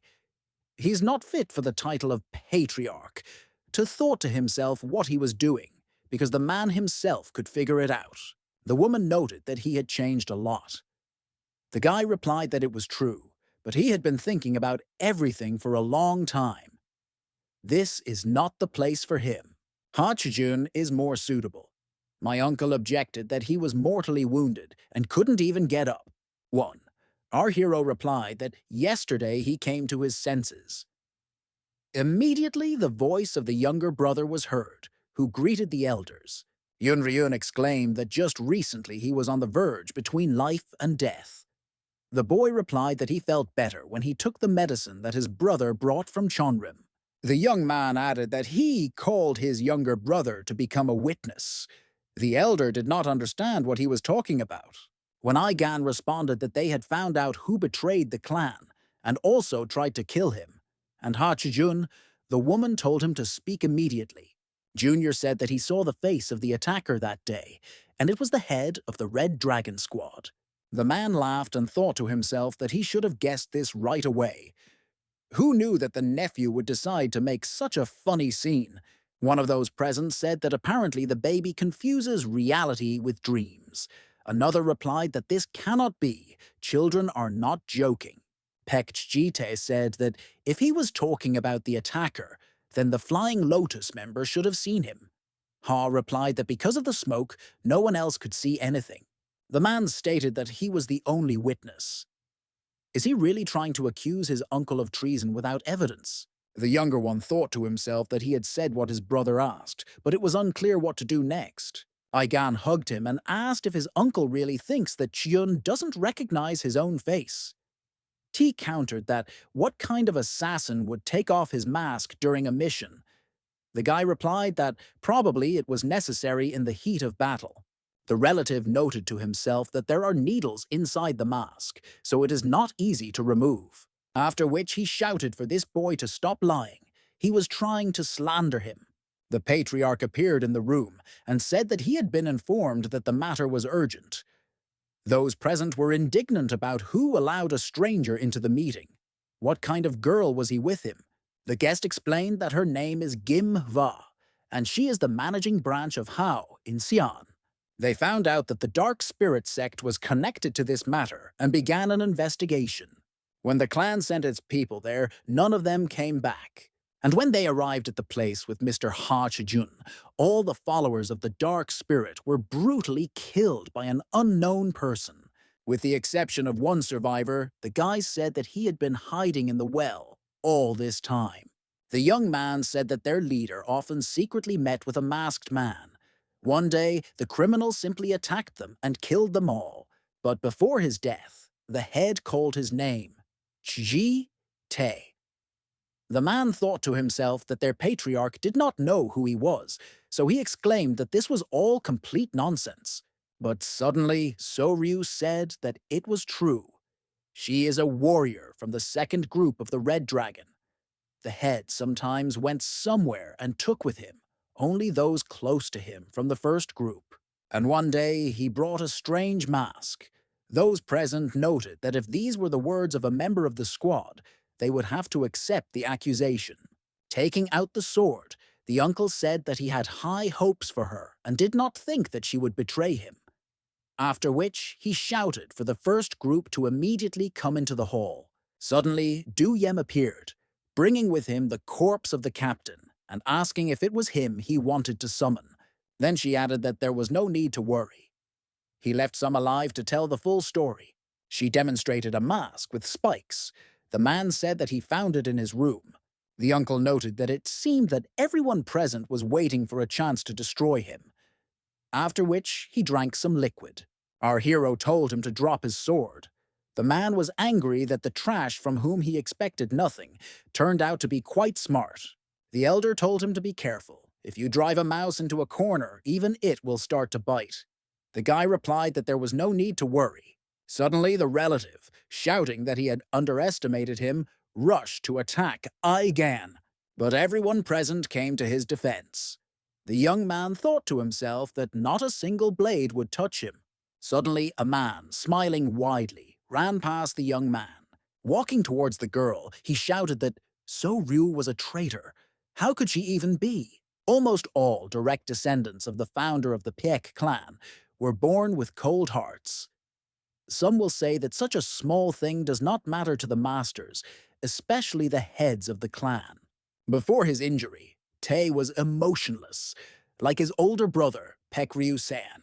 However, their little sister was different, in an era of upheaval when there was no time to even wash off the blood. She always greeted her brothers with a smile, like a real ray of sunshine.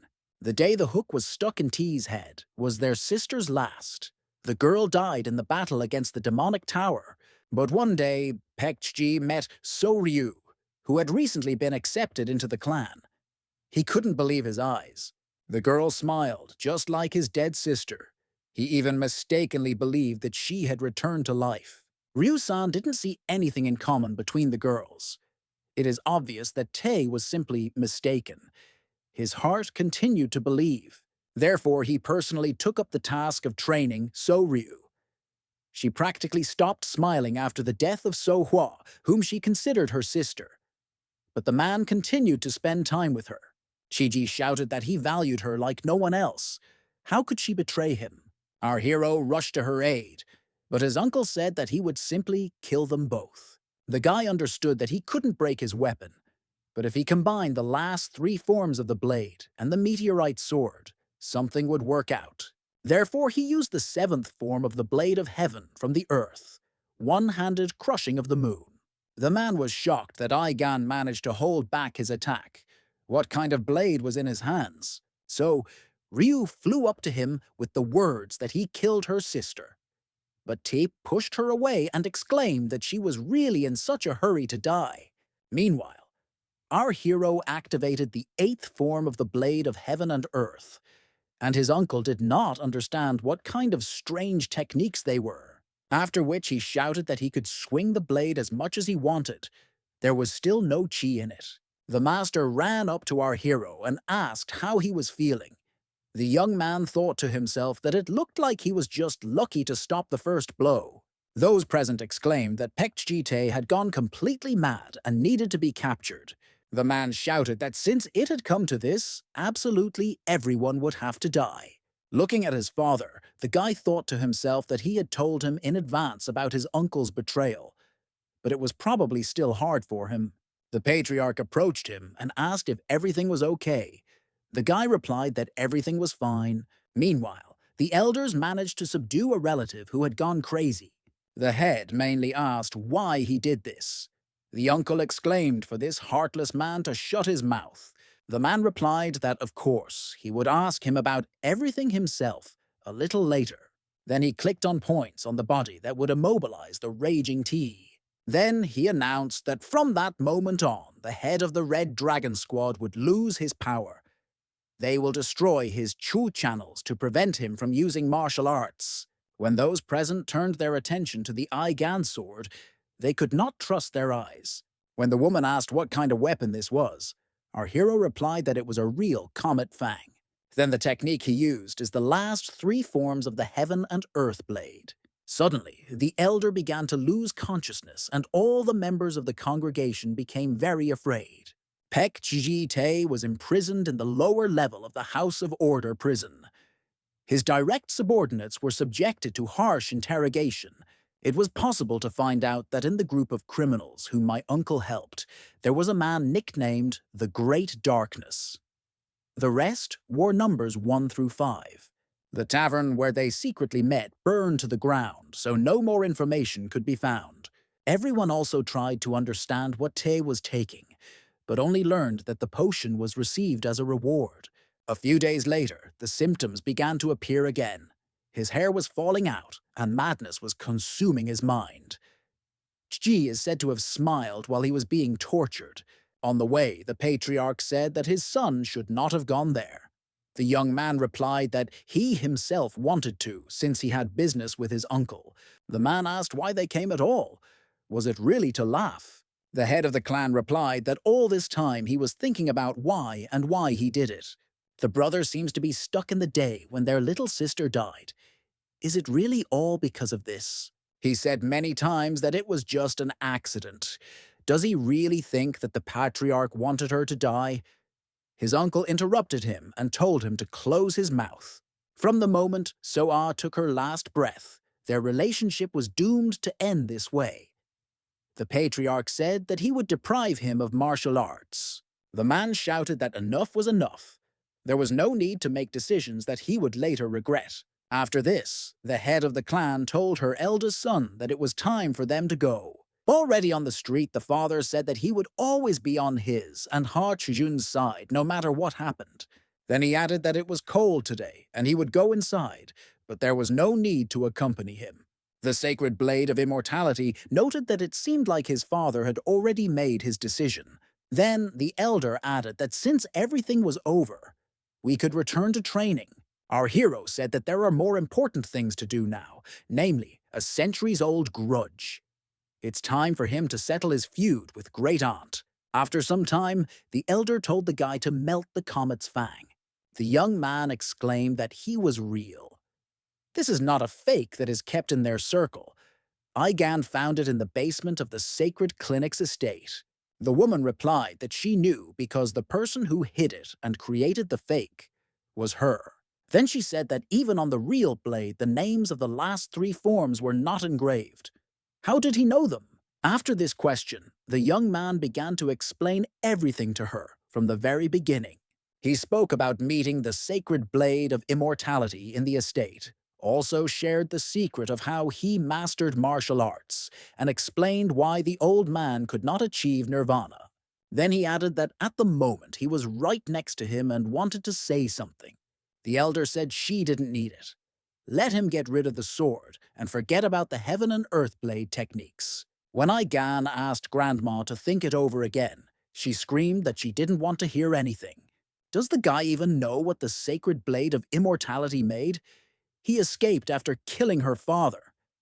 Now he wanted to talk. What nonsense! The young man tried to explain to her that it was just an accident.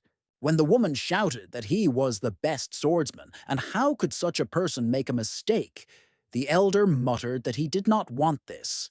How could he kill his own son? The young man objected that it was indeed a terrible mistake. The elder lost his father, but he lost his own son. He was hurt more by the loss of a child than she was by the loss of a parent. He doesn't ask to forgive him. Let them just talk. But Yunryun screamed that she didn't want to hear him. The Sacred Blade of Immortality noted that he had injured his granddaughter too much and could not do this anymore. Our hero noted that the air seemed to become thicker. Yin energy overwhelms him. Is this really what the manager of Chonrim was talking about? The patriarch said that it is very difficult for the soul to maintain sanity for centuries. The sacred blade only lasted this long because of a strong old desire. If he refuses it, he will immediately turn into a vengeful spirit and the greatest evil. The woman also felt something strange and asked what our hero had done. The young man shouted that he would lend him his body if only he would talk to her. The man objected that it was too dangerous, but it was too late. The young man began to merge with him. When the grandson spoke in a different voice, the elder immediately recognized her grandfather. The man fell to his knees, began to ask for forgiveness, and say that he was very sorry. It's only his fault. The woman asked why he ran away, because the elder was supposed to stay with them until the end. The sacred blade of immortality replied that it could never correct the past. Yunryun asked that he really decided that if he refused to ascend, then she would forgive him. The old man replied that no. The reason he tied the soul to the blade was because he needed time. He wanted to finish her father's research. Eugen said everything correctly. The son did not come to such conclusions in one day. His room was filled with notes that he had spent years studying. The man wanted to complete the research of his child, so he ran away from the clan with the notes and the comet fang. However, he did not have time to implement all of Eugen's goals. He borrowed Chonrim's power to continue the work after death, and he succeeded. The sacred blade of immortality passed on the completed techniques to this boy. His quick wit reminded him of his young son. Aigan's sky and earth blade forms became the embodiment of her father's will. She asks for forgiveness. She is only trying to return to the participation of what Eugen took away from her. The woman whispered that her whole life had been divided into him. What should she do now after this story? Grandfather refused to rest and stayed to atone for sins. How can she continue to be angry? After which they hugged tightly, and the sacred blade of immortality once again asked her for forgiveness. The man added that it must have been very difficult for her to go through all this alone. The next day, among the elders, Hachjun held a ceremony for accepting the title of patriarch. The old man cried so much that our hero had swollen eyes and could see practically nothing. Then he said that everything was fine, because he took miracle drugs, and the old man did not use martial arts, so his body did not hurt much. Yun announced that she wanted to say something before the ceremony began. As of midnight tonight, she will cease to lead the Council of Elders. Everyone present began to thank her for her hard work and what she had done for the clan. Aigan told his brother that there is no need to be so nervous. This should have happened much earlier, so there is no need to worry. The patriarch called out to his youngest son Hachjun and said to come closer to him, after which he told them to drink wine and light incense for their ancestors. The boy immediately began to do what he was told. The father then announced that in the name of the ancestors, he, the 39th patriarch of the great Pek clan, recognizes Pek Hachjun as the junior patriarch. Let the name of their clan be famous for thousands of years. Our hero noted that he is now calm. The elder asked if he knew how much the patriarch was respected. Is he really that disgusted by the idea of being the head? After which he noted that his Yunryun is very cute. Her smile is bright and innocent. The young man replied that she was his grandmother, and he could not think of her like that. The sacred blade of immortality exclaimed that he never expected to see a day like this. His life was full of grace. The young man immediately interrupted him and said that he should not dare to rise up. The elder immediately came to his senses and replied that exactly. Then he added that it was a little sad to leave for Chonrim like this without finishing his business. The young man must end with his own hands, Pek Chji-tae, who brought him so much grief. A few days later, in the prison of the House of Order, a mercenary approached his uncle and said that the great darkness wanted to see him. Let him swallow this pill and follow him. To noted that this is a medicine that resists poison. Coming out of the cage, T noted that it smelled sedative. Now it's clear how he managed to overcome the clan's defenses. After some time in the carriage, the man said that he believed that they had come to save him, but they were not treating him well. The mercenary asked if he had any idea how much he had to sacrifice for his freedom. Peck asked if it was still useful to them. The guy replied that he was asking questions here. Are there those among his people who know about everything but are not captured? They need to be silenced. The uncle replied that the head of the second group of the detachment knew something. He told him almost everything because he didn't think that they would come for him. When asked what exactly he disclosed, the man replied that he didn't really know anything. The youth then asked if the former clan leader was now living in seclusion in Guangdong. The man replied, yes. When he was taken outside, Chie replied that he was a fool, and for a moment even believed him. Then he asked who the mercenary was. The young man replied that his name was Pil Van, a warrior from the secret Mist Squad and a comrade of Wu Jun whom he killed. The man noted that this is that loser from the Dark Spirit sect. Is he really taking revenge for him? Suddenly the voice of a young man was heard, who said that he wanted to do it himself. It is wrong to force a warrior to kill his relative. The uncle noted that if he thought so, then he should have allowed his father to come. The guy replied that he would be a terrible son if he let him kill his younger brother, after which our hero threw him a sword and said that he had a chance to resist. T stated that Aigan looked down on him. He cannot be used by Qi, but he will definitely not lose to such a fool. The elder said that even though he is weak and cannot control internal energy, he still remains a strong master. Let him remember the principle of the Tiananmen Meridian. The man, taking his sword out of its sheath, said that since he himself wanted to die, Ji would help him with this. If he loses, he will reveal who the Great Darkness really is. After which he did not waste any time and immediately rushed to attack our hero. The young man, maintaining absolute calm, easily repelled him to the attack. The uncle noted that it was a repulsive force. It turns out that now he can use internal energy. The guy replied that nothing had changed in him. I thought to myself that the technique was weak, but that it was strengthening. The man shouted that he was impudent and tried to attack Aigan again, but then escaped. Uncle noted to himself that this was excellent qigong, but he exposed his back. But the young man turned around sharply and said that his father had not sent him empty-handed. Uncle thought to himself that his body could no longer match his level of swordsmanship. Aigan's blade art exceeds all expectations. An ordinary sword is no match for a comet fang. The young man noticed what he was spending and shouted to his relative that this was the end. But the man was not going to give up so easily and struck his nephew in the stomach area, but this did not cause any harm, since our hero had put on the armor in advance. The guy put a knife to his throat and told him to keep his promise that he made earlier. The relative hissed that the young man would definitely know his name in hell. The guy stated that his uncle decided to remain a bad person until the last.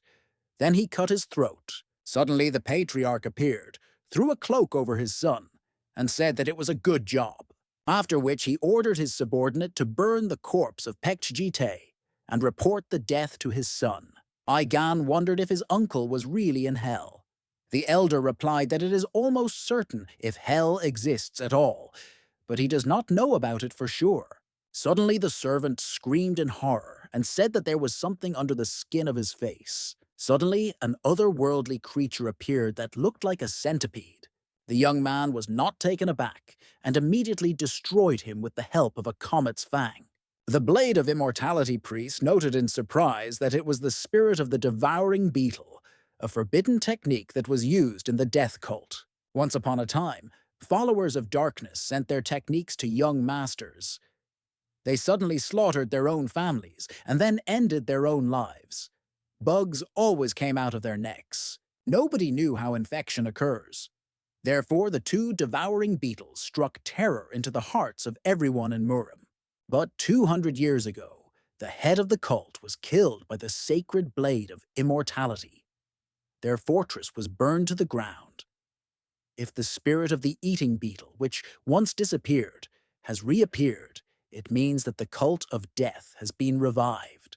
The ruler told everyone present not to tell anyone about this. Meanwhile, some people were watching them from above. one of whom said that Pek Chite was dead and it was all a waste of time.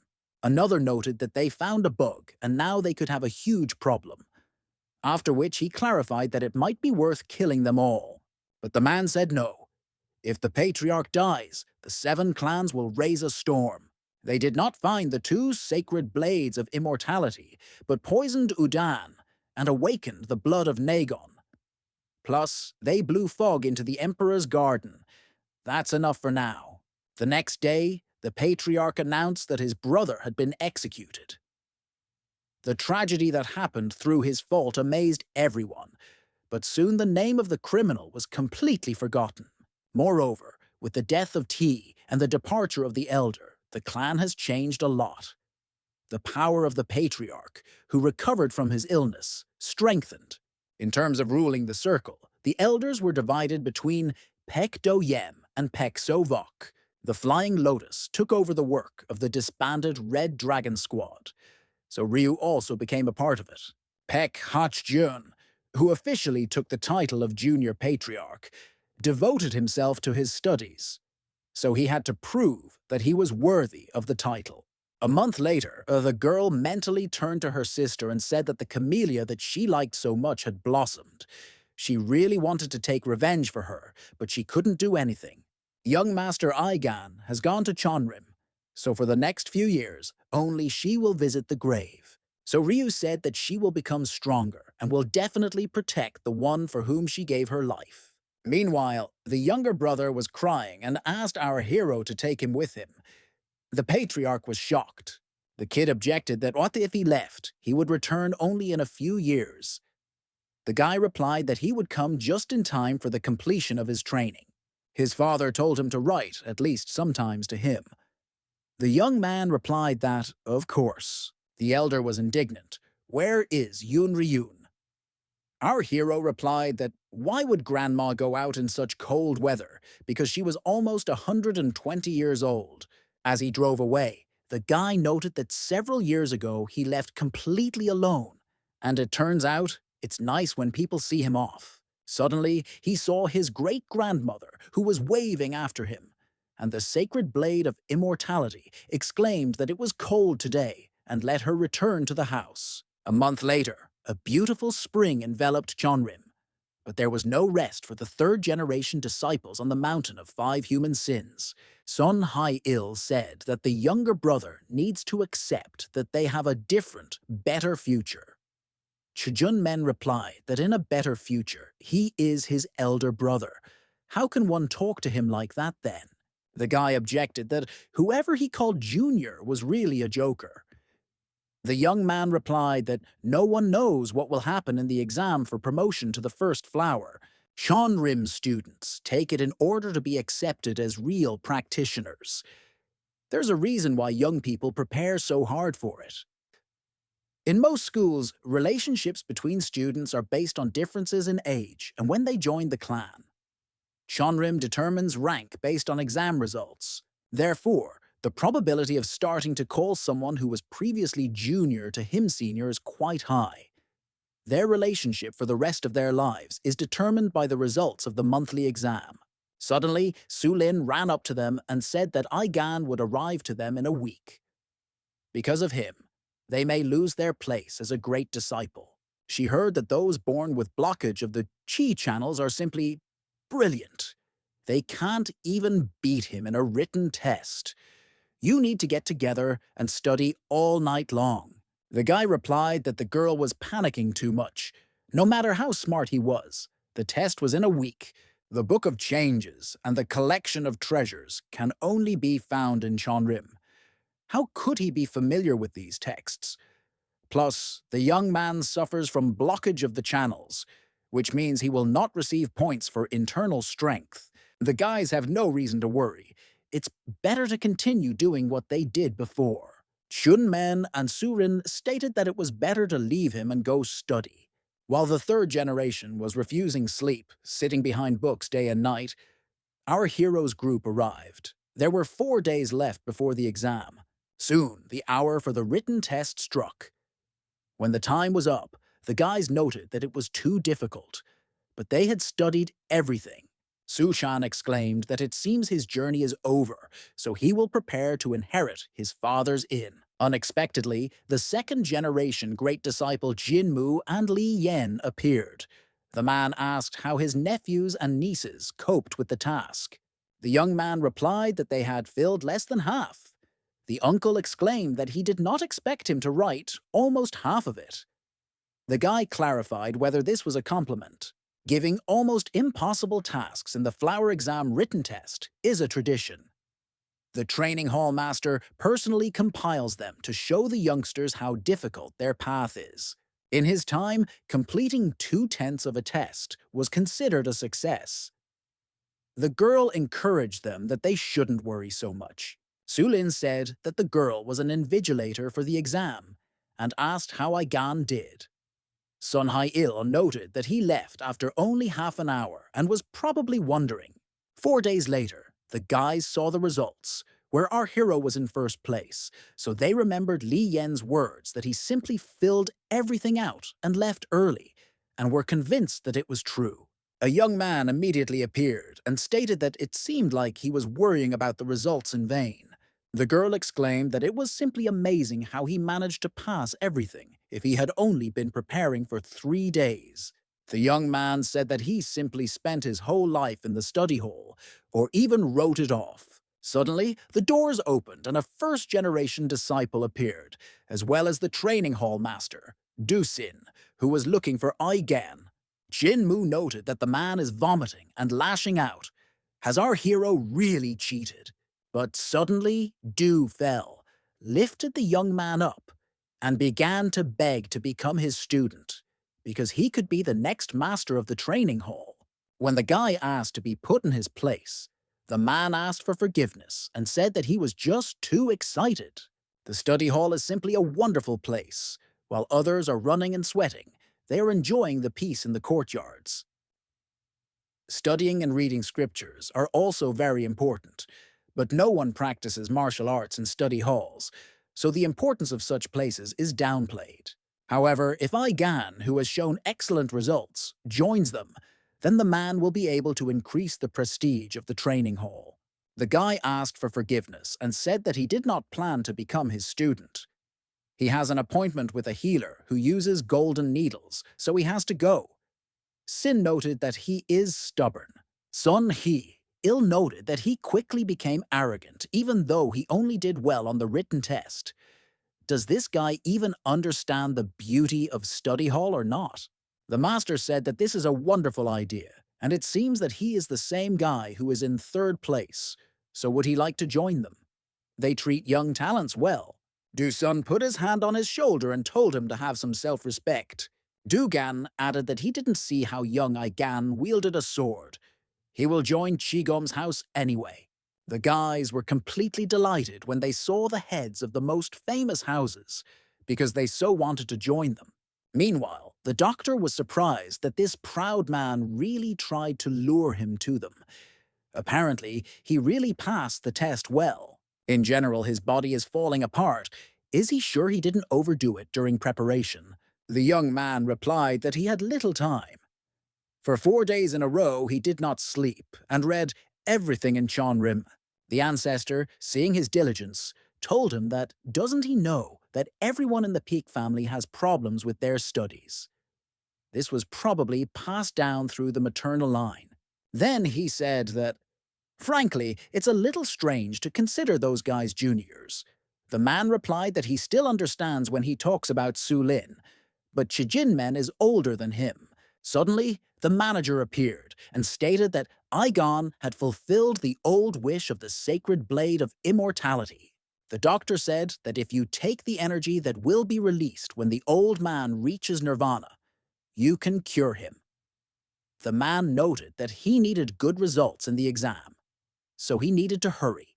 The young man asked when they could do this. The doctor replied that he could do it tomorrow if he wanted, because his body would still need to recover. But the guy replied that they would deal with his channels later. The patriarch objected that then it would be difficult for him in the second test, but Aigan said that everything was fine. He wants to postpone the ritual for 2 months. The sacred blade of immortality asked that he really didn't want to part. The young man replied that he still had a lot to learn from him. The manager said that since he decided to take the test with such inconvenience, she would help him. Jinmu entered the room and asked if the patriarch wanted to see him. The head of the clan explained that this man is a great disciple who is mentoring the second generation and he will help him. Mu replied that he was not exactly a mentor and had a lot to learn himself. The guy noted to himself that he was at the Phoenix Dragon meeting. He said out loud that his great experience was visible in his gaze. The guy exclaimed that he didn't have much experience because he was only in his early 20s. I just didn't show my face a little. When Jin said that he would help him with the second test and asked if he could move, Gan replied that he could and was relying on him. Finally, the patriarch told our hero that there is no need to worry so much about ranks. The exam is used to determine who is capable of truly blossoming. On the way, the guy asked if he could be called the great disciple of Jinmu. The man replied that they would discuss this when he officially joined. Until then, let them call him brother. Then he said it was time to get back to business. The second test will be difficult. It lasts longer than writing. Body lightening technique, sword skill, as well as inner strength will all be tested. The guys will demonstrate the technique of lightening the body when collecting spiritual herbs. They will go to the flower and herb house to see samples, so let him be careful. He will understand everything when they arrive.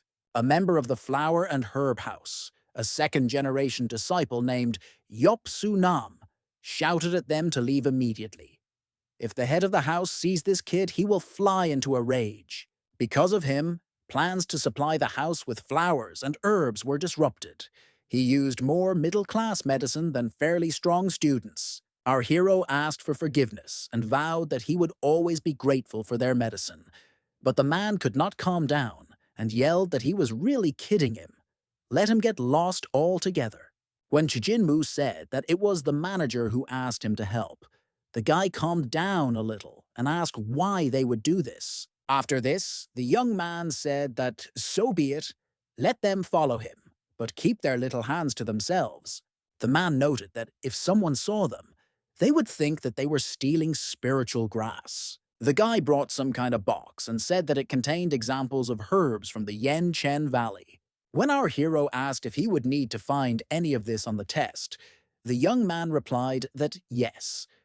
There are 99 flowers in total. On the right are more valuable and rare ones. In an empty place in this box, there should be a sacred flower with 3 circles. It's very rare. Its petals are of 3 different colors. The last time it was found was about 60 years ago. Now only legends remain, so you don't even have to try to find it. Noticing the blue flower, Gan asked what it was. Yopsunam replied that it was a flower of the ghostly soul. The spirits like it, that's why it's called that. Our hero was surprised that spirits could also absorb herbs. The guy replied yes. It is difficult to collect them because ghosts eat such flowers as soon as they bloom. Another young man ran into the room and shouted that the head of the house was coming.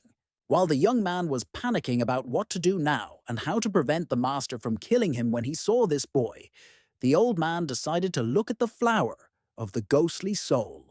As soon as the sacred blade of immortality touched him, he began to feel something overwhelm him. It was control energy. Our hero noticed that after his touch, the plant simply withered and dried up. Chijin Mu told Igan to stop looking at the grass and run before the head caught his eye. On the way, the young man asked the old man if they would be caught. He replied that he had no idea, but they would need to find this weed during the test. A moment later, the chief shouted that Peck was really there. The subordinate replied that on the orders of the manager, he simply showed him the spiritual herbs. He didn't even stay with them for half an hour. The man noted that he probably remembered only rare herbs. The young man replied that he also thought so, because it took him several days to remember everything. In general, let him show him samples. Now they will check how the guy is following them. Yopsunam replied that he is always very attentive. But when he opened the box, he saw that the ghostly soul flower had come to an end. The manager became furious and shouted that how could he allow this to happen? The young man replied that recently everything was fine, but the head continued to shout whether he knew how hard it was to get them. A few days later, near the Five Human Sins mountain, a man announced that today they would test their body lightning technique. Their task is to collect spiritual herbs growing in the valley. The score will depend on the rarity and quantity of herbs collected. Our hero noted that there is a lot of spiritual energy in this valley.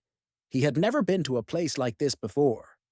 The elder replied that in 10 years herbs could grow there, which usually requires several centuries. Meanwhile, Il quipped about how he dressed up at all. Did he really think that they were out for a walk? How can you collect herbs all day in this? Sulin asked him to calm down, because he was acting like a child. Even Chunmen wouldn't say something like that. After which they came up and said that it is difficult to collect herbs when the sleeves are so wide. It is better to tie them. And the end of the hoe should be blunt. The young man was very surprised because they did not want to give in to him. So why then help? The master said that they would begin as soon as the sun rose. Let everyone get ready. The cliff will be their first obstacle. There are always students who break their arms and legs while descending, so let them be careful. The young man stood on the edge and watched everyone else go down. Sulin exclaimed, "What is he doing? If he doesn't hurry up, all the good herbs will be taken away." The young man replied that she too had mastered several magical techniques. Let him repeat it, if he can. After which the young man simply began to run down, pushing off from the rock. The girl did not understand what had just happened. The magic of flight, or he simply made the body very light. The little girl immediately decided to use the quick copying technique in order to do everything like Igan. Meanwhile, the man upstairs began to doze off a little, as it was early in the morning and very boring. Suddenly, he received a slap in the face, and the head asked why he was sleeping, because he was supposed to be an observer. The young man asked what brought him there so early. The man replied that he had a good feeling. Usually the valley is only accessible during the first flower promotion exam, but he allowed himself to come since he needed to find the ghost soul flower. The spiritual power of the valley has increased enormously. 60 years have passed since the last appearance of the three-county flower, so he believes it is time for it to bloom again. Yop Su Nam noted that they need to find him before the kids. The head replied that now in the valley, only students are allowed to collect herbs, and he had never seen that flower. Suddenly, the observers saw an energy discharge appear in the distance. They did not expect to see this, but they thought that perhaps the lightning had something to do with the appearance of a flower with 3 districts. Meanwhile, Il found Ensu, and this is a great success. This number should be enough to take a high place. If he wants to become a great disciple, he should look for rarer herbs. Since the fog is thickening, it means he's on the right path. But still, some strange feeling did not leave the young man. Suddenly, he heard a scream, and what sounded like someone falling, so he decided that another student might have been hurt, and went to help. There he saw his friend Yan Von, who was unconscious and wondered who did this to him. Another student came running in response to the scream and asked what happened. The guy replied that he was simply unconscious, and no wounds were visible. The young man exclaimed that he had really injured Yan Van on purpose, but he replied that he had not. He was already in this state when the guy came. Who did it then? The young man said that he saw Suchan, who was also unconscious.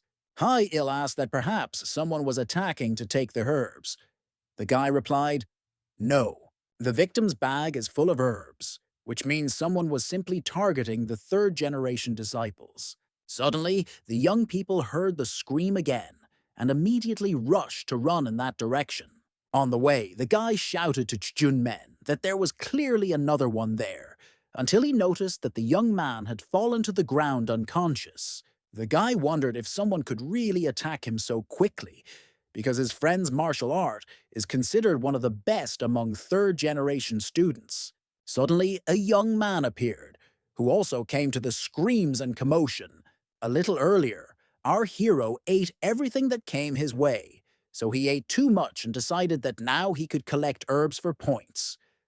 The elder noted that he wished they had found the ghostly soul flower. Igan noted that, judging by the flow of spiritual energy, there must be something in this place.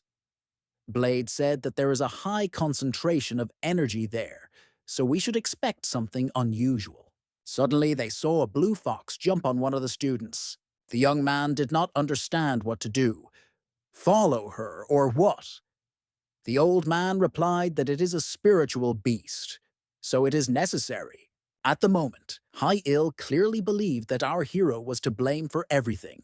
The sacred blade of immortality objected that this could not be, since the fox that attacked the disciple was still there. After the young man began to ask if he had done this to all the students, Igan pointed his finger at the fox and said that that animal was to blame for everything.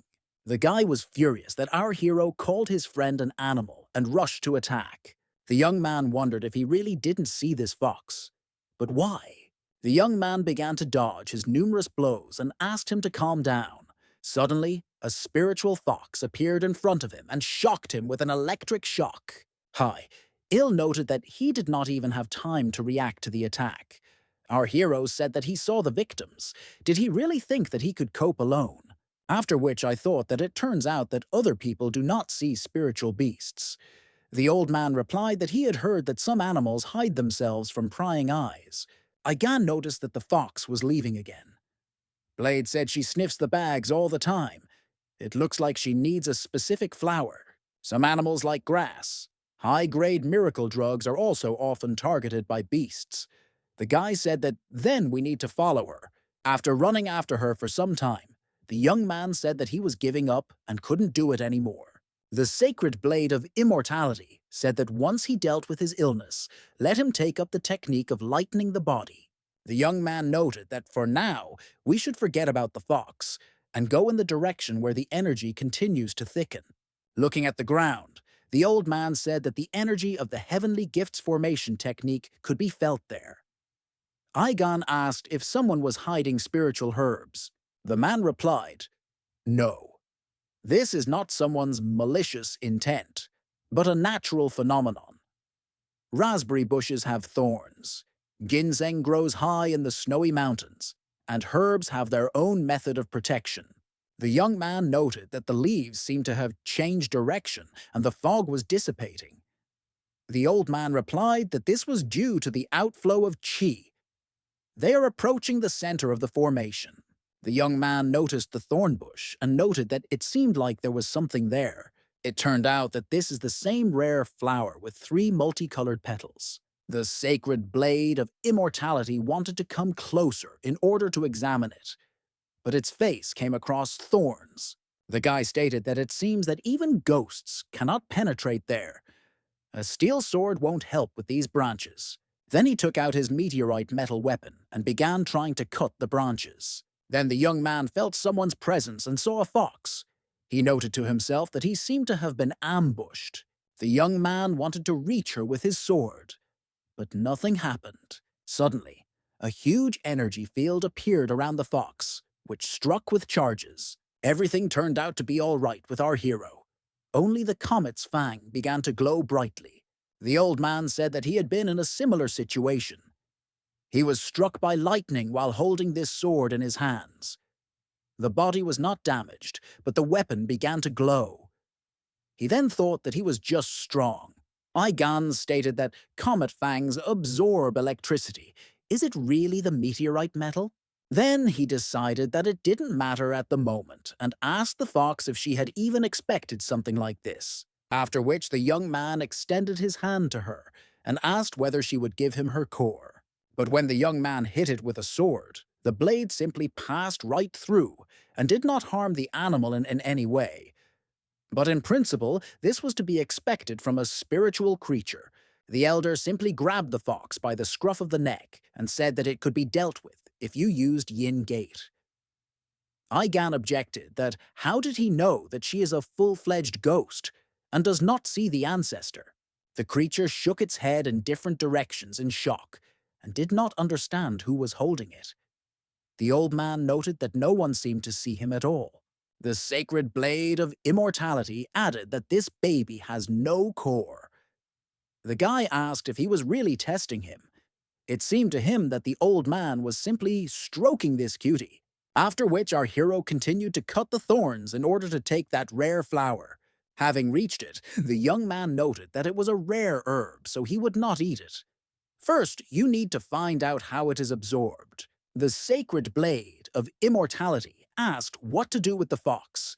The guy replied that she didn't have a core, so let her go. As soon as she was released from her hands, the animal immediately quickly ran away. The old man noticed that he looked kind of gloomy, but for some reason, perhaps he regretted letting him go. The young man replied that he had noticed how she was grinning just now. 4 hours later, the spirit beast was happy that the stupid little man had taken the buds and stem. A flower with 3 circles represents sky, water, and earth. Petals are the sky. When absorbed, the master receives a large amount of chi. The stem is water. It cleanses the blood and prolongs life. And the bulb is the earth, which concentrates all the nutrients of the flower and the power of the Yen-Chen Valley. The fox spent more than half of his energy reserve in the fight with the eccentric who was talking to the air. There is little time left, so you need to eat the onion. But suddenly a young man appeared and suddenly grabbed him by the scruff of the neck, after which he said that the bulb is so inconspicuous when compared to a flower. Suddenly, the spirit beast roared loudly and simply disappeared into thin air. The elder noted that he was very mysterious. The young man noted that at least he got the whole flower. It's almost sunset, so it's better to head back. Meanwhile, Yopsu Nam asked what the effect of this flower was. He knows that the plant is rare, but the details are not revealed. The man replied that his ignorance was expected.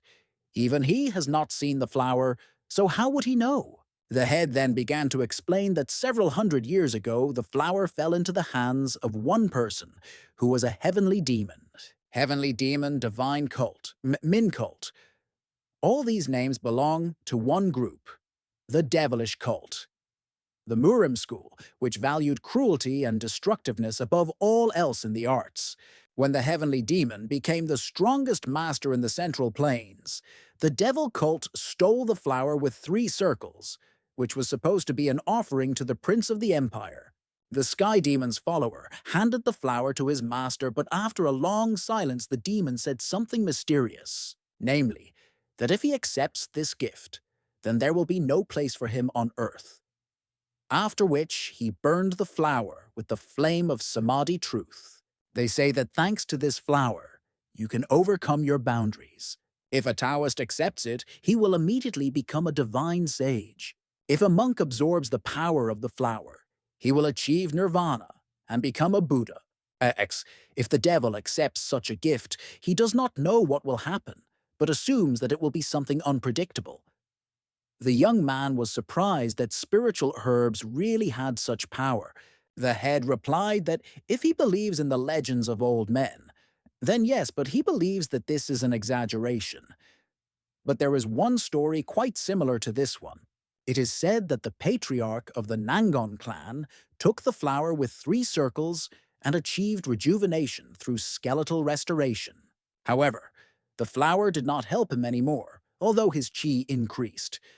Perhaps he absorbed it incorrectly or took it too early without waiting for flowering. There will be no answers until they find the flower. Yopsu Nam noted that the children began to return. The old man noted that this is a joy.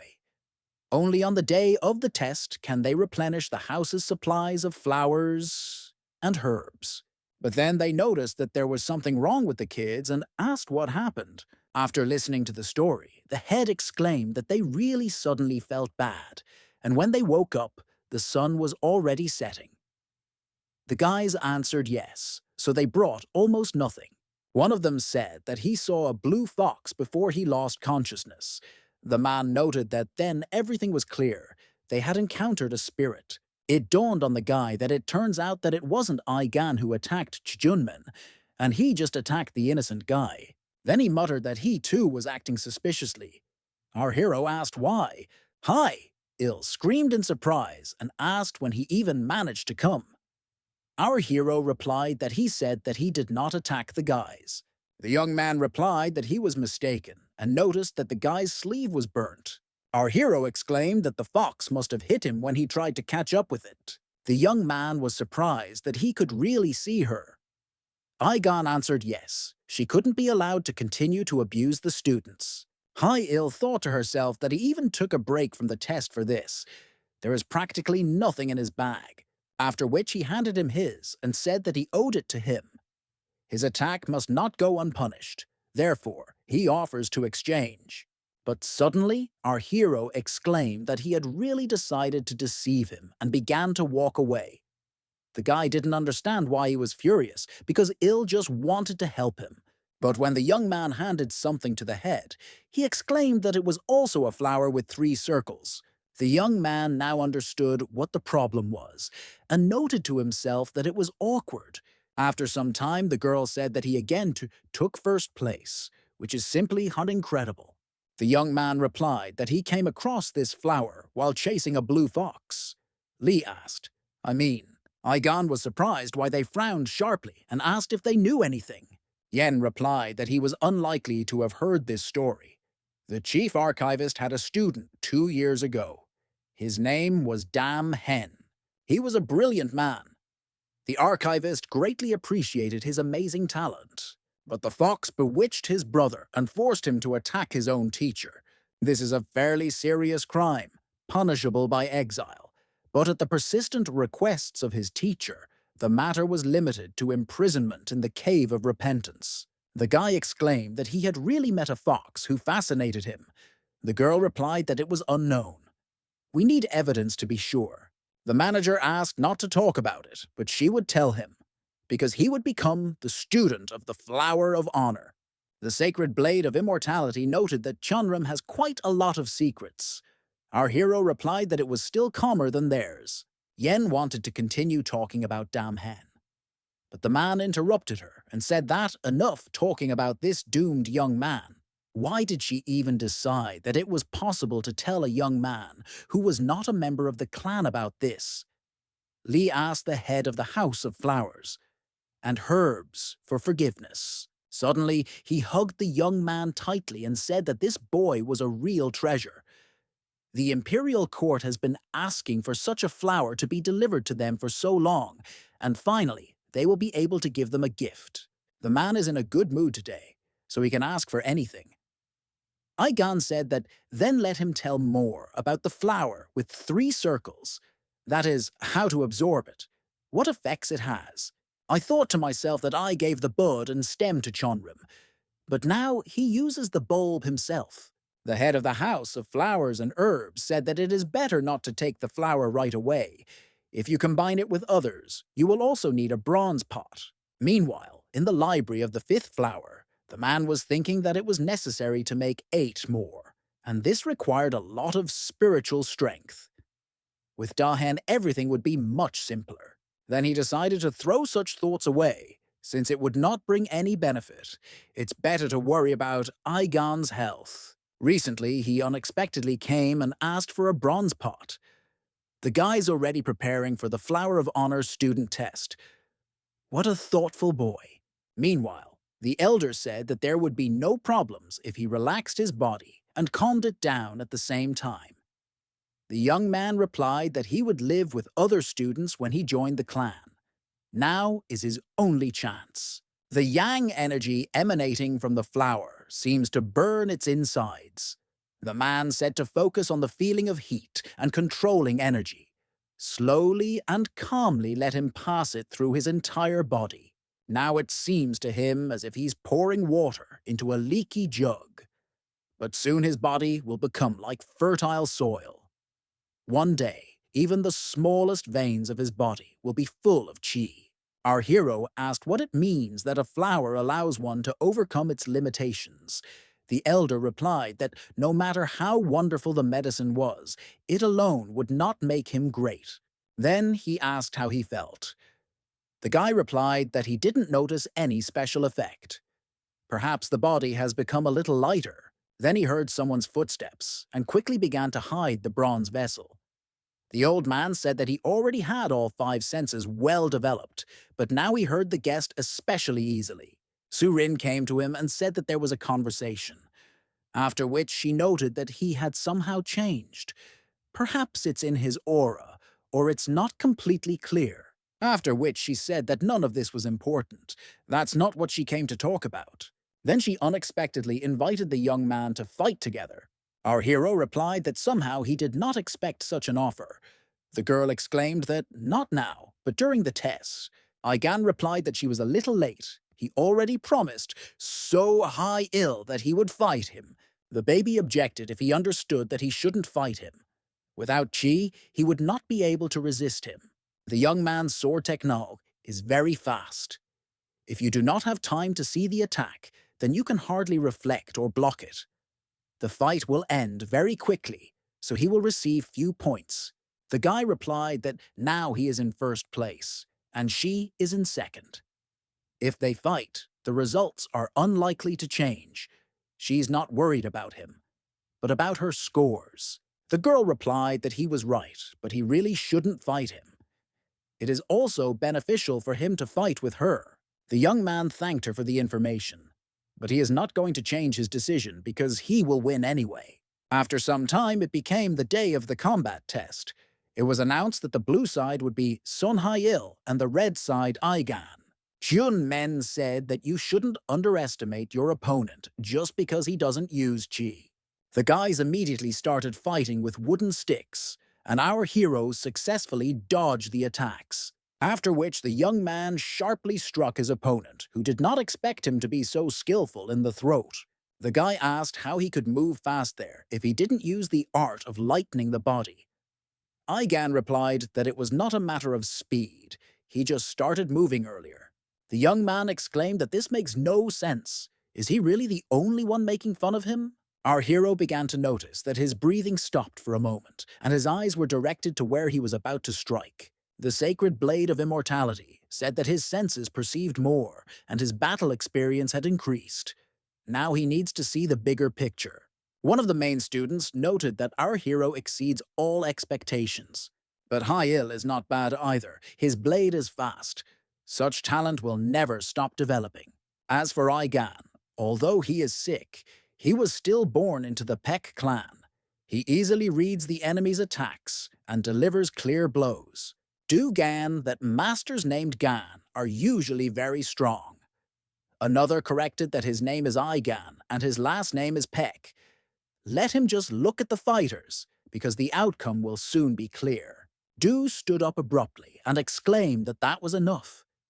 If they had real balls in their hands, Hai would have already lost his legs. However, his technique was good, and the guy earns 9 points. Aigan lacks strength and stamina, but he has a keen eye, so 10 points. Gan said that now it will not be so easy to knock him off the top spot. The man replied that they would look at it later. The last test tests chi. You need to leave a mark on the blue stone. However, even if a guy doesn't have chi, but he has good technique, he should at least scratch him. Then he added that the sly Deuce-in changed the test and whispered in his ear exactly how. The man noted that, in this case, the young man would face a difficult trial. At the chi test, it was announced that every Taoist, including Chonram disciples, dreams of becoming a sage. Cultivate your arts and achieve the title of divine sage. This is what the clan strives for.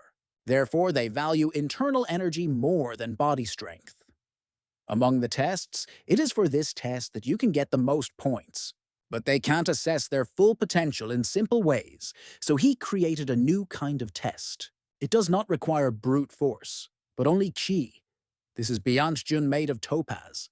You need to place your hand on the dragon's head and direct the chi through the center of the palm, and then release all the internal energy. Those present were surprised to note that absolutely all the bells rang.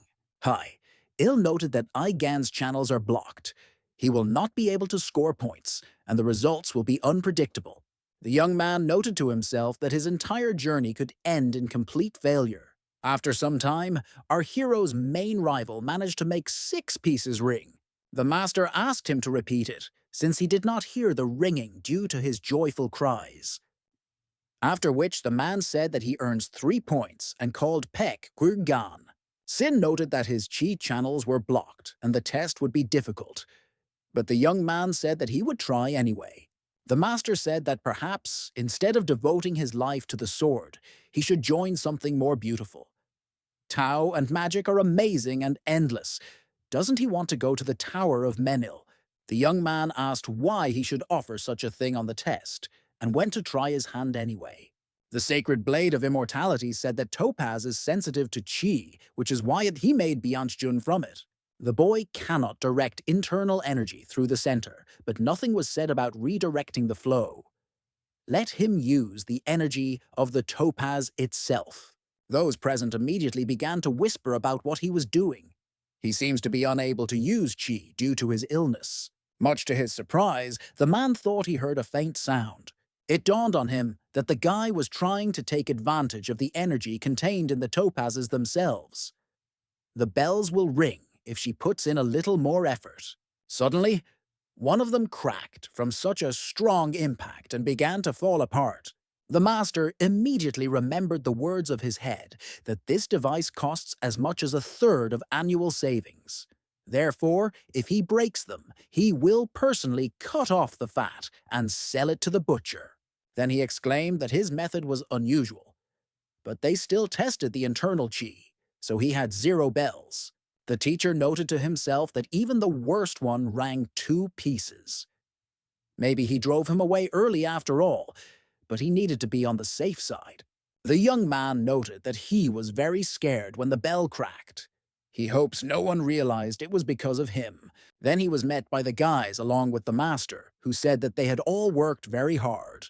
The guy exclaimed that his uncle was the invigilator for all the tests, who, in his opinion, would become a great student. The man replied that they needed to be a little more patient, and soon they would find out everything themselves. A couple of days later, an award ceremony took place, at which they said that you should not turn away from the bright path, and you should always be prepared for the darkness that may try to take over the world. The guys replied that they understood Mr. Manager and would carve his words on their hearts. Shijimen, who took 3rd place, noted that his clothes seemed to be too small for him, which meant he had grown a little. It might be worth asking for a different form. The girl objected that they had just sewn this one. Su Lin, who came in 2nd place, added that tailors will still be busy for at least a month. Hai Il, who took 1st place, told the younger ones to stop shouting, because now the head of the House of Discipline will have his say. Dubop said that he hoped that they understood the manager's instructions and would follow them like laws. And now he, the master of the House of Discipline, would say a few words. Before they accepted the flowers, he allowed them to call each other by name and form friendships. However, in their school, all students must show respect to elders and listen carefully to them.